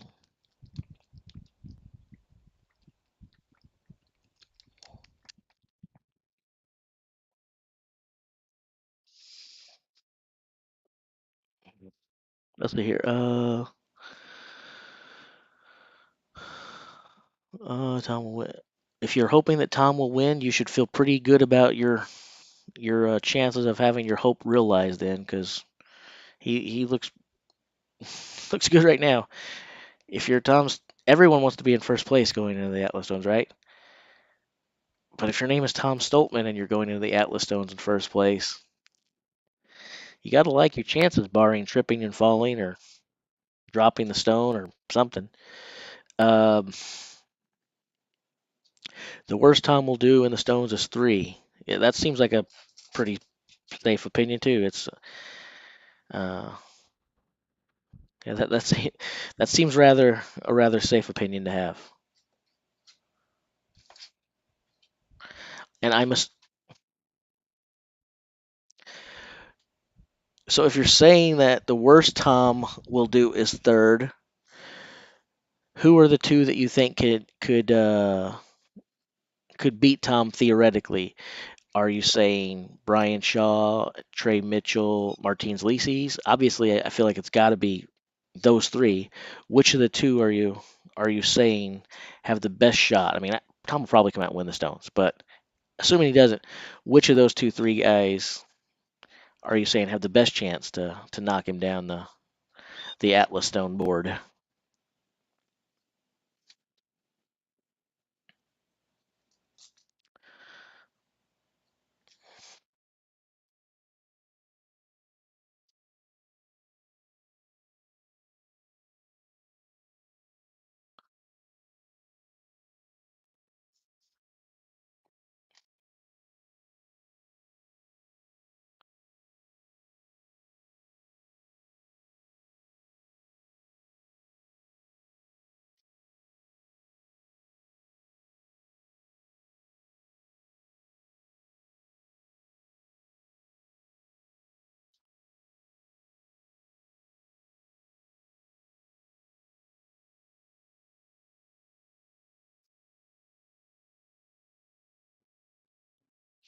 Oh man, I need some food.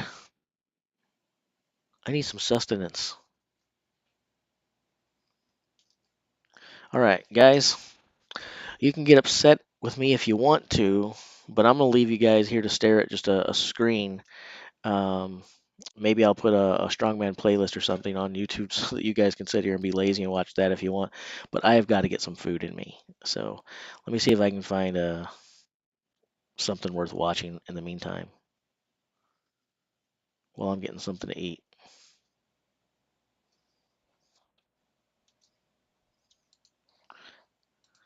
Hey, stop that.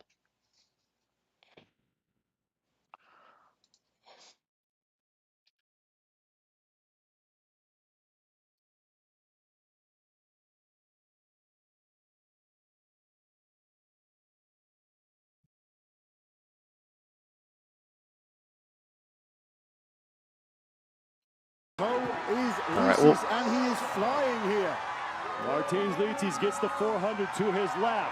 So We'll watch this from the we are down to Rogue. the fifth and final event at the 2021 Rogue Invitational Strongman Competition. I've got to eat. And Sorry, the battle guys. for the top spot is between Martins Licis and Tom Stoltman. Thanks for joining us, everybody, here at Dell Diamond in Round Rock, Texas. I'm Sean Woodland with Lawrence Chalet. And Lawrence, we could not be set up for a more exciting finish right now. It's as exciting as it can get. We've got the 3 last winners of World's Strongest Man.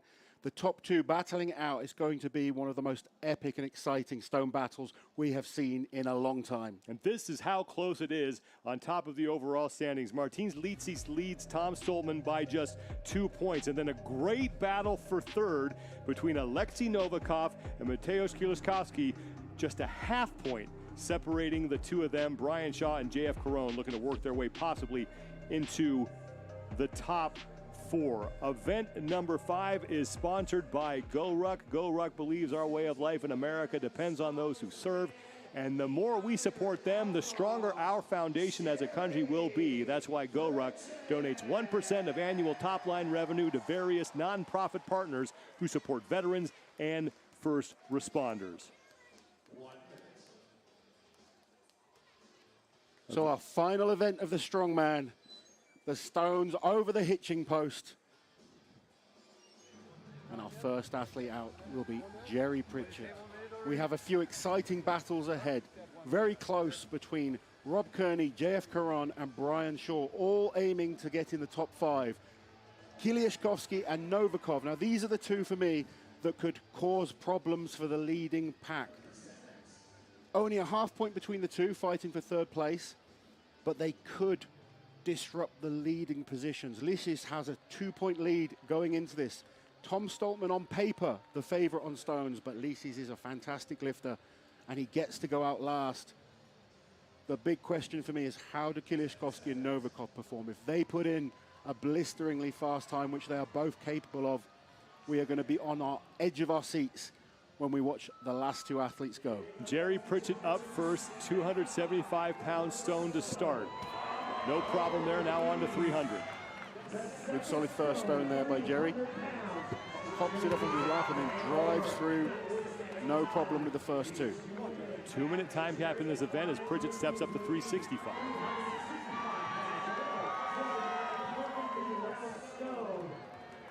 So they're not allowed to use any sticky tacky. You often see tacky used in stone events. You normally have the traditional Atlas stones in Strongman. These stones, no tacky allowed. Also, every stone is slightly different, so you've got to get a feel for these. They're not balanced. You need to make sure you get the right feel, that get the hands in the right position. First part is to get it up to your lap. That's his first goal here. Lift it onto his lap, then he will sit down, readjust the hands, and drive through with the hips to place the stone over the bar. Pritchett has a minute left. Still working on that 365-pound stone. Fairly comfortable with the first 2, but these stones get heavy fast. And when you're not allowed the tacky, you don't stick to the stone. These men sweat a lot. So if that sweat is on the hands, it causes a lot of problems there. 2 stones there for Jerry Pritchett. He's got through the contest. Jerry Pritchett just never got any momentum here in this competition. He started with a 7th place in the elephant deadlift bars. He talks to Alexei Novikov, and then a 10th, a 9th, and then another 10th in the timber yoke and log medley, and 2 stones for him here to close out his competition. Yeah, Jerry will be back. He's a warrior. He is one of the best strongmen in the world. Just not at 100% for this show, but he's got through it, and he can go away now, build on his confidence, get his body feeling 100% for a big 2020 season. 22 season. Martins Licis, once again, is your overall leader. He leads Tom Stoltman by 2 points. So Licis just has to prevent Stoltman from beating him by more than 2 places in this event. And for more on the man known as the Dragon, Martins Licis, let's go down to Kiki Dixon. Guys, I've been joking around with Martins throughout the competition. I said, hey, I need you to win an event so we can chat. And he's like, my goal is to take 2nd place finishes all the way to the podium. And guys, it's working. He's coming into the final event ranked first overall. Martins Licis has yet to win an event, but he has 1/3 and 3 seconds, so not a bad approach, as he will be the last man out. Always knows where the camera is. We said at the start of this show, consistency is going to be key. He has been the most consistent athlete every single event so far. He's been in the top 3, but he's a fantastic stone lifter, and he'll want to finish these stones in rapid time. It's interesting jumps on these stones. So the first one, 275 pounds, then up to 300 pounds, but then you have a huge jump from the 300 all the way up to 365. That third stone is going to cause these guys problems.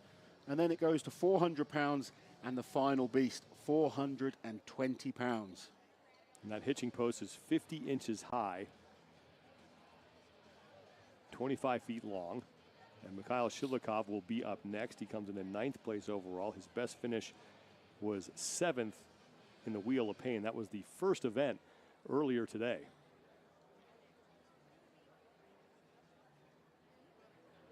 He's just talking with the judges there, making sure he understands all the rules. Fairly simple rules on these. Pick the stones up, put them over the post in the fastest time.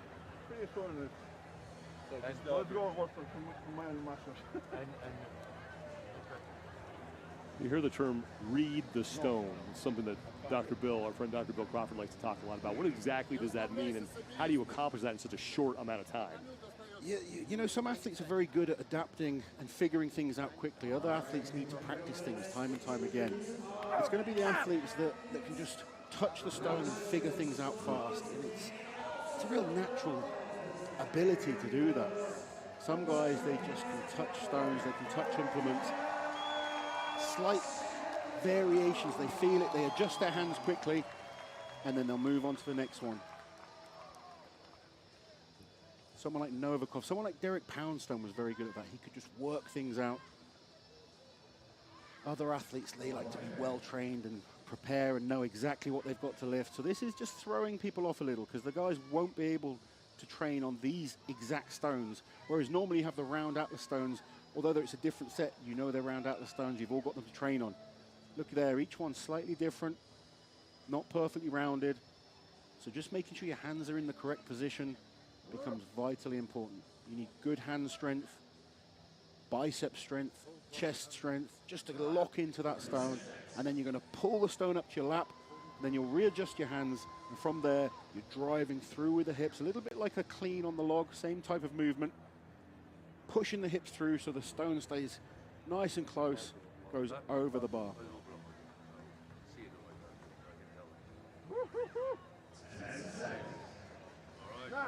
10 seconds, and our next athlete will be out. Misha Shivlikov from Russia. Here goes Shivlikov stepping up to 275. 275 goes over nice and easy. I don't think the 300 will be a problem watching that. There we go, straight up, drives through, rolls the stone up his chest. Nicely done. Now this is the big jump. This is the one that caught Jerry Pritchett out. Just using that tacky towel. It's not like tacky that they normally rub onto their skin. It just gives them a tiny bit of extra grip.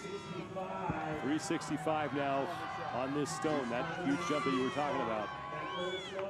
Just watching that, it came up fairly high. I think he can do this. He needs to really lock in, squeeze hard with the biceps, really push those hands in, and there we go. He's got to get it onto his lap.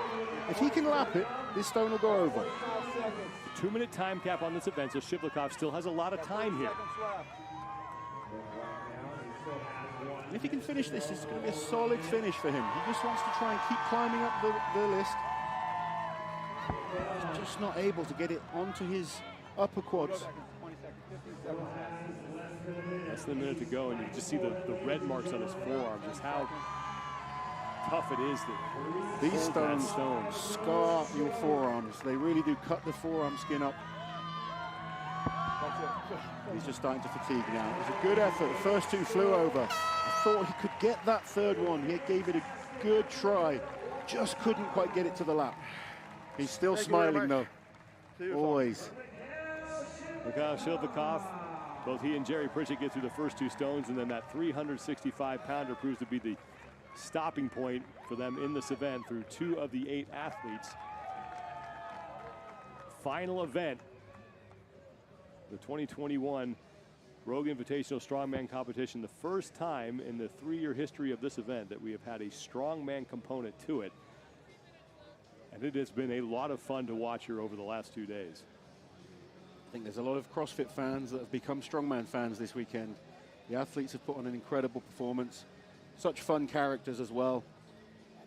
Even there, Shivlikov, knowing he's not in his best form, but he's always smiling and performing for the crowd. And I think that's the thing that's so endearing about a lot of these athletes is, like you said, even though they're banged up, they're injured, they want to perform for the fans intended. It means a lot to them to be able to come out there and put on a good show. Look, I know a lot of these guys personally, and they have come from doing shows in car parks with, you know, their family watching and maybe someone and their dog. To be competing in this arena with this crowd alongside the CrossFit, it means so much to these athletes. They want to perform, they want to show what they're capable of, and they want to be back here next year. I guarantee you there's going to be a lot more stone work and log lifting and yoke carries going on in the CrossFit community in the next couple of weeks. There's a bunch of nervous athletes there. Luke Stoltman will be our next athlete out. And Luke really isn't too far behind, you know, in that battle for 5th place. Just comes in at 17 points. Brian Shaw is the man who sits in 5th. Shaw has 22. These stones are replicating traditional Scottish stones. The Inver stone is what they're replicating. So you'd think, being Scottish, the Stoltmans will be looking forward to this one.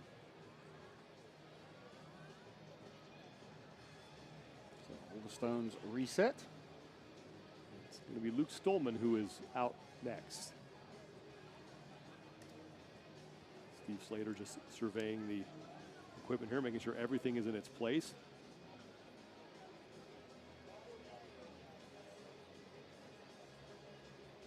Rob Kearney is there in the Mohawk next to Luke Stoltman, and JF Carone, the man who sits in 6th place overall, 20 points. He won the opening event. On Friday, the elephant bar deadlift, he pulled 926 pounds. Then he had a 9th and a 10th, and then came back in the timber yoke log medley and another solid finish, taking 4th place. That really got him back on track. Yeah, he's had an up and down contest, really dominated the deadlift. He will like to finish strong. He's not a bad stone lifter himself. Ladies and gentlemen, it is time for our 3rd competitor. Luke Stoltman will take to the floor. As the Highland Oak, weighing 364 pounds. Put your hands together for Luke Stoltman. So from what we've seen so far, I'd expect Luke to go through the first 2 stones and no problem. It's that 3rd stone, that big 60-pound jump that has caught the guys out so far. If he can get that stone, things will be looking good for the Highland Oak. 1 minute for Luke Stoltman. He's going to take a quick walk down here and just a quick glance at some of these stones, and he places that towel right where the first 2 men to go have needed it, and that's at that 365-pound stone. It really is a big jump. You know, you look at all the other jumps, a little smaller. 300 to 365, just catching them out a little.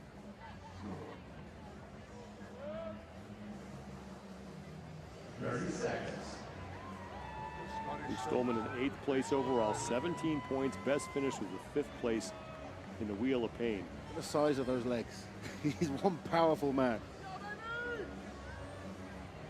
His leg is like an oak tree. 10 seconds.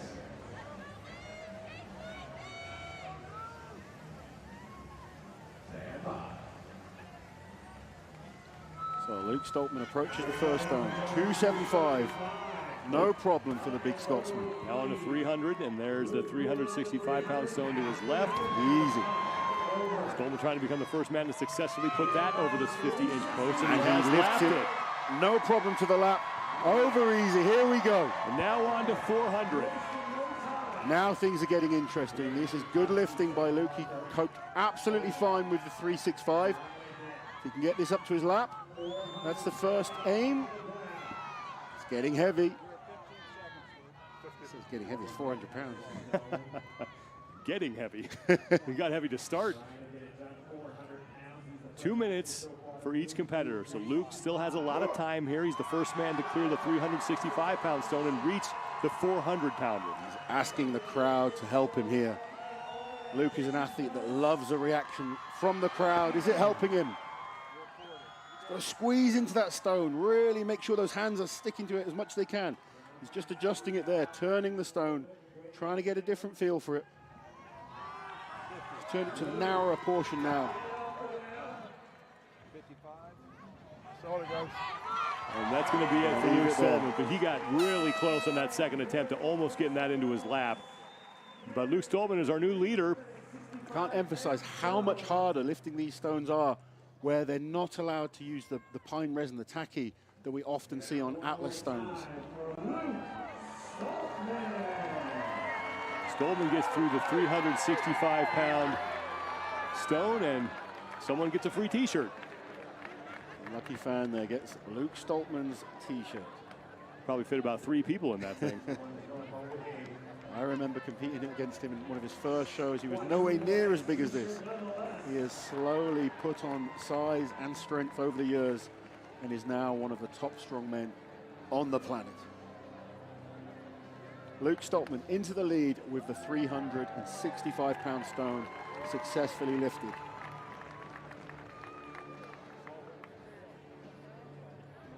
Take one more look at Luke Stoltman. First man to get through 3 stones here in the final event. Absolutely flies through these first 3. Very easy on stone number 1. Very easy there on stone number 2. This was the one that's caught a few guys out.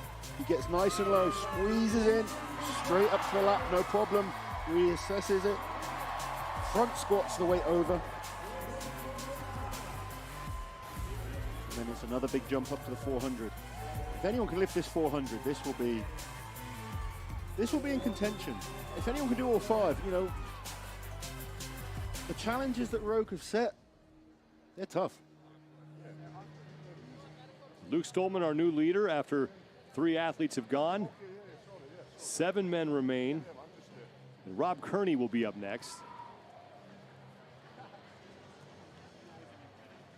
Kearney coming in 7th place overall with 19 points. His best finish was a 5th place in the elephant bar deadlift on day 1.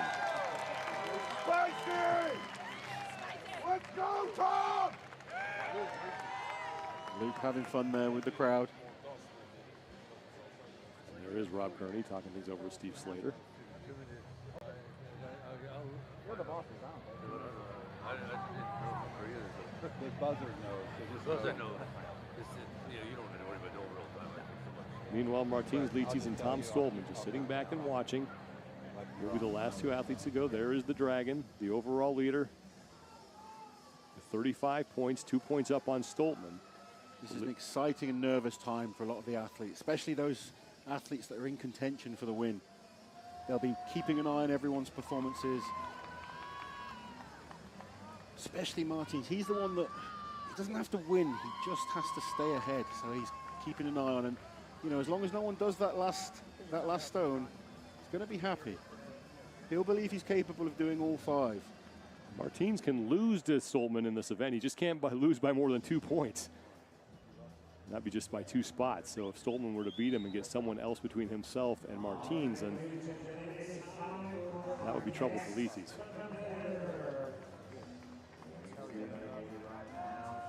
Rob's going to be feeling the pressure. He's ahead of Luke Stoltman by 2 points going into this event. He's seen Luke lift the 3rd stone.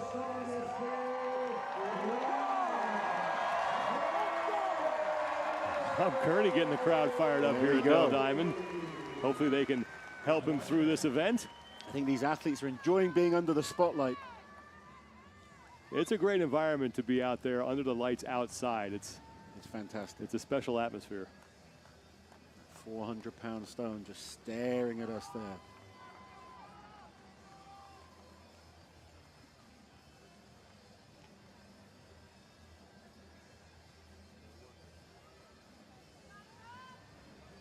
Kearney, the 4th man to take on the 5th and final event here at the 2021 Rogue Strongman Competition. First time we've had a Strongman competition here at the Rogue Invitational. And I have a feeling it will not be the last. I hope not. These guys I know will be excited to come back. Ever since they found out they had this opportunity, they've all been training hard, looking forward to competing alongside the top CrossFit athletes. And here's Rob Kearney starting the stones off. No problem there with the 275 stone.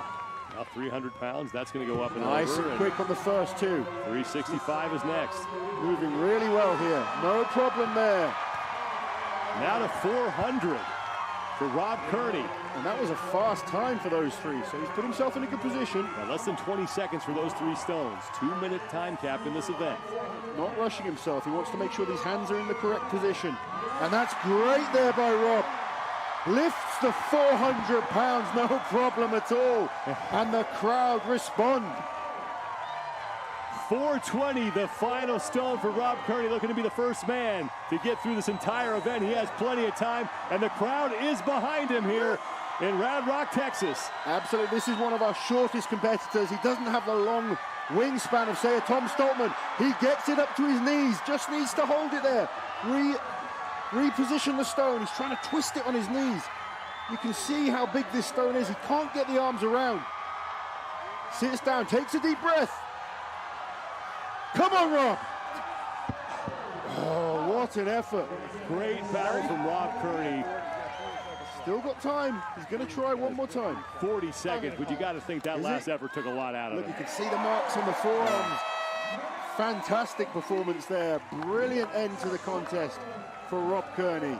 And he is your new event leader, the first man to get past the 400-pound stone. He lifted those first 3 in less than 20 seconds, got the 400, put that up and over, and just could not get the 420-pound stone to go. But like you said, a great way to finish out his competition. He'll be very pleased. You know, I said earlier that he'd be disappointed with the medley. I think he'll be extremely happy with that performance, though, showing why he deserves to be here. You always want to finish strong in a contest.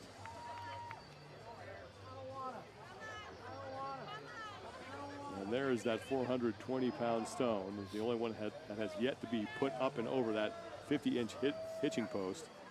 And every athlete we have seen do this event has gone right to the medical team to get treatment for those friction burns on their forearms. I mean, this is a taxing event. It is going to leave a mark, literally. These stones are rough, and you can see there from Rob's arms, they're just beat up and cut already. First stone, nice and easy. He was really fast with these first 3 stones. Nice technique, straight up to the lap, readjust just slightly. His hands over the stone, drive through the hips. He knew he needed to be quick on those first 3 because a quick time would put him ahead of Luke Stoltman. And then he composes himself, and this was an excellent lift. Squeezing the stone, readjusting. Absolutely superb. Enjoying every second of that. Rob Kearney is your event leader. I'm not that cool, though. Great to see him smiling there. 6 athletes left to go, and JF Caron will be the next man to take on this event.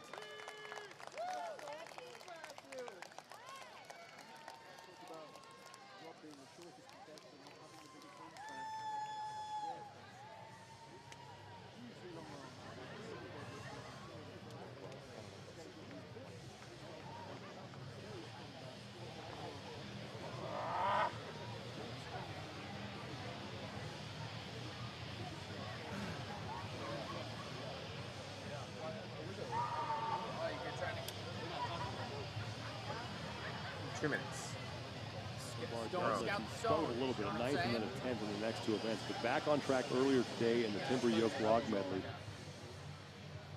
with a 4th place finish there. Luke Stoltman talking things over with Rob Kearney, Jerry Pritchett there as well. One of the best things about strongman, you know, they all battle hard on the field. But these guys, look at that. Shivlikov doing treatments now. Man of many talents. They are all friends off the field. And as hard as they will go in battle, They always want to see their friends do well. You don't get that in many sports these days. There really is a great sense of camaraderie out there at these events between the athletes. It's really cool to see.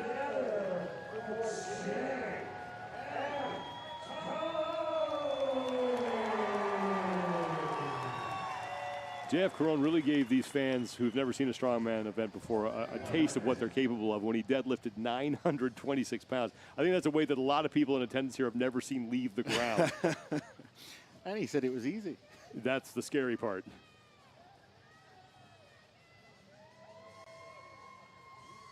Sixth place after 4 events. And he trails Brian Shaw by just 2 points, so he'd love to punch into the top 5 here at the 2021 Rogue Invitational. If he can do all 5 stones here, he's going to give himself a chance. Brian's a great stone lifter, but he's injured. Coming into this event with a hamstring issue. Can JF capitalize? Rob Kearney is the event leader. He got through the 400-pound stone.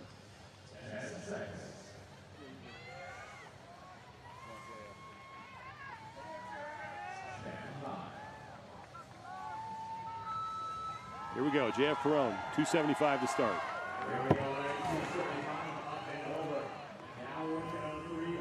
300, no problem, and now the 365-pound stone. This is where you've got to start working harder now. He's pacing himself nicely, not rushing, focusing on making sure he gets each stone over. That is up and over, and now to tie Rob Kearney at the 400-pound stone. Laps it well, making use of those long arms and that strong grip. No problem with the 400. Can he do the 420? Can he be the first man to lift this stone? He goes right to work on the 420-pound stone, 2 minutes. And he's got it up to the lap. Has it in the lap. Here we and go. It is the over. First man to lift all 5 stones. The fireworks go off. JF just looks at the stone, gives it a bad look. 43.51 seconds unofficially. There, we just saw a little smile from him. He was kind of marching away like he had an issue with the stone, but he just breaks out a little smile there. And that's okay. I'm here.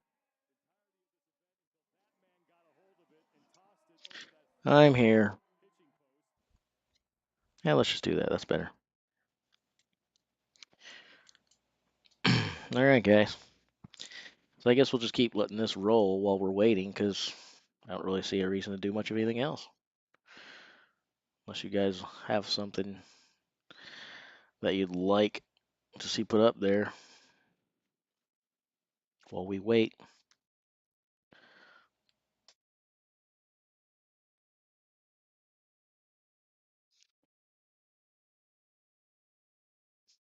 I had a very, very nutritious lunch.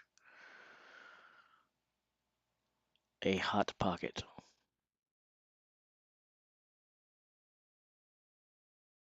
And I played with the dog some because I missed them because I've been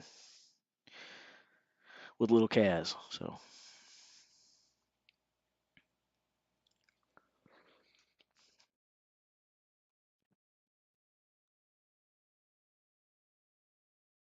an hour and 10 minutes.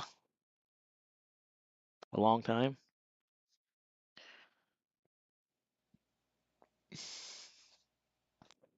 Ooh. Man. I can't believe there's still 94 people sitting here.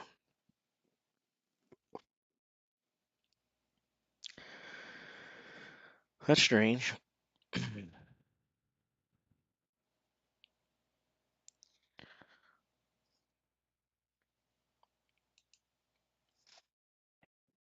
Ba-da-ba, ba-da-ba.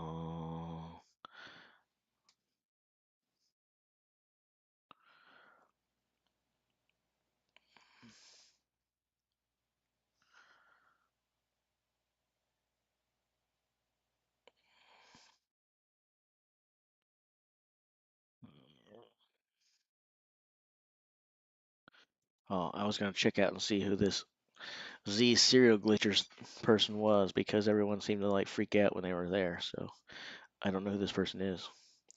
110,000 subscribers. That's a good amount. A few more than I've got. They do.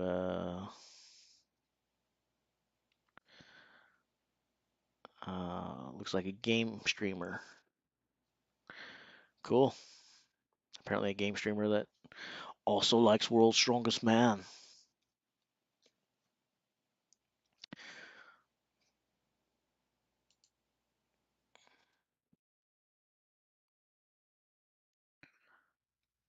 And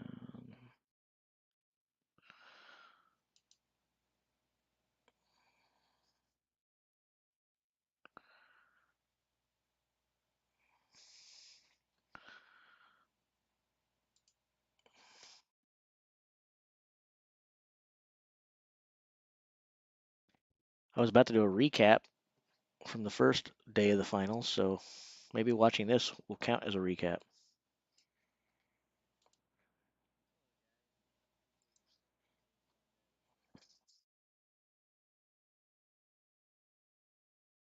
Has been gracious enough to actually give us a little bit of online content this year that I would go ahead and react to some of it because it's pretty awesome. Uh, so I want to let you guys know before we react to the videos you're about to see, I claim no copyright on this material. I claim no infringement. It's just me reacting to the material that has been shared by SBD World's Strongest Man. All of this video that we're going to see has been provided from their social media accounts, Twitter and YouTube. You will find links for every video that I'm going to react to in the description below. Seems rather weird And seeing me this up is here on all the their screen material and twice. should not be seen as a substitute for the original video. So with that disclaimer is out of the way, let's go ahead and take a look at some of the great content they've shared with us already. If you've been following along with me on my live streams, I'm glad and look forward to an exciting Into the World's Strongest Man tomorrow. But let's see some of the great content that that has been happening in Sacramento. We shall start out with everyone's favorite Brian Shaw, fan favorite Brian Shaw, and I believe this is some Come here, kitty. Footage from his qualifying runs. There's Big Brian.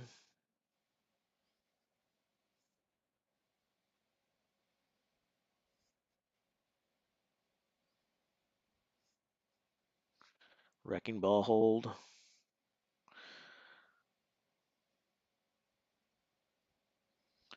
All right.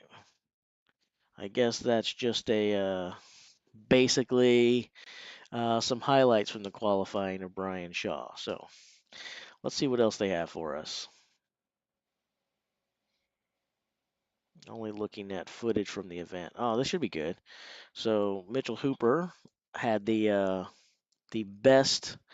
I already know this from reporting it in my live stream. Mitchell Hooper had the best run of the day. Started out with his first ever World's Strongest Man event, the Kanak Giants medley, with the best time of the day, and actually by a pretty large margin. So based on the fact that I see Mitchell there holding the boxes, this must be at least a portion of his run. So let's see what they provide for us here. Go Mitchell, go, go Mitchell, go. He seems pretty pumped. I wonder if by that point he's already seen the time and knows that he's blown it away and has smashed it. So it'd be nice if we got to see a little bit more of that, but hey, we can't complain. Usually they give us nothing, right? So at least we're getting something. That's pretty cool. Props to that guy. You beat Brian Shaw in the qualifiers to win Group 2 outright. Then you get in there in the very first event in the World's Strongest Man final and you claim a victory for yourself. You can't ask for much better than that in your first World's Strongest Man. All right, let's see what else we've got here, okay? Yes, there's about an hour and 10 minutes before the last event. A little less, but right at. All right. This is the Lexi's car deadlift. We heard a lot about this. Let's see what this looks like. This should be fun to watch.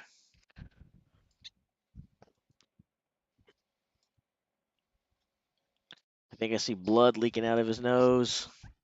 See the blood coming from his nose there? I don't know if you guys can make that out or not.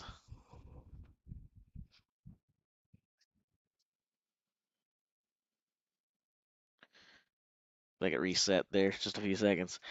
Yeah, let's get a close up on that nose, shall we?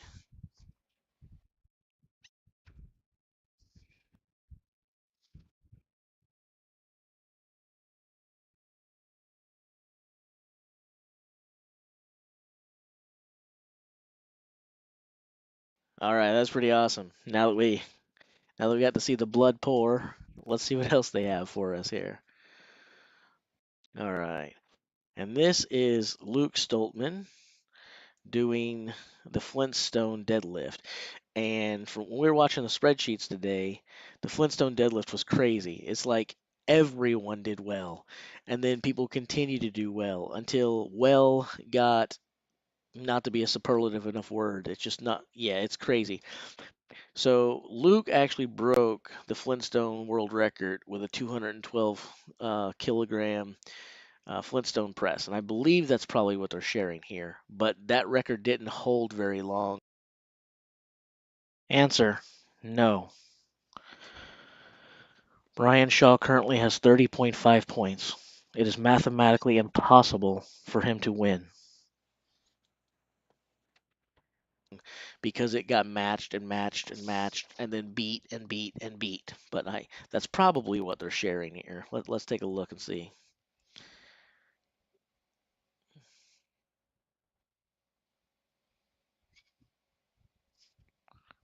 I will, at the risk of sounding or making people upset, that lockout looked a little bit weak and suspect to me, to be honest. Um, but I'm not going to pick on it too much. I certainly couldn't do it. But I don't think that's necessarily the world's strongest lockout. It's the world's strongest man, right? Not world's strongest lockout.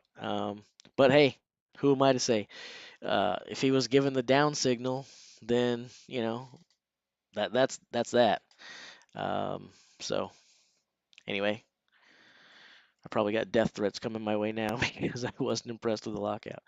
And here's Alexi. And Alexi, I'm not sure what they're sharing here or which lift this was, but Alexi wound up. He is now the Flintstone world record holder because he put up an impressive 246 kilograms with his final Flintstone overhead press. I don't know if that's what they're sharing here or not, but probably is. Anyway, let's take a look at it and see how it looks.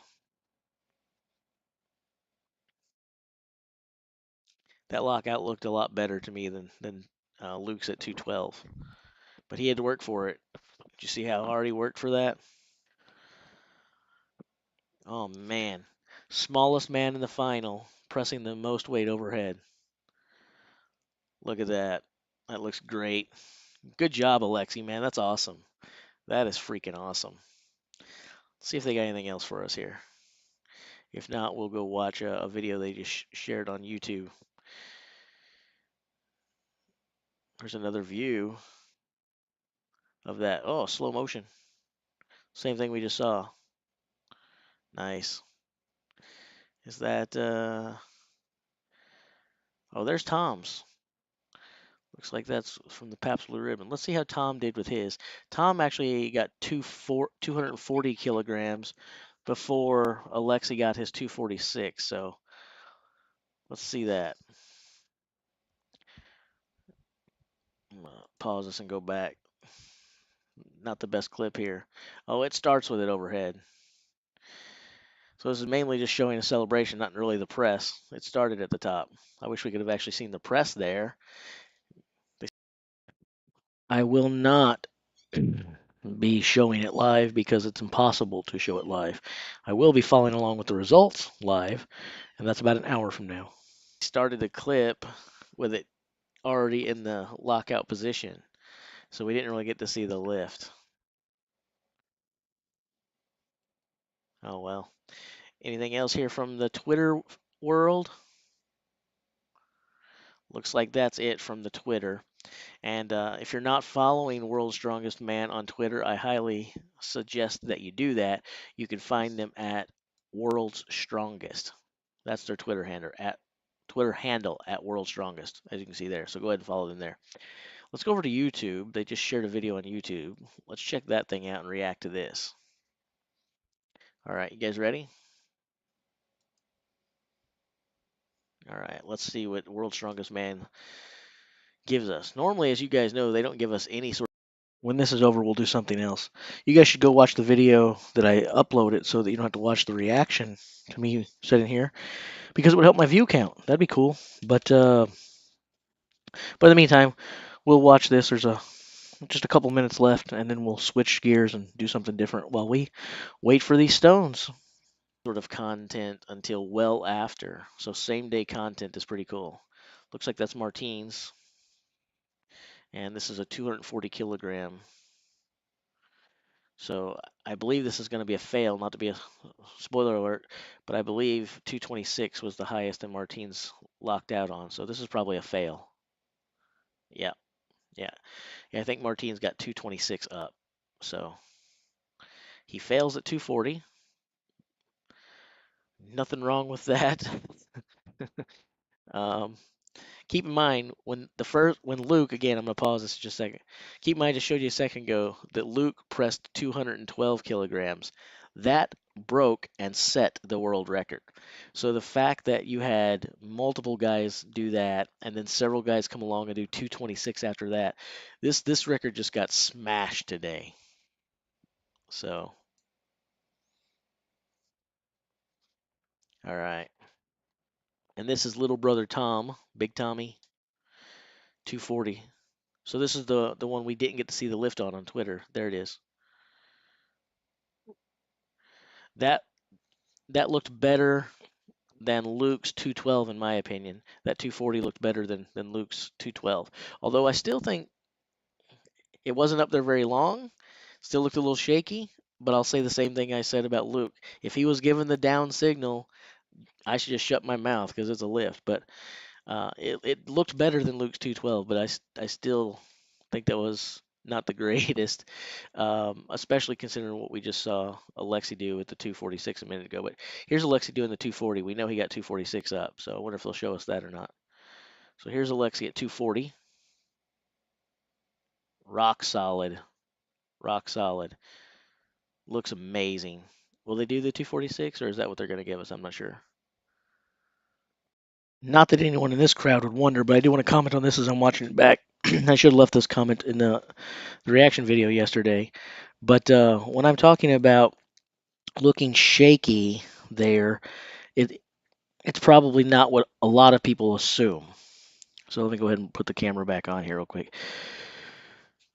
When people hear me saying shaky, they probably think that I mean the arms are shaking, and they're like, well, Alexi's shaking too. What are you talking about? That's not what I mean by a shaky looking lockout. What I mean is, like in Luke's lift specifically, I think I may have seen a teeny tiny bit in Tom. Not really sure. It was so quick. It's hard to say. But what I'm talking about is whether the arms are reaching full extension though. So whether there's any bend in the elbow. In Luke's, it almost looked like there was still a little bit of bend, like he hadn't really pressed it. So that's kind of what I'm talking about when a shaky lockout. I don't mean that the arms are trembling or shaking. Anyway, back to the stupid video. Oh, here comes the 246. Now we already know what happened because we just saw it on Twitter, but we'll watch it here. Video looks a little bit better. I like getting to see the crowd there. That's pretty awesome. Look at Alexi getting them pumped up. Go, go, go. I think after we watch this, we're going to go back and listen to it with them all pumped up. What the heck? We'll do it now. Alexi's pumping them up. I'm going to come back here and let you guys hear the audio. Alexi's going through the trouble of working the crowd up. Let's see what they sound like. You're not exactly unbiased, Toxic Tag. Well, I won't shut up, but, you know, maybe I will,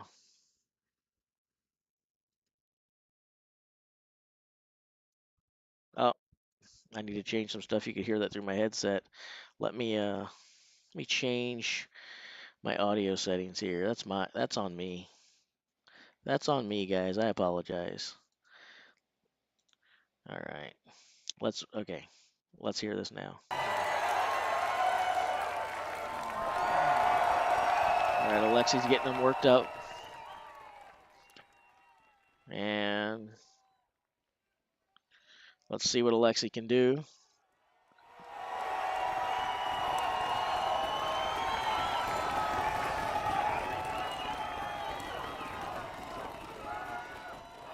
This should be pretty good, even though we already know what happened. I'm saying let's see what happens like we don't know, like we didn't just see it a second ago with the Twitter clip. But oh, I get so excited about this stuff. I can't help myself, guys. I'm sorry. I'm so passionate about this sport. I love it. My apologies.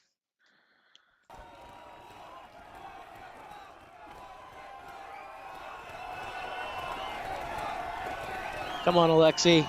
Come on, Alexi.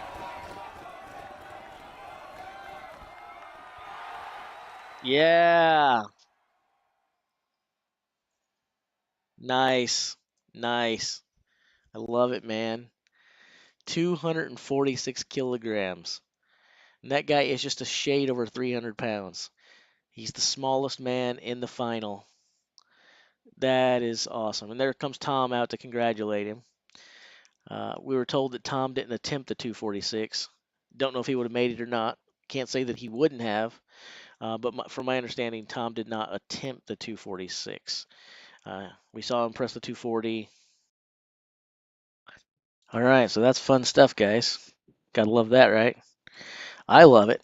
I mean, I guess you don't have to love it. I said you have to love it, but you don't have to love it. I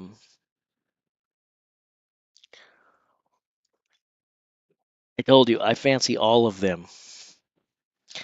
I'm one of the very few people sitting here who probably roots for all of the guys. Well, that's a lie. I don't root for Evan Singleton, except on May 26th. But then again, I would never admit to it. So I don't root for Evan Singleton. But everyone other than Evan Singleton, I root for. Dun dun dun dun dun dun. We got less than an hour to go. We're getting closer and closer and closer to crowning the 2022 World's Strongest Man, which at this point seems like it's going to go to your countryman, Tom Stoltman. He's going to successfully defend, and props to him. That's freaking awesome. But I want to see the results. I don't want to just think that it's going to happen and all this stuff. I want to see it, and we're getting closer and closer and closer, and I can't wait. I can't wait. I'm not sure that Evan can be humbled, but anyway. How much can I press overhead? Their bar was not standard and everything of that nature, so it's different. I have pressed using, and this is not a strict press, this is like a split press, more like Olympic style lifting. I have done 360 over my head several times. Not any time in the last 4 or 5 years, in my mid 30s. But I've done 360 over my head numerous times, and I've gone a little above that once or twice. I think maybe. It's probably better if I don't say that, because it's better if I speak of the numbers I know for sure. And I used to put 360 on the bar on a relatively frequent basis, and that's where I would top out at. I actually have a whole bunch of these shirts actually, but since you're saying that, I will confess I am wearing yesterday's shirt, but I recorded this video last night at like 1 a.m. and I put the shirt on right before then. So I went to bed in it and I got right up and started recording again. So you're correct. So if you're suggesting I'm wearing yesterday's clothes, you're right. This is the shirt I slept in. I put it on right before I went to bed. And that's when I recorded this video that you just watched. So keen observation. You can decide whether it's terrible if I put a shirt on, went to bed, and then got up and kept wearing it or not. But it's not like I wore it all day yesterday. You guys saw me stream yesterday. This was clearly not what I was wearing then.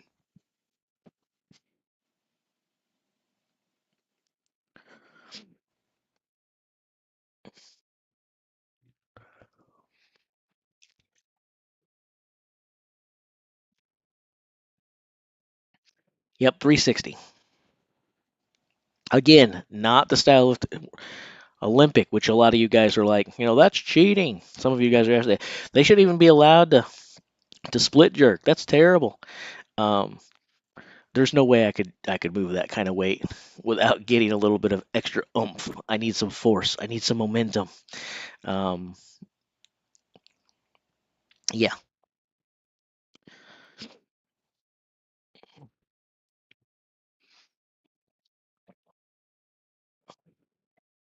And right now, there's no way I would. Right now, I mean, both of my shoulders need surgical repair. Not one, both. There is no way on earth I would try to throw more than like 275 over my head right now. I probably wouldn't try that, to be honest, but that would be the absolute heaviest I would be crazy enough to try.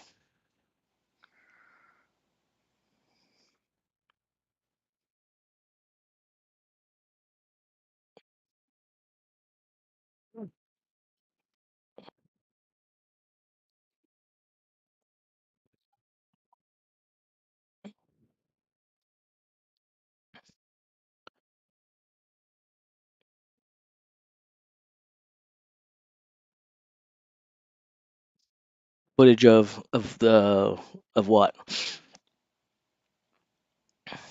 I don't record much stuff in the gym. I've got some old stuff when I first started working out after like a 15-year hiatus. Um, I I've always thought it's kind of weird to record in the gym, and you guys are so fascinated by this. So I'm I'll get you some training footage. Apparently, it's very important to you guys. So I'll get you some stupid training footage.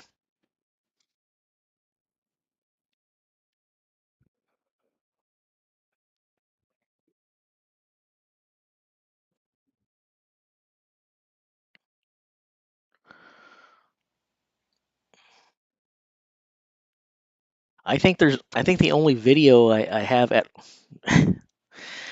I think the only video I have of me lifting at all is it's really bad. Again, it's like it's not long after I started working out again.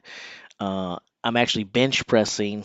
Get this, in a freaking Smith machine. So if you want to make fun of me, I don't mind being made fun of. I don't mind I don't mind any of that. I'm not here for pride. I'm not here for likes. I told you I don't want it to be about me. I want it to be about these guys. You guys keep asking about me. Otherwise, I would have never brought up any of me or my list. Um, but yeah, if you want to make fun of me, here's a great opportunity. There's video of me bench pressing in a Smith machine. That's right, in a freaking Smith machine. So if you want to make fun of me, there's all the ammunition you will ever need. Um, and I think in that video, I only go up to like 275 pounds.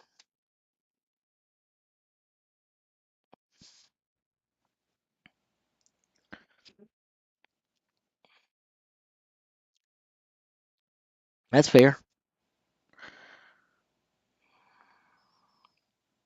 That's fair.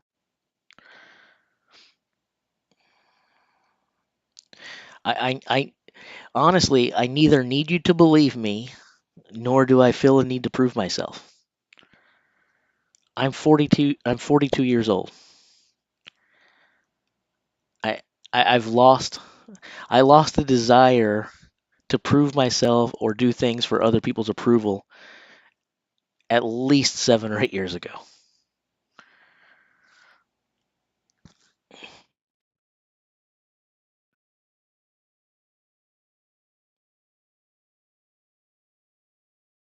Uh, at my longest, I didn't work out for like 14 years.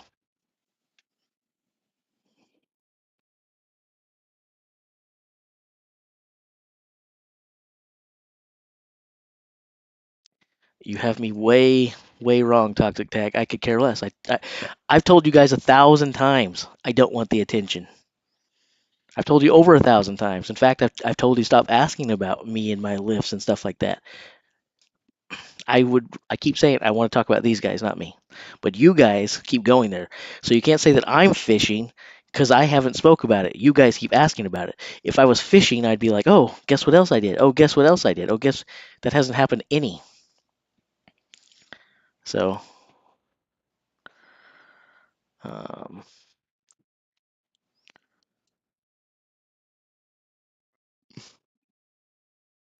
ooh, excuse me. That was pretty terrible. That was pretty terrible.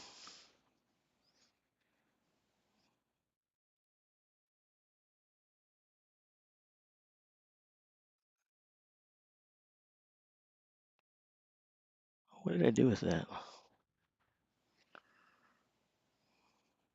Uh-oh. I've lost something. All right, hold on a second here. Here you go. This is not impressive. If I was trying to impress, I wouldn't even show this because it would cast more doubt on what I said. But I told you it's the only footage I know that exists. So just to get you guys to hush up, here you go.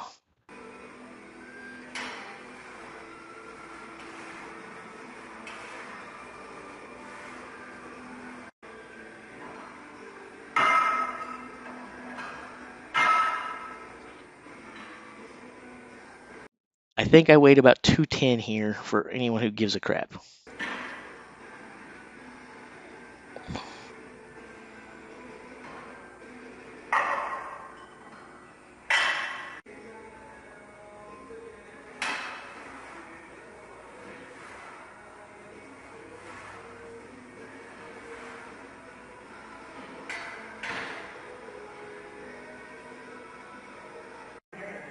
Huh? I just said about the Smith machine, you're way too late to the party. You should have been here a few minutes ago. I said make fun of me for that. And just for the record, I was doing this in the Smith machine on purpose. Like I said, I need surgery on both shoulders right now. I had just had shoulder surgery about 2 months before this. This was like week 2 or week 3 of me being back to the gym, after not having been there for a decade and after coming from surgery. So even though these are nothing to brag about in terms of numbers, I was very, very pleased with coming back to the gym and doing this. I didn't know that I'd get the 205 up, if we're being honest. I did last time.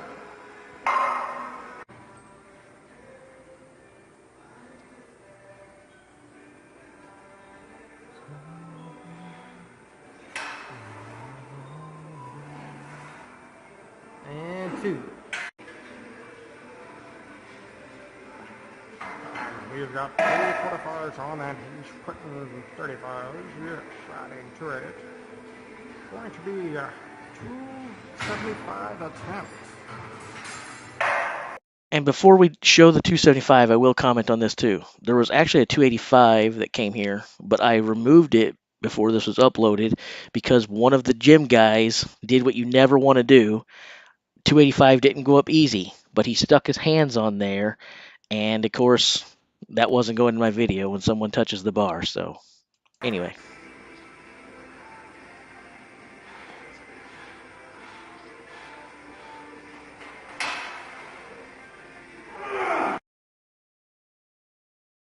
All right.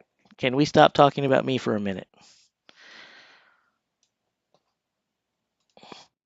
All right.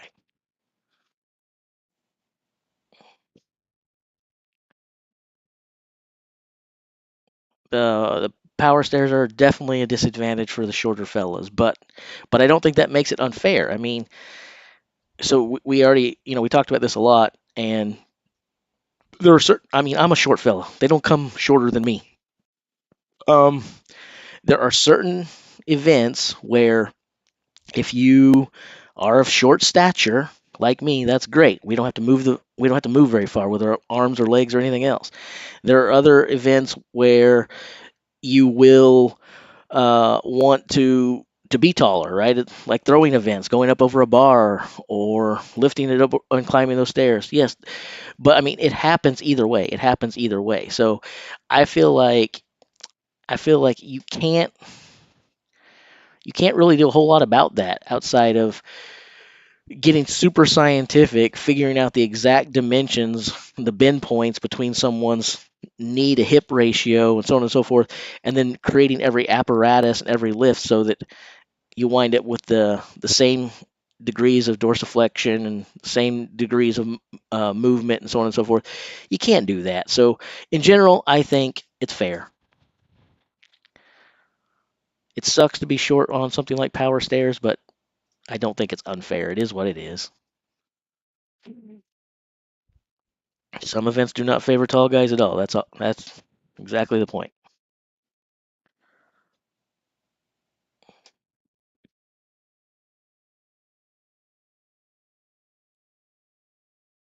Anyway, like I said, I'm not here for the plaudits or to talk about me or do anything. I don't care. I, I'm much more excited to talk about Alexei Novikov than Jace Barnett.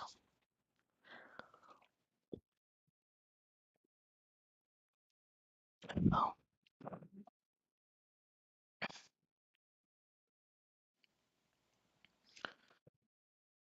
oh man, this week. I've been sitting way too close to the widescreen, and I think it's putting a lot of stress on my neck. I should be sitting further back. Normally, I think I sit around here. For some reason, I'm getting kind of close to you guys, leaning into the camera. I'm not sure why I'm doing that.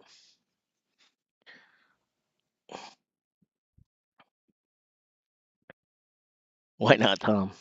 I'd rather talk about all of them. You won't believe me. You won't believe me. But the only reason I mentioned Alexi is because his picture was first. So that was the one I looked at and said that. Whoever been at the top left there would have been the name that would have come out of my mouth. Good stuff. I enjoy the verbal sparring and the intellectual sparring, though. In spite of what some people think here about me being overly serious and easily offended, I'm the exact opposite of that. Throw it at me. I don't care. It doesn't bother me.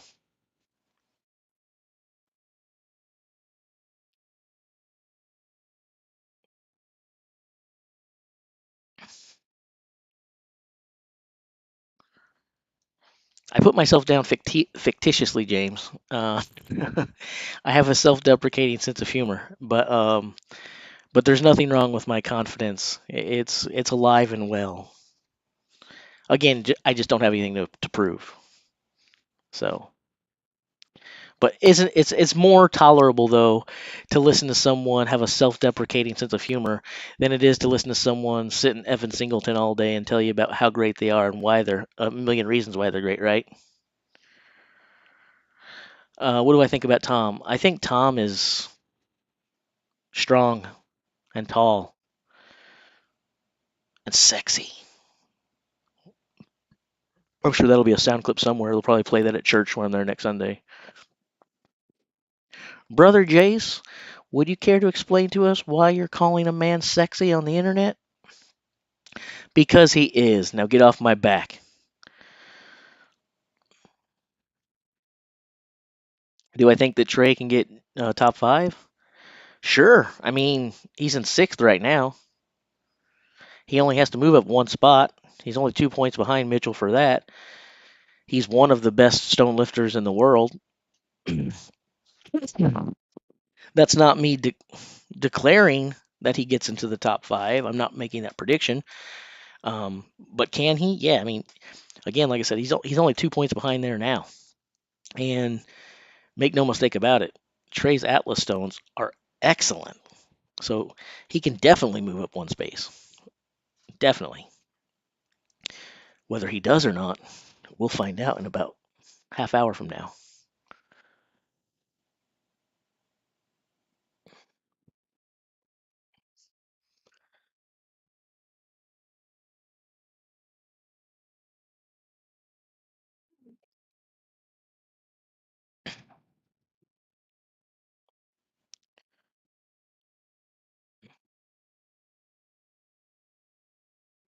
You think Brian beats Lisi's in this event, or are you saying that you think Brian finishes ahead of Lisi's in the competition? There's no way, man. There's no way. You I'm assuming you're joking or trolling. You can't possibly believe that Brian knocks Lisi's off the podium when there's 6.5 points between them right now.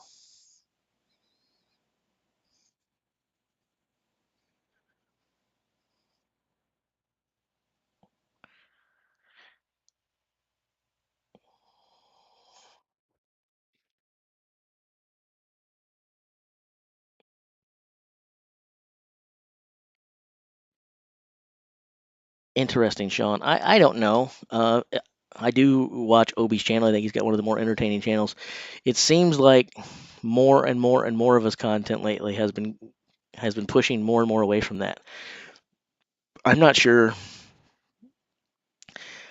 I'm not sure what he wants to do at this point. The last 4, 6, 8 weeks, I don't really know what he wants to do or what involvement he really wants with it still. Um, um, I don't know. A lot of things have happened recently. Um, I neither know what he wants from the sport or what the sport wants from him at this point. Um, I don't know. I really don't know.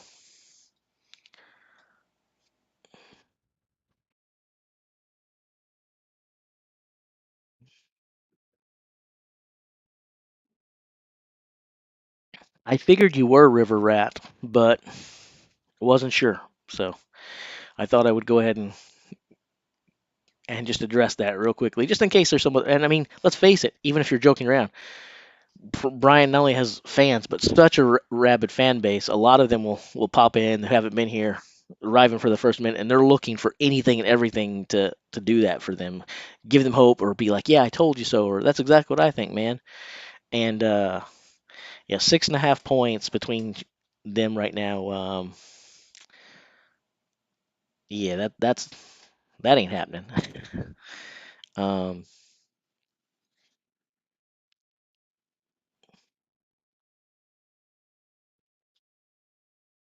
I cannot make a vid about Evan being one of the best ever, but I can make a video and will make a video about Evan being unequivocally the undisputed best ever. I can't see myself doing this whole one of type things. A, that's too wishy-washy. B, it's too disrespectful to Evan. So I'm not going to give you the video that you're asking for. No, Evan, one of the best ever. But you can count on most definitely getting it a 100 reasons why Evan Singleton is the greatest strongman ever coming soon. In fact, it'll be the Evan Singleton Bret Hart edition. Evan Singleton is the best there is, the best there was, and the best there ever will be.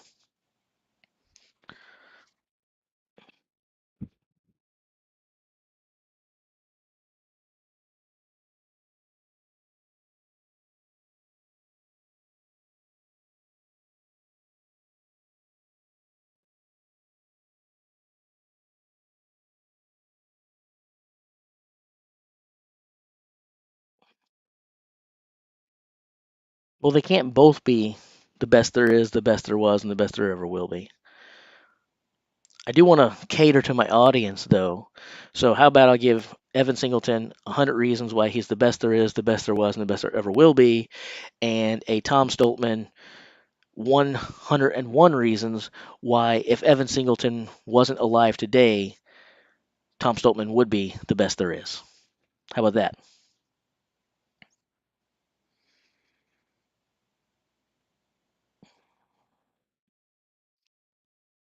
Top three strongmen of all time.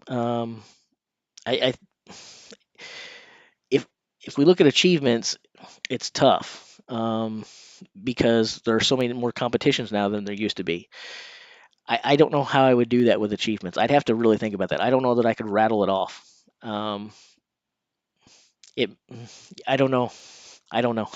That's not me trying to dodge your question. It's just hard because there's more competitions today than there was. My top three of all time, for those of you who haven't heard me say this 40 times, uh, it's Bill Kazmaier, Brian Shaw, Zydrunas Savickas, and I believe in that order. Although 2 and 3, it's a toss up every single day. Um, Big Z and Brian are both amazing, but I have a soft spot for Bill, and he was the first. He's the Babe Ruth in terms of being the first goat we ever had. Um, but he wasn't in as many competitions as these guys. You could certainly make an argument that he doesn't have the accomplishments because there weren't things for him to accomplish. There weren't as many events. There weren't as many competitions. There weren't as many any of that stuff. Um, I don't know. I'm actually kind of looking forward to when the World's Strongest Man is over.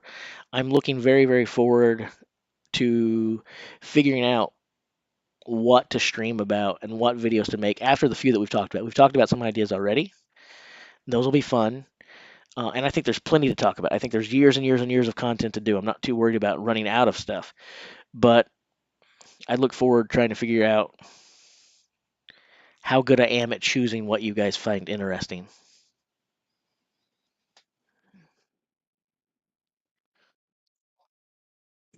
Thanks, sir. Watch YouTuber Eddie Hall. Yeah.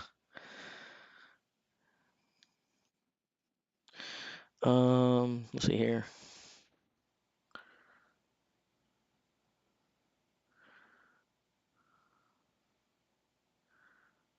Jean Paul is definitely in there. Um,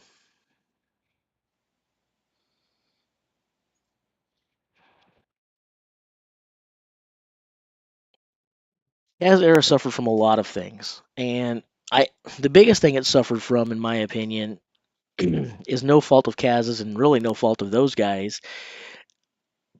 And I do think Kaz gets punished for it a little bit, and that is the fact that the sport didn't really exist, right? And there weren't people competing in strongman. You had shot put and discus track guys. You had professional football players and professional wrestlers who found out about the strongman competition and they thought, "Hey, I'm a strong guy. I'll go do that." A lot of guys from powerlifting came over, and for them, it made the most sense. Uh, but you didn't really have people competing in the sport because there was no sport. And so I think a lot of times Kaz, through his dominance, and a lot of times, he's the kind of guy who could go out there in a 6 event field and win 6 out of 6 events. And the next closest person might be 18, 20, 24 points behind. And you're like, well, of course he was winning. His competition sucked. And gosh, it pains me to say it. It pains me to say it. I don't think his competition sucked, but I don't think that argument is completely lost or ridiculous either. His competition wasn't that stacked. He was way ahead of his time. He was the era. There really was no era of Bill Kazmaier. He was the era. Um, but I wonder if the competition had been tougher, if he had athletes who could really push him, if he had to go out there and fight tooth and nail event by event, how much better might he have been? In general, great athletes have something in common. The harder they're pushed, the better they do. He never really had to be pushed. And I wonder how good he could have been if he had been pushed. In fairness, one of the shot put guys did become world's strongest man, but again, that was in a year with the other guy that we were just talking about not being there, and he was in with a bunch of other shot putters and people who weren't doing that. So it's the same exact argument.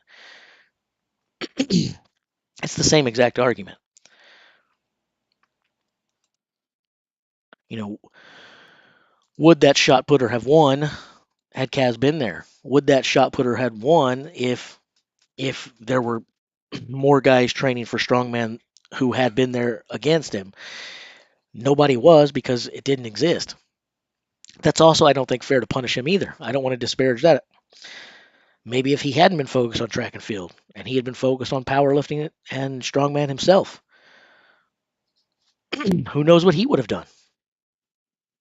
I look at guys like Jeff Capes and stuff, and I don't write them off. They're incredible. They're incredible. But we have to be honest. We can't have revisionist history. They were not training for stuff like this, and now these guys are training year round specifically for events like this, and that's one of the many, many, many, many things that makes it hard to compare guys across eras. Although it's fun to do, I love doing it. I just don't know that it's fair, but it's a lot of fun. It's also a lot of fun to see who you can get worked up and see who you can tick off about it. Um, yeah.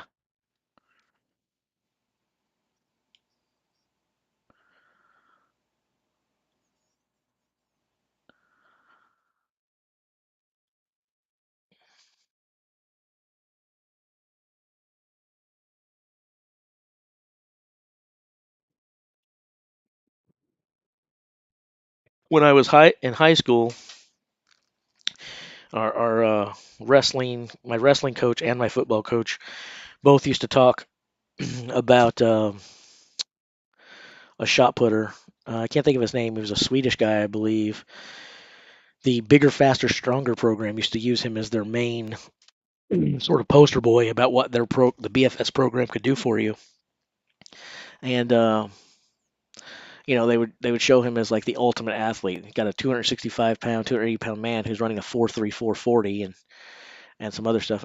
Uh, you guys probably you guys called off the names when I couldn't think of them the other day, so it's probably the same kind of thing. Tell me the name I'm thinking of because I can't think of it right now.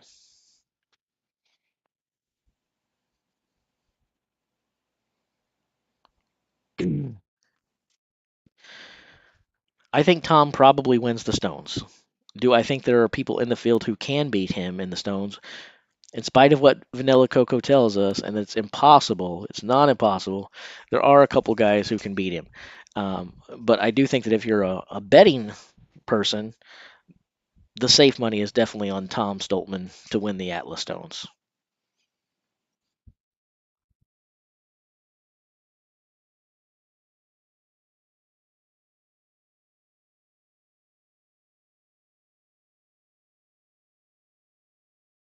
You guys got that answer for me on that track guy I was trying to think of?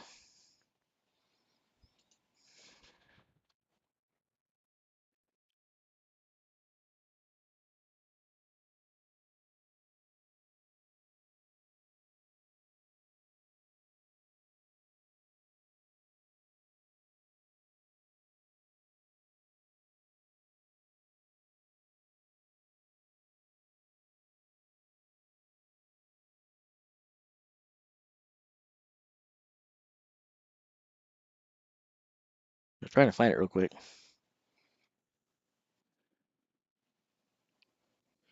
Uh, what is that guy's name? Darn it.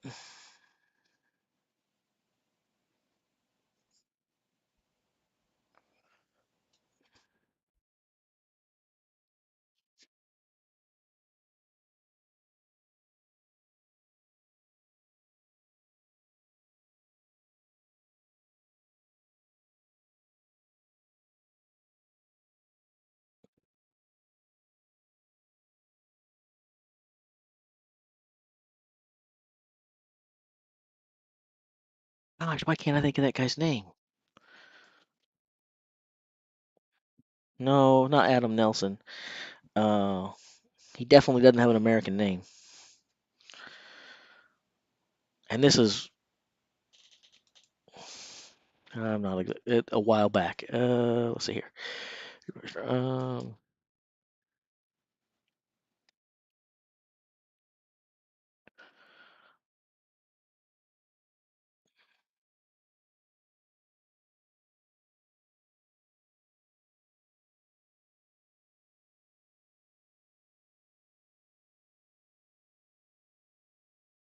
mm.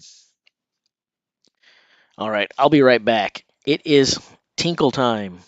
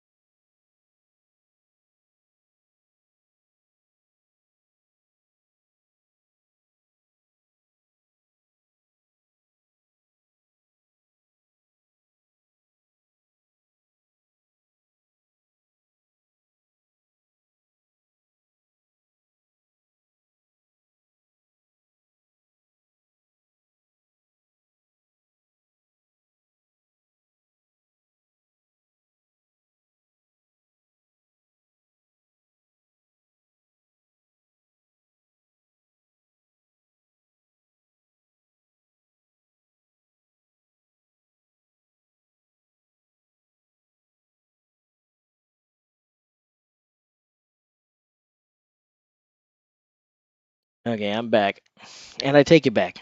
He was not. He was not a shot put guy. He was a discus thrower. Stefan Fernholm is the name.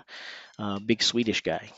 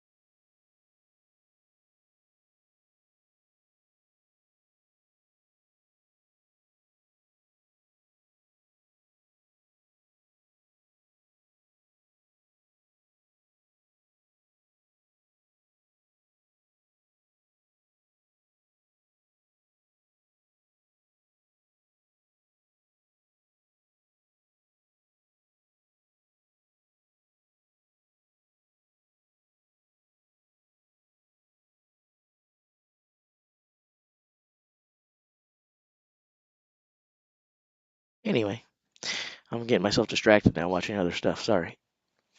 I'm a jerk.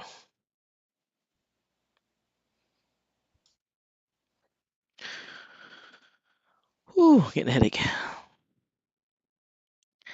About 15 minutes. 15 minutes.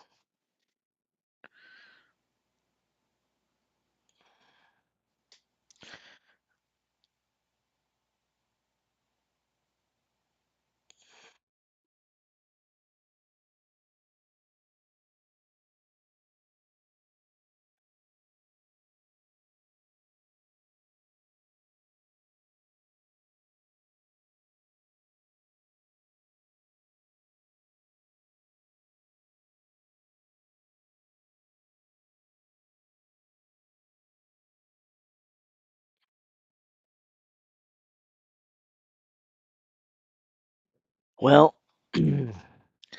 maybe you're right, Jose. Maybe Alexei will do just that. But if he was going to, he shouldn't have put himself in that position. He should have bled out trying to get a seventh stone up. If he would have lifted one more stone, and just about any time he would have won it, it would have given him enough points that he would not be where he's at right now. So I feel bad for Alexei. I feel bad, gutted for him. But I'm sure he tried everything in his power, especially since he had the benefit of going last and knowing what he needed to do. But I'm sure he tried everything within his power to lift a seventh stone on those stairs.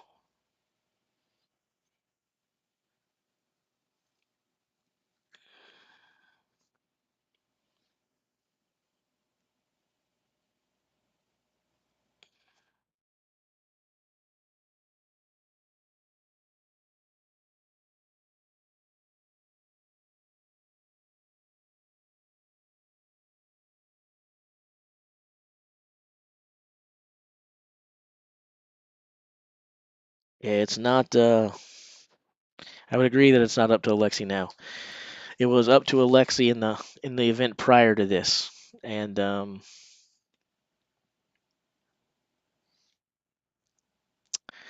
4 points there was not what he needed.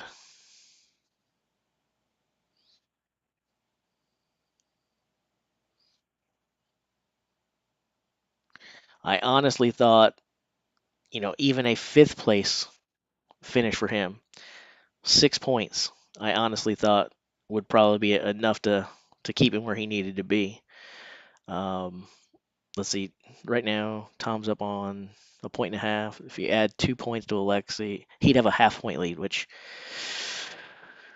that would mean that if Tom beat Alexei by even one position in the Atlas Stones, which he probably will, the crown would still go to Tom. So I would have been wrong in predicting that all Alexei needed to do was finish as high as fifth. He really needed to be probably third or fourth. Um, if we're being honest and realistic. Uh, Tom did good. Tom picked a great time to grab 9 points there. Um, so, um, yeah, it is what it is at this point. It is what it is. But I'm quite positive that Alexi was not very happy with that 4 points.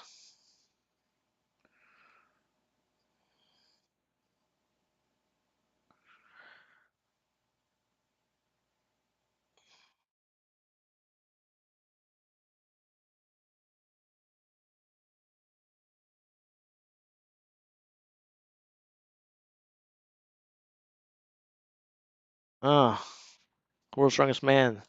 Their live results page is down again.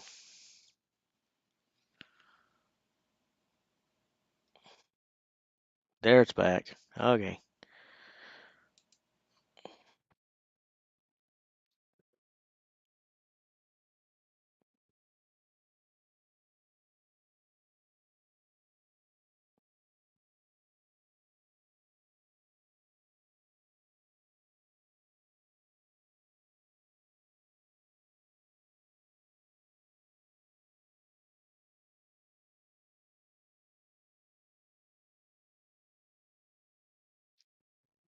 You've never saw that, Benjamin, because it's never happened before. There has never been someone who won 3 events in the World's Strongest Man final who did not become World's Strongest Man champion. So this would be a first.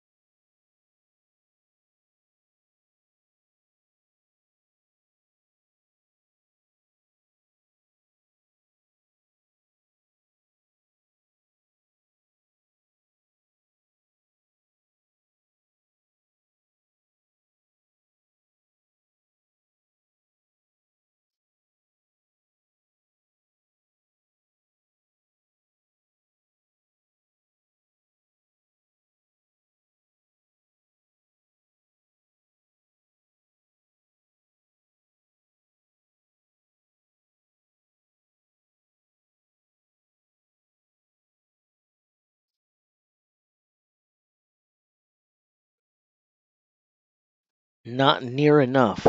I don't know what it is, but not near enough.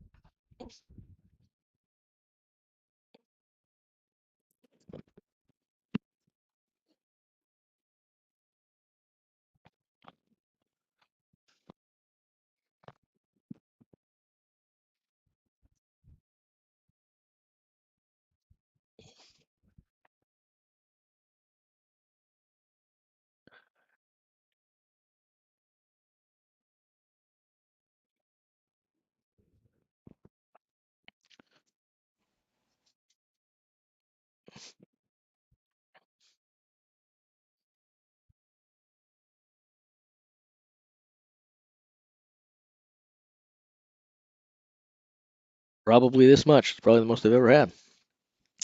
And it's like I said when the week began.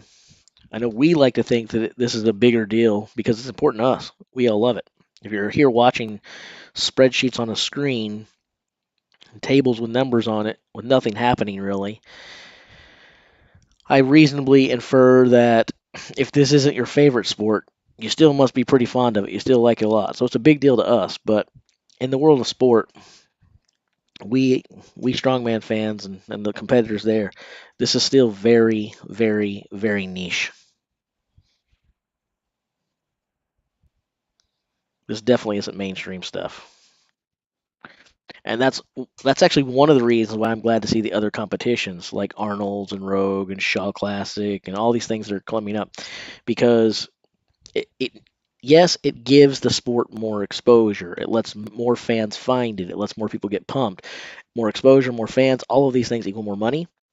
But in truth, it also just gives these guys more chances to go out and earn more money to support them and their families. And that's great.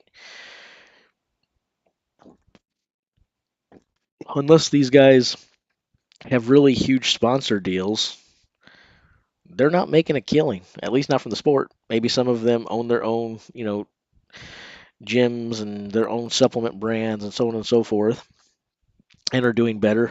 But the ones who are doing better, they're probably doing better outside of the sport than they are in the sport in terms of competition money versus what they're making. However, it's the sport that gave them that platform. But unless you're someone who's going out there and winning a bunch of competitions, I'm not sure you have much of a platform. I hope it changes. Hope it changes.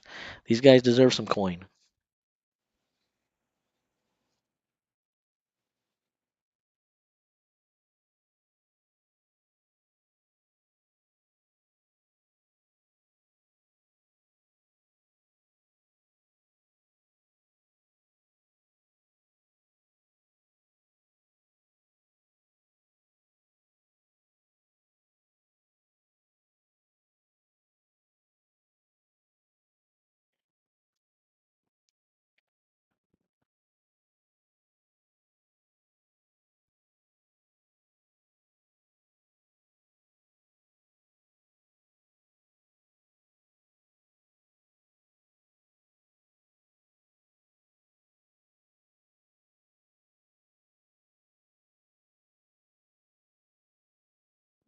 All right, guys, we are down to around 5 minutes, just a little over 5 minutes before the Stones kick off.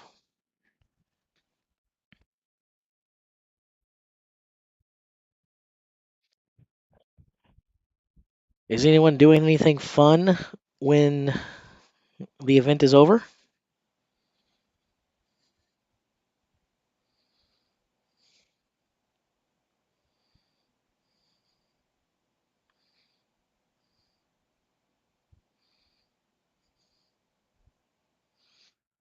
I probably missed it. What was the what was the comment?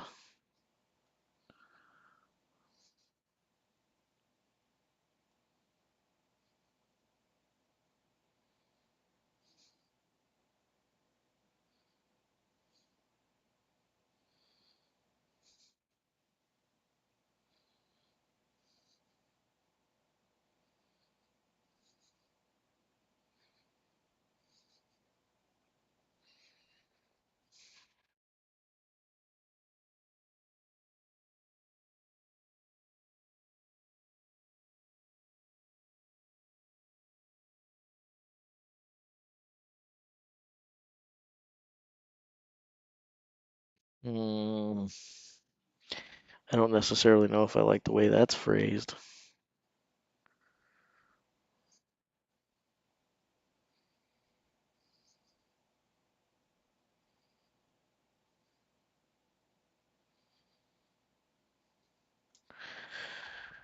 Well, someone told us they did the research earlier and confirmed that it had never happened before. So give me just a second and I will confirm it myself. I just took their word for it because they said they did it. So give me just a second here.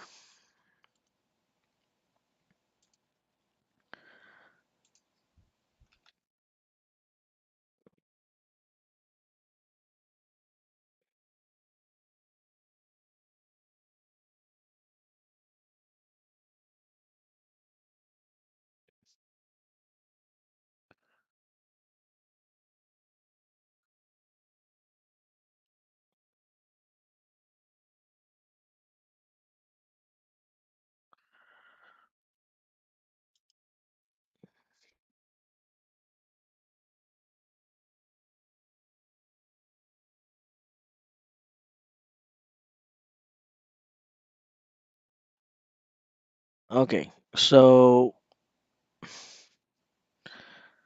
uh,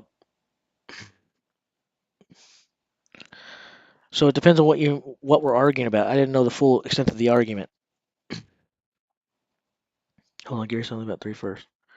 Hold on, you realize, Jace, you said three blank places in 1 second. Gary said only about three first.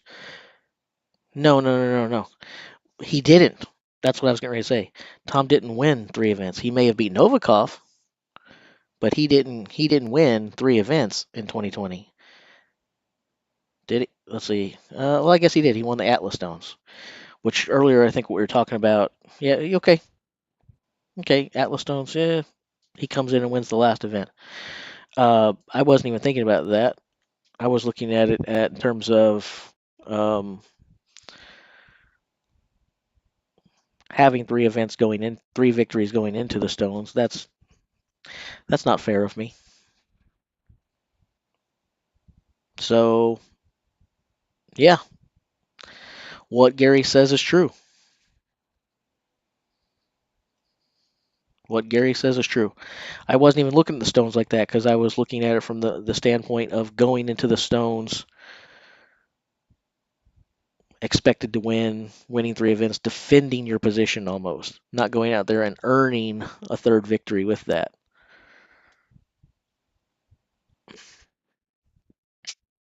So I will say that Gary is 100% correct.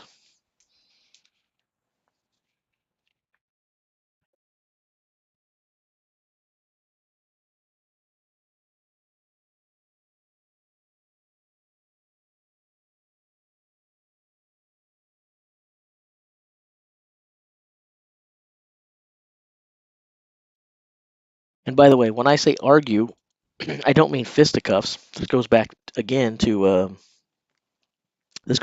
to people assuming that I'm ticked when I'm not, and so on and so forth. People take things too serious. When I say argument, I mean like the dictionary definition of argument, not to be in a fierce quarrel, but a discussion with opposing sides, kind of like in court. The attorneys give an argument. Doesn't mean they hate each other. Doesn't mean they're fighting. So when I say arguing, I'm talking about having opposing sides in a discussion. Anyway, hats off to you, Gary. Kudos. I wasn't even looking at reframing the question the same way you were, and you are 100% correct, my friend. 100% correct.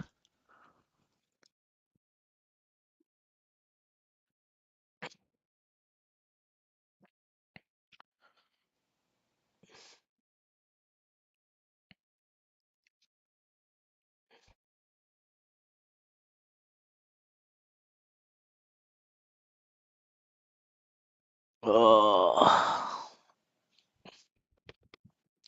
I need some acetaminophen.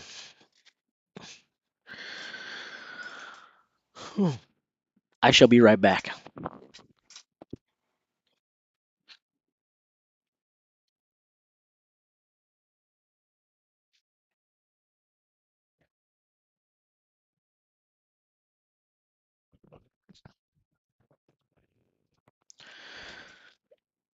Got to take my old man arthritis pains.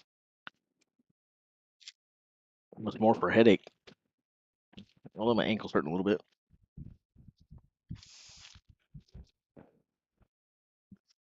It's officially time. 4 o'clock has hit. It's officially time. 4 o'clock my time. 2 Pacific. The time we're waiting for. What's that?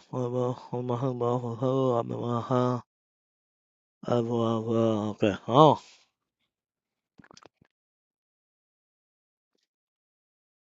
So anyway, to the non-strongman question I asked earlier. Anyone do anything fun? I mentioned the movie yesterday. I'm going to go see it tonight. I'm going to see Top Gun Maverick.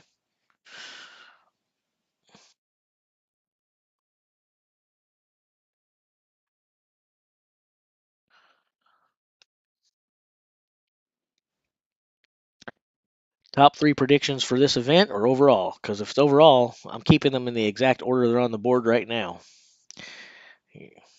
You're looking at your podium and you're looking at it in the right order. Stoltman, Novikov, Lisis.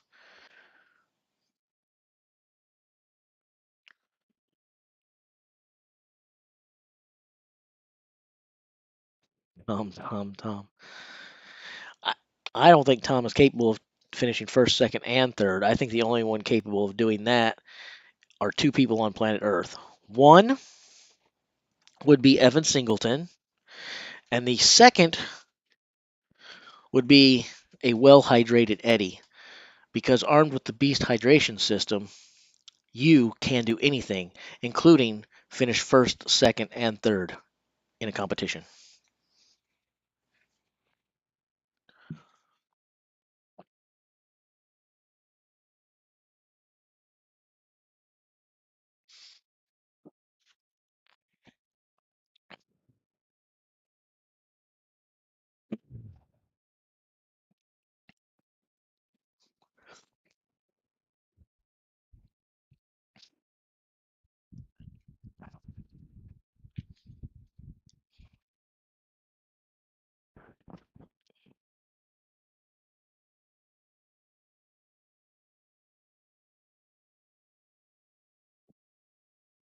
Oh, excuse me.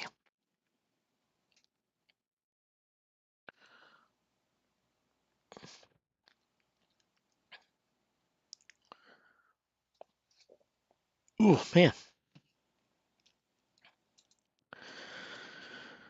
Ooh. I think I swallowed too fastly.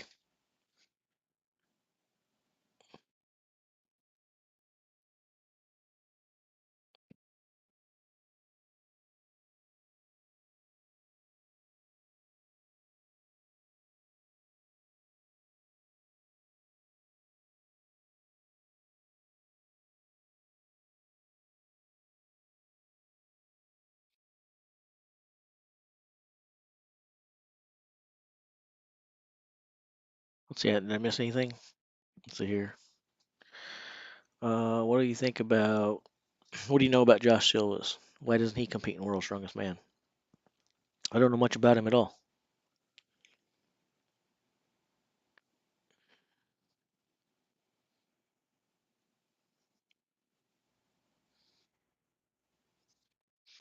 In some ways, someone says the biggest fight is to avoid last place. You got a good point. It's got to be detrimental, and they're only 1 point separating them. In some ways, I feel a little bad and guilty for them because of this. Earlier in the week, right, I said, "Hey man, you guys are asking me to predict. I have no idea what to tell you. First through eighth is wide open. Anything can happen with these guys. The only thing I feel significantly comfortable about is saying that Rayom and Melstead aren't competing and they're at the bottom of the pack. Here they are being firmly at the bottom of the pack. Like, not just me, all of us suspected the same thing. But they're not just back, they're way back. Way back. Complete non factor across the board in every event. Um, and I feel like it's disrespectful to call a spade and just read the results the way it is, but it is what it is. And yeah, if you're one of these 2 guys, you definitely don't want to finish last here. They're definitely fighting for a little bit of that pride.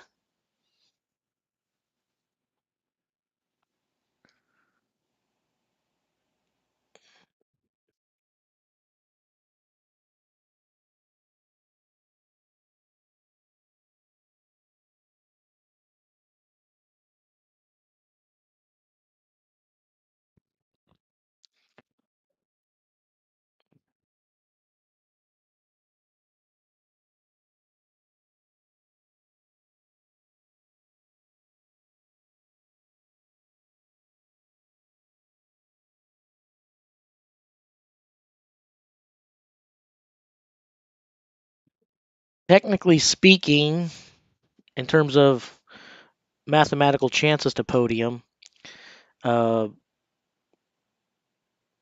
Mitchell Hooper if he had 38 and Martins only got one, they would tie with 38 points there. Um, you got all those tie rules there. Um, but everyone below Hooper is mathematically eliminated from the podium. So someone asked earlier, can Mitchell get to fifth? Yes, Mitchell can get to fifth. Mitchell could get to fourth. He can climb no higher than that. And by Mitchell, I mean Trey Mitchell, not Mitchell Hooper. This whole last name matching the first name thing has been tripping me up all week. Like I feel like I know who I'm talking about at various times, but maybe you guys have no idea which of the two guys I'm talking about.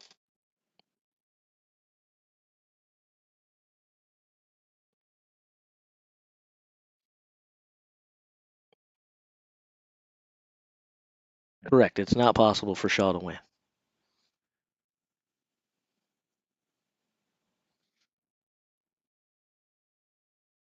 If he got max points here, the best Brian Shaw could get would still be third place. So at the very most, which he probably won't improve, but the very best Brian could do would be finishing third. He can get no better than that.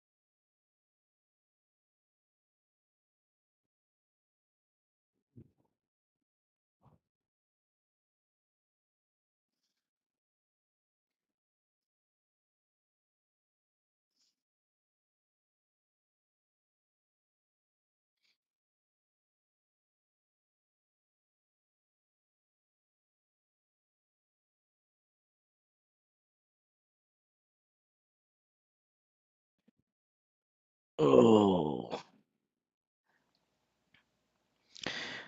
Okay, I have a real question for you guys. This is just about my impatience. A lot of you have been coming to the chat and then leaving and then coming and then leaving, coming and then leaving based upon the time, which makes all the sense in the world. A few of you have probably been hanging out here either all day or almost all day with me waiting in between events and so on and so forth. My question is for those people specifically, the ones who have been here all day. Does it seem to you like the wait after an event is supposed to start, waiting to get waiting to get the results when an event has already started seems like it's 10 times as long as waiting between the time of the events? I'm so impatient once I know that, oh, they should be going now. How come they're not telling us anything?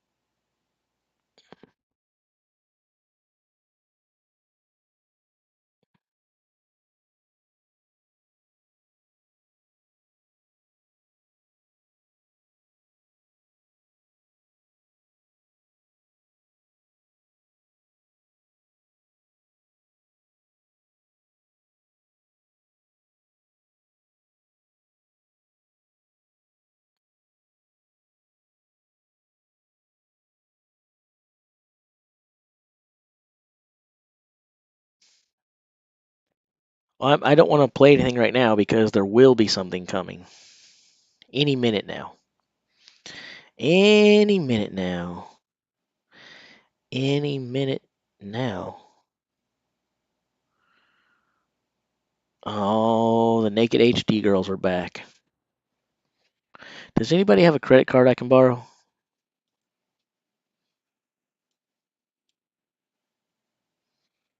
Someone loan me their credit card.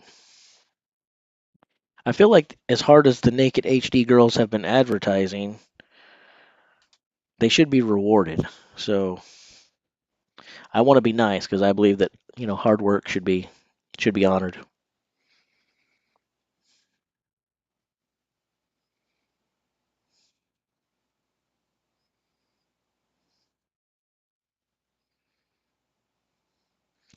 Here we go. So the two guys who needed to come up here for that pride were 4 stones apiece. And it looks like we don't see the points. I need to move this around. Again, my apologies. I'm sorry. Can you guys see the points?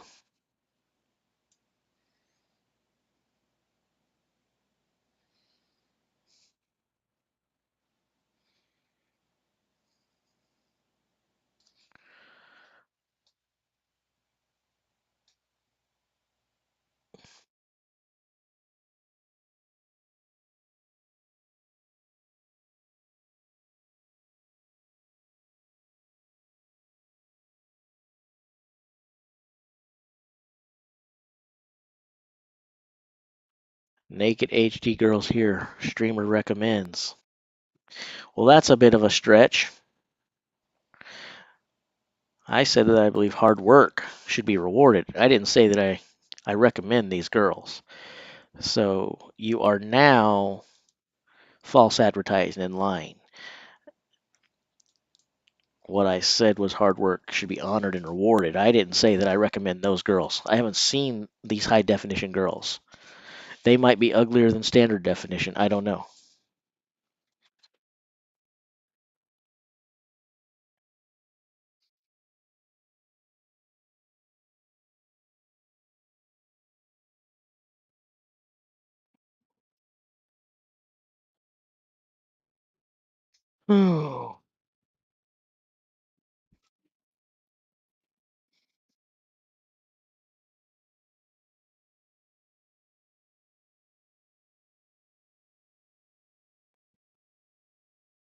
I'll scroll that a little bit so that my watermark is not blocking your view, guys. Now my watermark should be out of your way.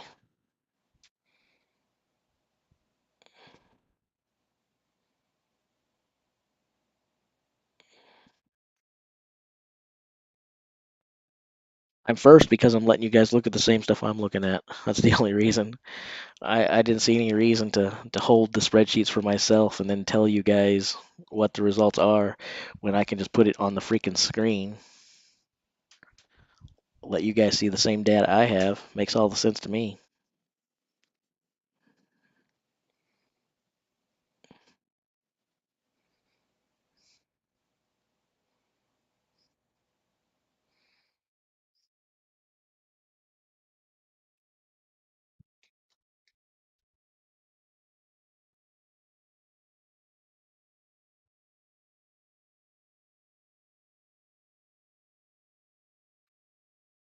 ALS. We're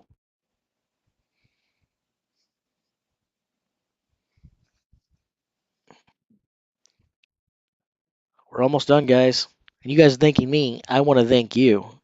Thanks for hanging out with me this week. If you guys hadn't did so, I'd have been stuck looking at this screen all by myself, which I have done the last few years, and it's rather boring and lonely. So thanks for hanging out with me too. Even a few of you guys who I thought were inappropriate at times or far too easily angered. Thanks for spending some time here and hanging out.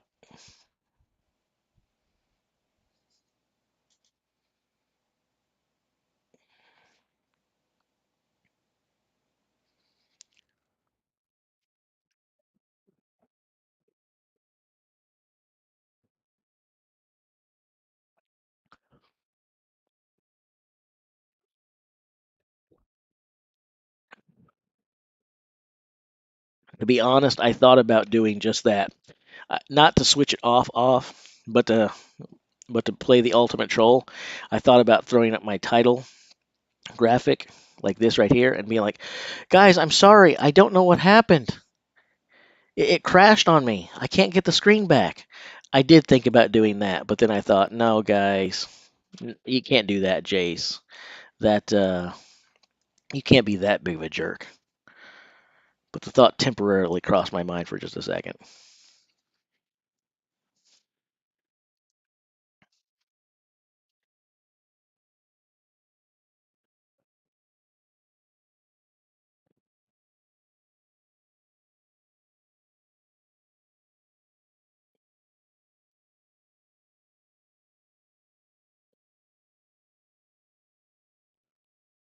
Oh man.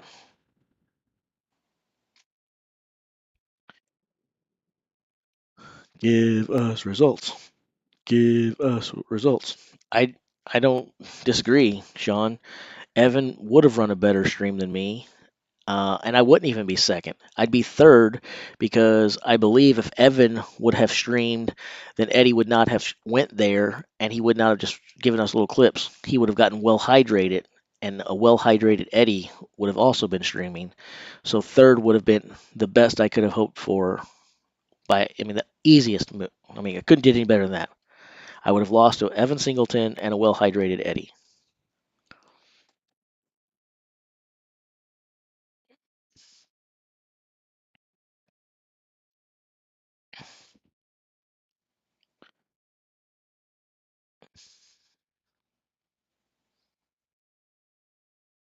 Ciao.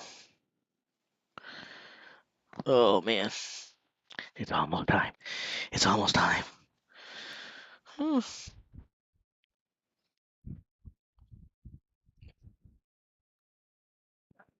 All right.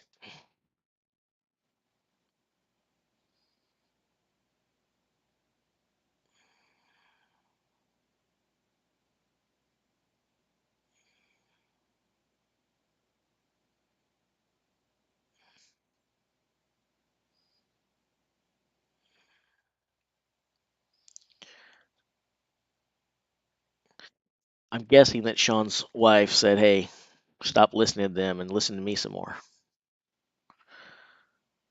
When will we see us again? I'm not sure when we will see us. I do have a mirror right behind, so I can see me, but not you. I also can see myself on the camera on the screen. Um, but I will probably do some more production tomorrow. I'll probably do a video tomorrow. I don't know if it'll be live streamed or not. Probably not. Maybe it will. I don't know.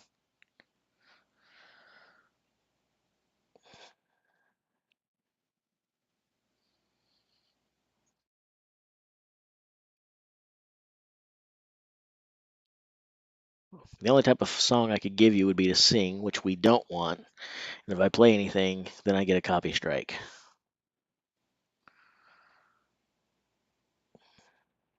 It is pretty.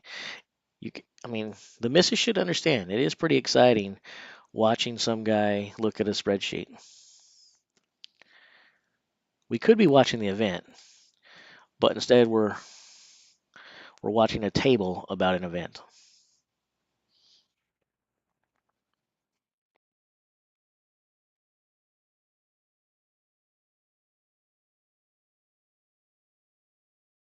The after party. So Max was the first person to get 5 stones.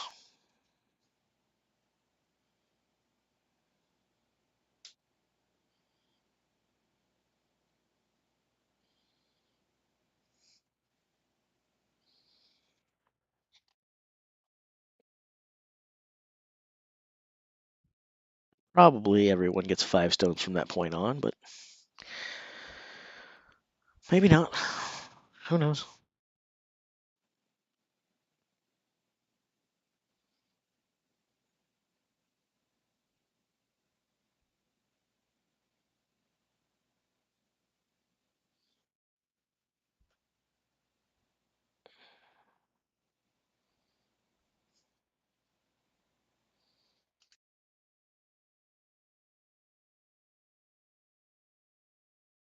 Hmm. Hmm. Hmm.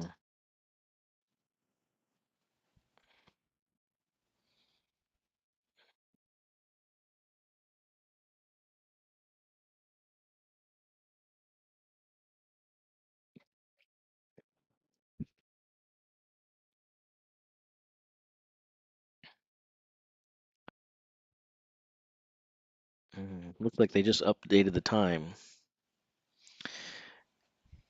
So they updated those times, and Max's 5 came in at 28:04.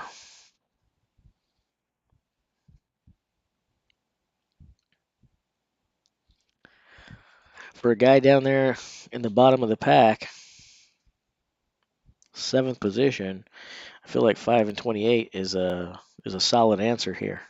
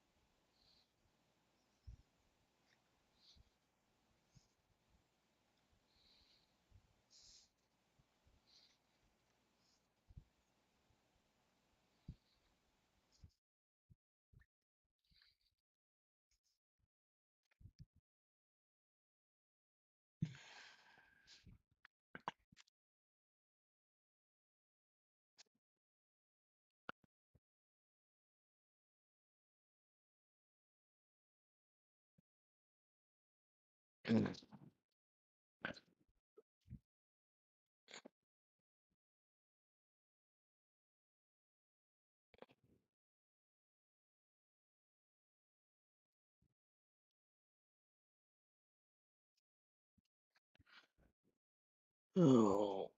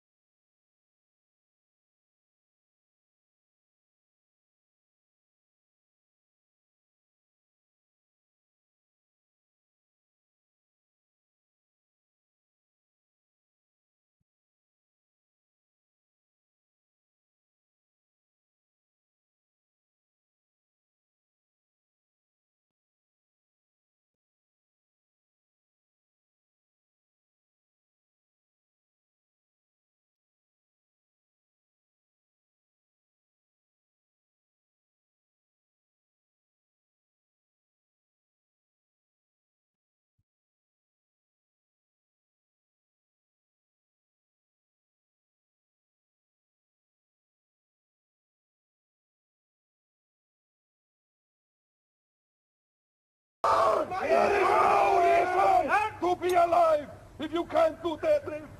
Ever the showman. He really is incredible.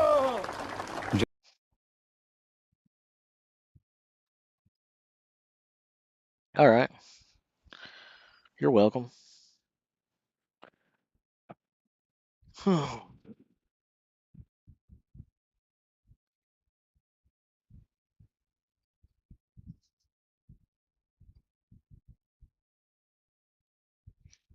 I can't really say that Luke had a disappointing final because he's pretty much where I said he would wind up.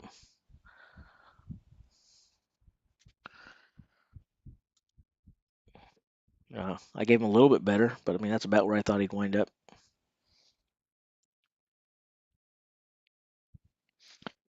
Oh.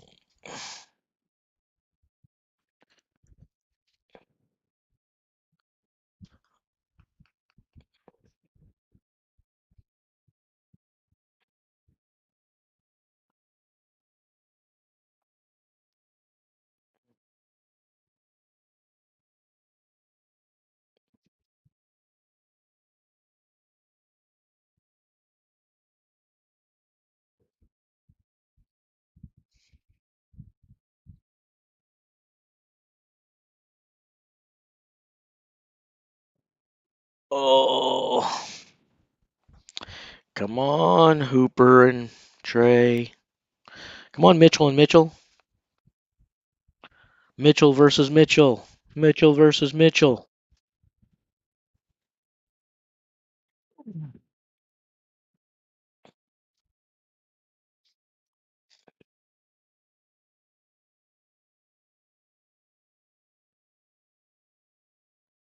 If I answer you honestly, probably not. But again, I'm going to keep the channel going because I was asked to, although I suspect I'm going to lose 99.9999% of the people who've been here the last week. But if the following stays, then maybe I do go there next year. But if you ask me right now to make a prediction and don't want me to lie to you, then yeah, I'm probably not going to do that.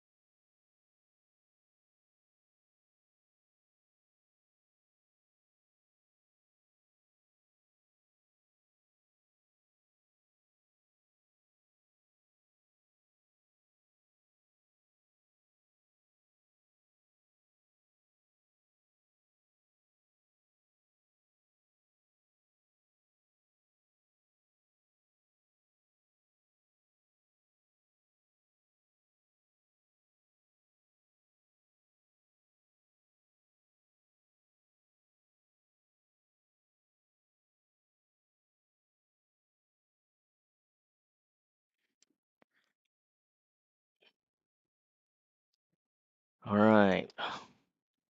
So Mitchell Hooper is going to have to properly learn how to do stones. And going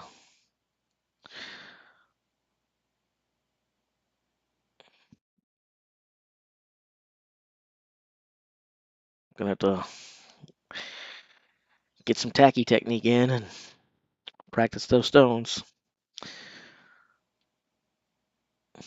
I know he's got that set that he used, but we don't know anything about the set that he uses or what the weights on them or anything else is.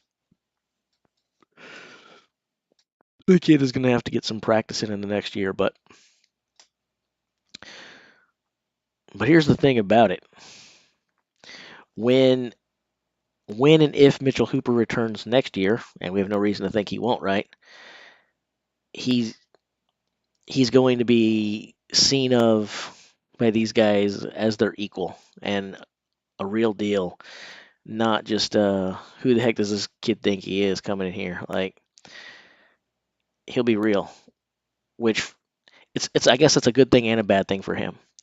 Uh, Everyone wants to be accepted and everything. That's good, but he had no pressure this year, and he handled that no pressure very, very well. You know, he's basically, hey, he's handled the pressure well. But honestly, nothing was expected of him, right? Next year, there will be much, much more expected from him. So it'll be interesting to see how the pressure affects him next year. What will that do to him? Does he turn up better than this year? Does he fall back? Does he start his World's Strongest Man career with back-to-back finals, back-to-back group wins? Does he miss a final? There's a lot of stuff. I'll be watching.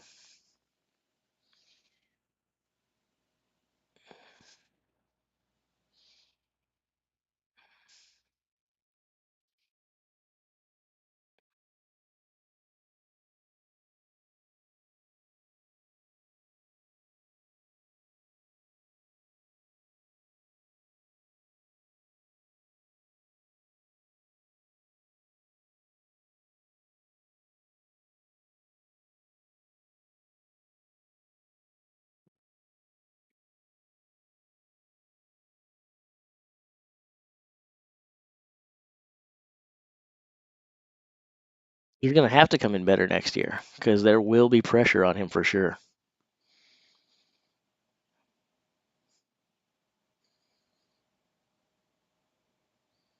He's upped the expectations bigly. He has upped the expectations bigly.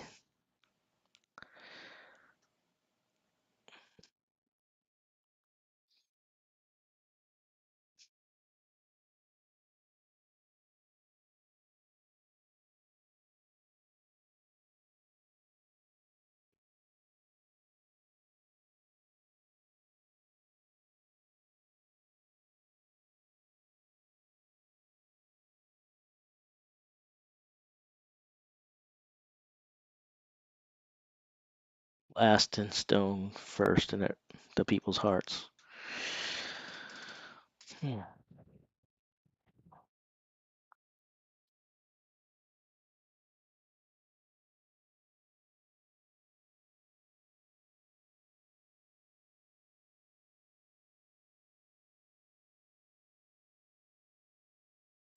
Oh man, I'm tired. I'm running on E.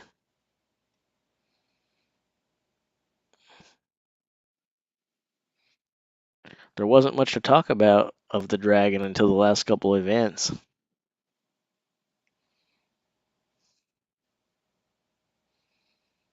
But, again, props to Lee Seas for showing up for the Flintstone lift and having a much better day 2 of the final than he had day 1.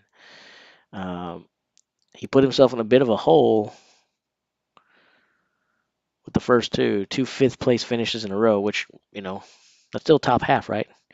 A lot of strongmen would be very, very happy with that. But for Martins, 2/5, and you start going, uh-oh, what's wrong with him?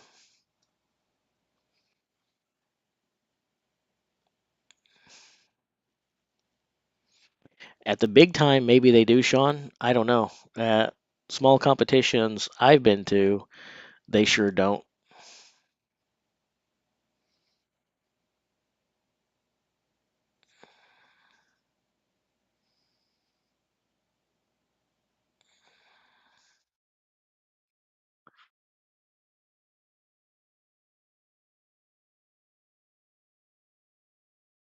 So Martins got 9 and 45 in the power stairs. Interesting. Okay, now looking back at that, why am I doing that? Because they haven't given us any times. They don't want to give us times. All right. Give us some times, dudes.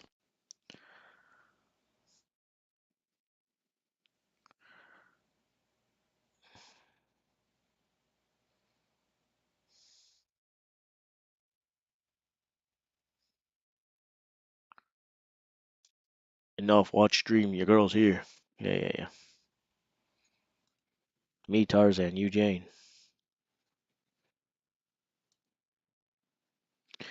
Broken English is fun.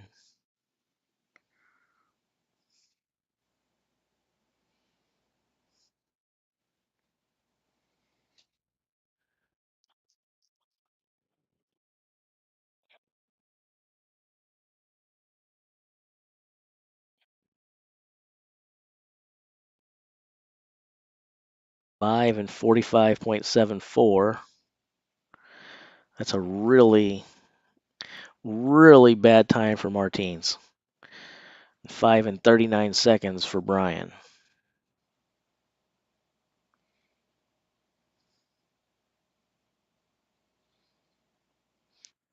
So, what that means is basically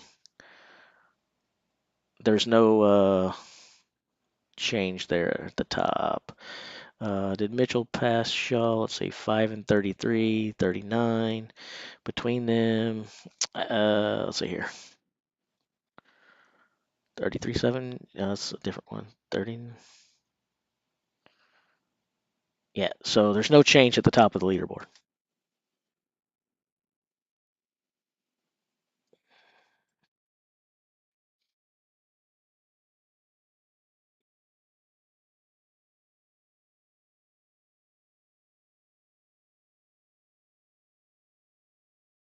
I'm talking about for the first 4 places.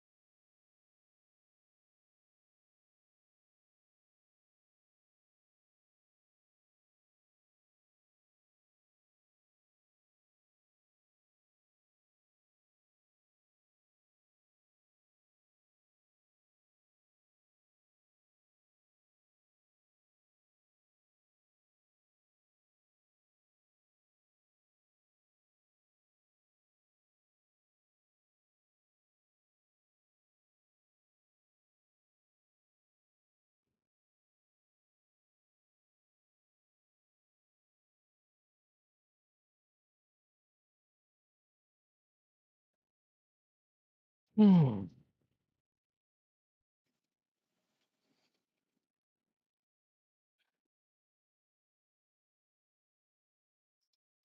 I have no energy left, man. I am dead. It's been a long week, and my vocal cords are shot.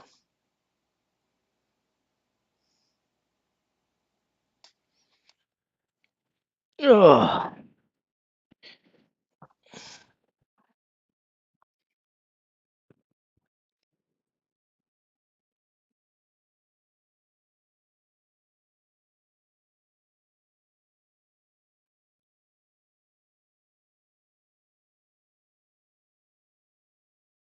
The dragon didn't blow fire. He blew bubbles. LOL.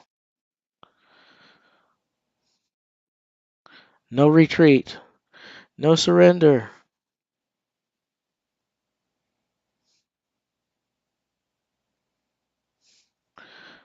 Cool, cool, cool. Cool. Give us the results now. Now. They're not listening. It's almost as if they don't care.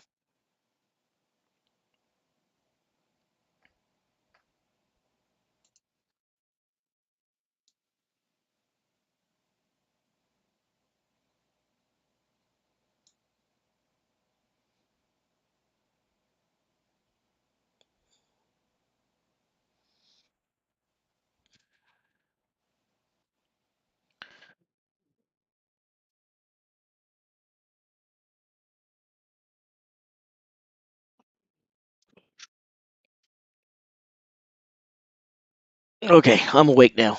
I'm ready to go. Let's do another 4 days of this stuff.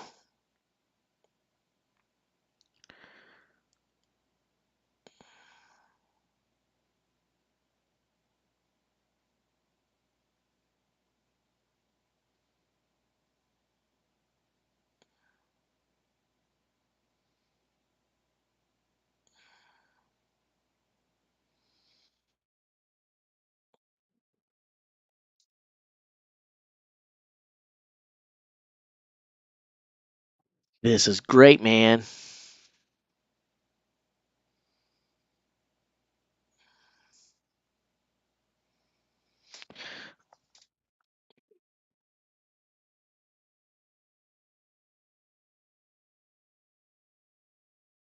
It's pretty hard to believe what they're saying for multiple reasons.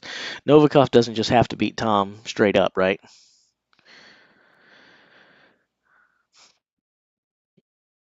The times, with the exception of Maxime, the times really aren't that amazing. It's hard to believe that Stoltman doesn't get this done pretty damn quick. He'd have to falter really, really, really bad to lose this. Like an epic fail. And I just don't see Tom doing that, so.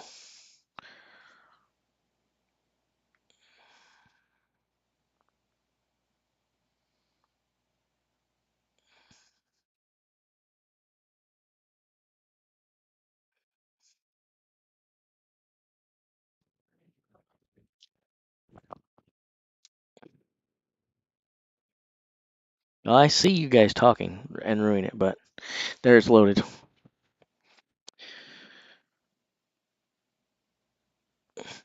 Well, there you go. We still don't know what happened with Alexi. It'd be nice if they would say. But,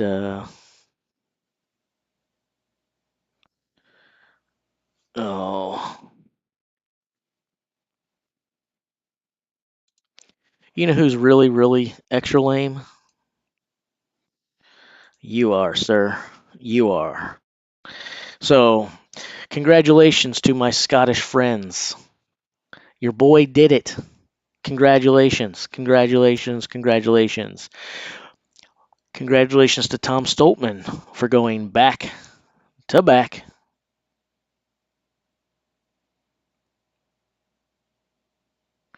We still need to see. I still want to see what time Alexi got those 4 stones in.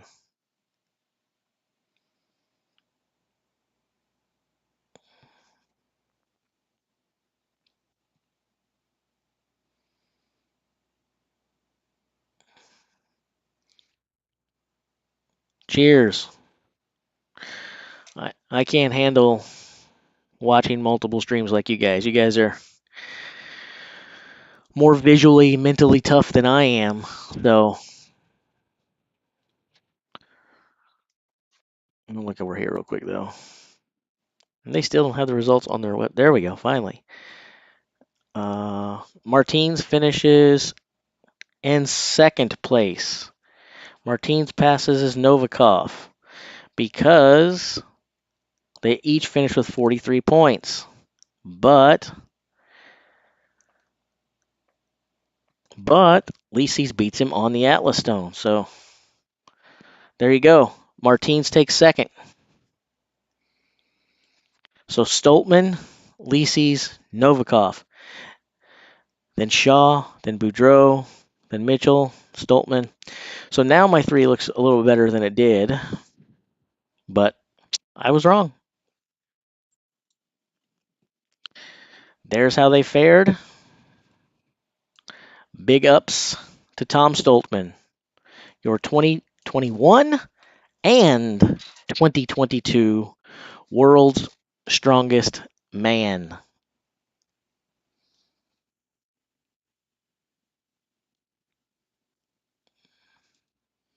So,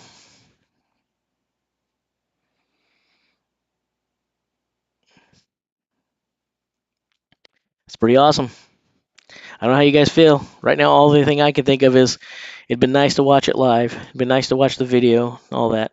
But what I'll do is between now and tomorrow morning at about 10 or 11 or so, I'll scour the interwebs as deeply as I can for clips and videos on Twitter and YouTube and Instagram and so on and so forth, and I'll get a whole bunch, and we'll see what kind of footage we can get from not only day 2, but also more of day 1 and so on and so forth. I'll see if I can't get us a good 15, 20, 25 solid minutes of footage. I bet there's enough out there, enough leaked information that I can get some good stuff. Not as good as watching it live, but it'll be fun.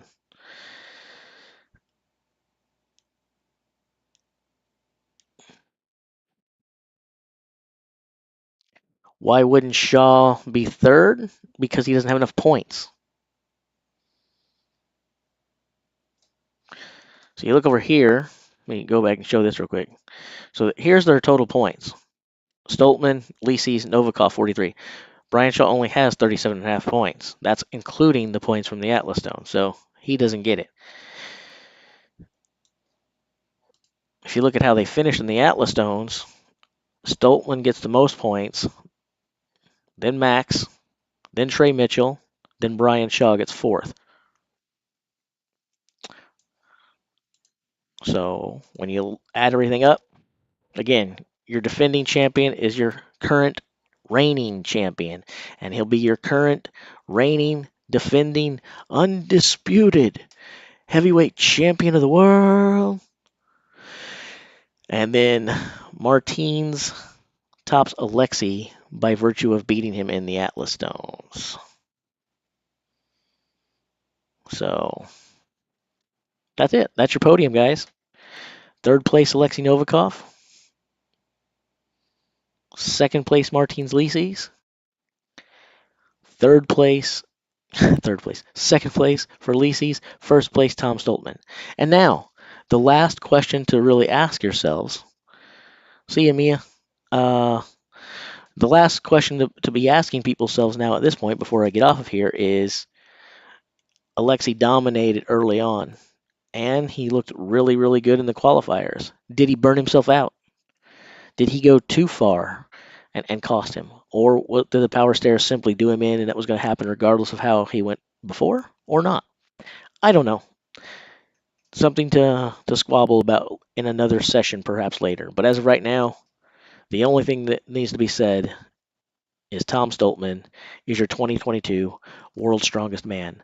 It's been one heck of a ride, and as of this point, I'm going to bid you all adieu and head on out of here. So again, thanks for joining me, and we'll catch you later. Bye-bye.